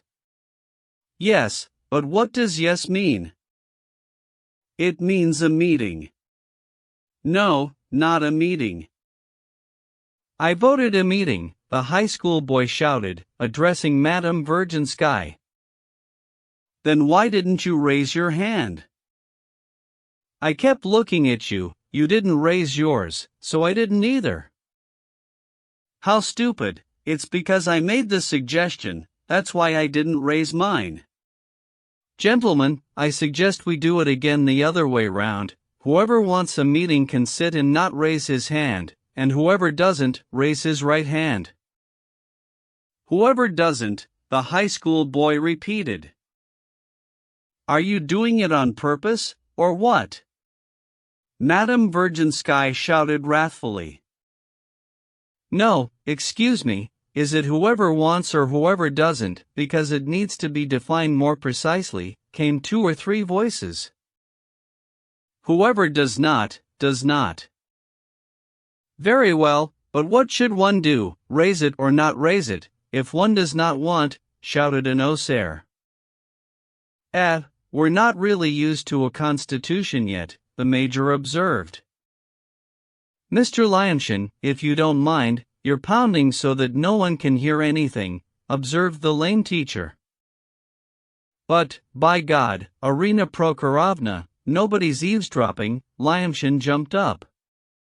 I simply don't want to play. I came here as a guest, not a banger on pianos. Gentlemen, Virginsky suggested, answer by voice, are we a meeting, or not? A meeting, came from all sides. If so, there's no point in voting, it's enough. Is it enough, gentlemen, or need we also vote? No need, we understand. Maybe there's someone who doesn't want a meeting? No, we all want it. But what is a meeting? Shouted a voice. It went unanswered. We must elect a president, the shout came from all sides. Our host, certainly, our host. If so, gentlemen, the elected Virginsky began, then I suggest my original suggestion from earlier, if anyone wished to begin on something more pertinent, or has something to state, let him set about it without wasting time. General silence. The eyes of all again turned to Stavrogin and Verkhovensky. Verkhovensky, do you have anything to state? The hostess asked directly. Precisely nothing, he stretched himself, yawning, on his chair. I would like a glass of cognac, though. Stavrogin, what about you? Thanks, I don't drink. I'm asking whether or not you wish to speak, not about cognac. Speak? About what? No, I don't wish to. You'll get your cognac, she answered Verkhovensky. The girl student stood up. She had already tried to jump up several times. I came to declare about the sufferings of the unfortunate students and about arousing them everywhere to protest. But she stopped short. At the other end of the table another competitor had appeared, and all eyes turned to him. Long-haired Shigaliov, with a gloomy and sullen air, slowly rose from his seat and melancholically placed a fat notebook, filled with extremely small writing, on the table. He remained standing and was silent. Many looked at the notebook in bewilderment, but Liputin, Virginsky, and the lame teacher seemed pleased with something. I ask for the floor, Shigaliov declared sullenly but firmly. You have it, Virginsky permitted. The orator sat down, was silent for about half a minute, then said in an important voice. Gentlemen. Here's the cognac. The relative who had been pouring tea chopped off squeamishly and scornfully, returning with the cognac and now setting it in front of Verkhovensky, along with a glass which she brought in her fingers without a tray or plate. The interrupted orator paused with dignity. Never mind, go on, I'm not listening, cried Verkhovensky, filling his glass. Gentlemen, addressing myself to your attention, Shigaliov began again, and, as you will see further on, requesting your assistance on a point of paramount importance, I must pronounce a preface. Arina Prokhorovna, have you got scissors? Fyodor Stepanovich suddenly asked. What do you want scissors for? She goggled her eyes at him. I forgot to cut my nails. It's 3 days now I've been meaning to cut them, he uttered, serenely studying his long and none too clean nails. Arina Prokhorovna flushed, but Miss Virginsky seemed to like something. I think I saw them here on the windowsill earlier. She got up from the table, went, found the scissors, and brought them back with her at once. Fyodor Stepanovich did not even glance at her, took the scissors, and began pottering with them. Arina Prokhorovna realized that this was actually a method, and was ashamed of her touchiness. The gathering silently exchanged glances. The lame teacher spitefully and enviously watched Verkhovensky. Shigaliov began to go on. Having devoted my energy to studying the question of the social organization of the future society which is to replace the present one, I have come to the conclusion that all creators of social systems from ancient times to our year 187 have been dreamers, tale-tellers, fools who contradicted themselves and understood precisely nothing of natural science or of that strange animal known as man. Plato, Rousseau, Fourier, aluminum columns for all this is fit perhaps for sparrows, but not for human society. But since the future social form is necessary precisely now, when we are all finally going to act, so as to stop any further thinking about it, I am suggesting my own system of world organization. Here it is, he struck the notebook. I wanted to explain my book to the gathering in the briefest possible way, but I see that I will have to add a great deal of verbal clarification, and therefore the whole explanation will take at least 10 evenings, according to the number of chapters in my book. Laughter was heard. Besides that, I announce ahead of time that my system is not finished. More laughter. I got entangled in my own data, and my conclusion directly contradicts the original idea from which I start. Starting from unlimited freedom, I conclude with unlimited despotism. I will add, however, that apart from my solution of the social formula, there can be no other. The laughter was increasing more and more, but it was mostly the young and, so to speak, less initiated guests who laughed. The faces of the hostess, Liputin, and the lame teacher expressed a certain vexation. If you yourself weren't able to hold your system together, and arrived at despair, what are we supposed to do? One Osair observed cautiously. You're right, Mr. Active Osair, Shigaliov turned abruptly to him, and most of all in having used the word despair. Yes, I kept arriving at despair. Nevertheless, everything expounded in my book is irreplaceable, and there is no other way out. No one can invent anything. And so I hasten, without wasting time, to invite the whole society, having heard my book in the course of 10 evenings, to state its opinion. And if the members do not want to listen to me, let us break up at the very beginning, the men to occupy themselves with state service, the women to go to their kitchens, for, having rejected my book, they will find no other way out. None whatsoever. And by losing time, they will only harm themselves, because later they will inevitably come back to the same thing. People began to stir. Is he crazy, or what? Voices asked. So it all comes down to Shigaliov's despair, Lyamshin concluded, and the essential question is whether he is to be or not to be in despair? Shigaliov's proximity to despair is a personal question, a high school boy declared. I suggest we vote on how far Shigaliov's despair concerns the common cause, and along with that, whether it's worth listening to him or not, the Oser gaily decided. That's not the point here, the lame man finally mixed in.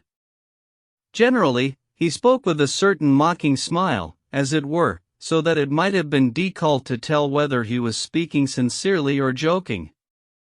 That's not the point here, gentlemen. Mr. Shigaliov is all too seriously devoted to his task, and, what's more, is too modest. I know his book.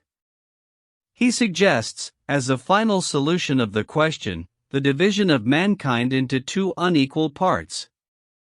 1/10 is granted freedom of person and unlimited rights over the remaining 9/10. These must lose their person and turn into something like a herd, and in unlimited obedience, through a series of regenerations, attain to primeval innocence, something like the primeval paradise, though, by the way, they will have to work. The measures proposed by the author for removing the will from 9/10 of mankind and remaking them into a herd, by means of a re-educating of entire generations, are quite remarkable, based on natural facts, and extremely logical. One may disagree with certain conclusions, but it is difficult to doubt the author's intelligence and knowledge. It's a pity the stipulation of 10 evenings is totally incompatible with the circumstances, otherwise we might hear a great many interesting things. Are you really serious? Madame Virginsky turned to the lame man, even somewhat alarmed. If this man, not knowing what to do about the people, turns 9/10 of them into slavery? I've long suspected him. Your own dear brother, you mean? The lame man asked. Family ties? Are you laughing at me or not? And, besides, to work for the aristocrats and obey them as if they were gods is vileness, the girl student observed furiously. What I propose is not vileness but paradise, earthly paradise, and there can be no other on earth, Shigaliov concluded imperiously. Instead of paradise, Lyamshin shouted, I take these 9/10 of mankind, since there's really nothing to do about them, and blow them sky high, and leave just a bunch of learned people who would then start living happily in an educated way. 6. Only a buffoon could talk like that, the girl student flared up. He is a buffoon, but he's useful, Madame Virginsky whispered to her. And that might be the best solution of the problem, Shigaliov turned hotly to Lyamshin. You, of course, don't even know what a profound thing you've managed to say, Mr. Funny Fellow. But since your idea is almost unrealizable, we must limit ourselves to the earthly paradise, if that's what we're calling it.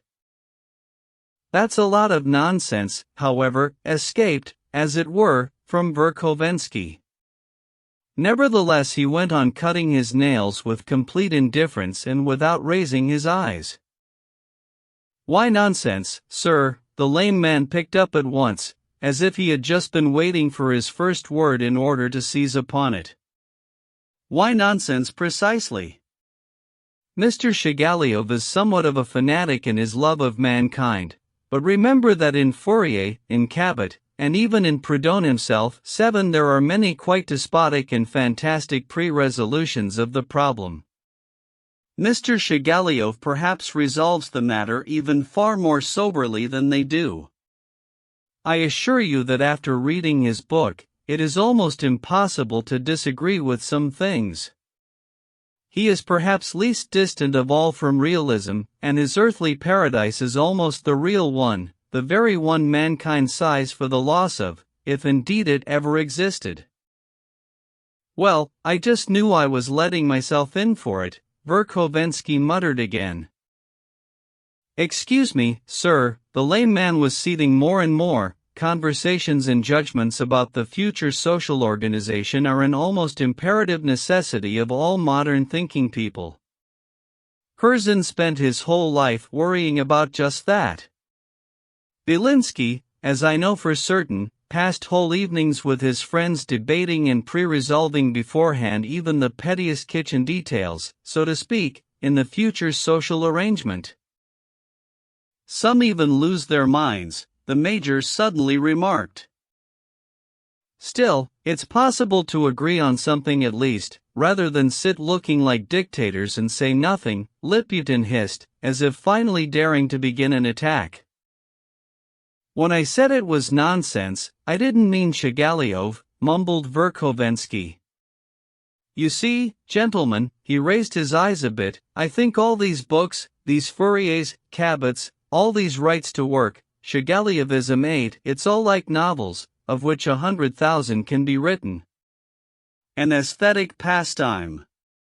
I understand that you're bored in this wretched little town, so you fall on any paper with writing on it. Excuse me, sir, the lame man was twitching on his chair, though we are provincials, and are most certainly deserving of pity for that. Nevertheless, we know that so far nothing so new has happened in the world that we should weep over having missed it. Now it is being suggested to us, through various strewn-about leaflets of foreign manufacture, that we close ranks and start groups with the sole purpose of universal destruction, under the pretext that however you try to cure the world, you're not going to cure it, but by radically lopping off 100 million heads, thereby relieving ourselves, we can more assuredly jump over the little ditch. A beautiful thought, no doubt, but one at least as incompatible with reality as Shigaliovism, to which you adverted just now with such disdain. Well, I really didn't come here for discussions. Verkhovensky let slip this significant little phrase and, as if not noticing the slip at all, moved the candle towards him to have more light.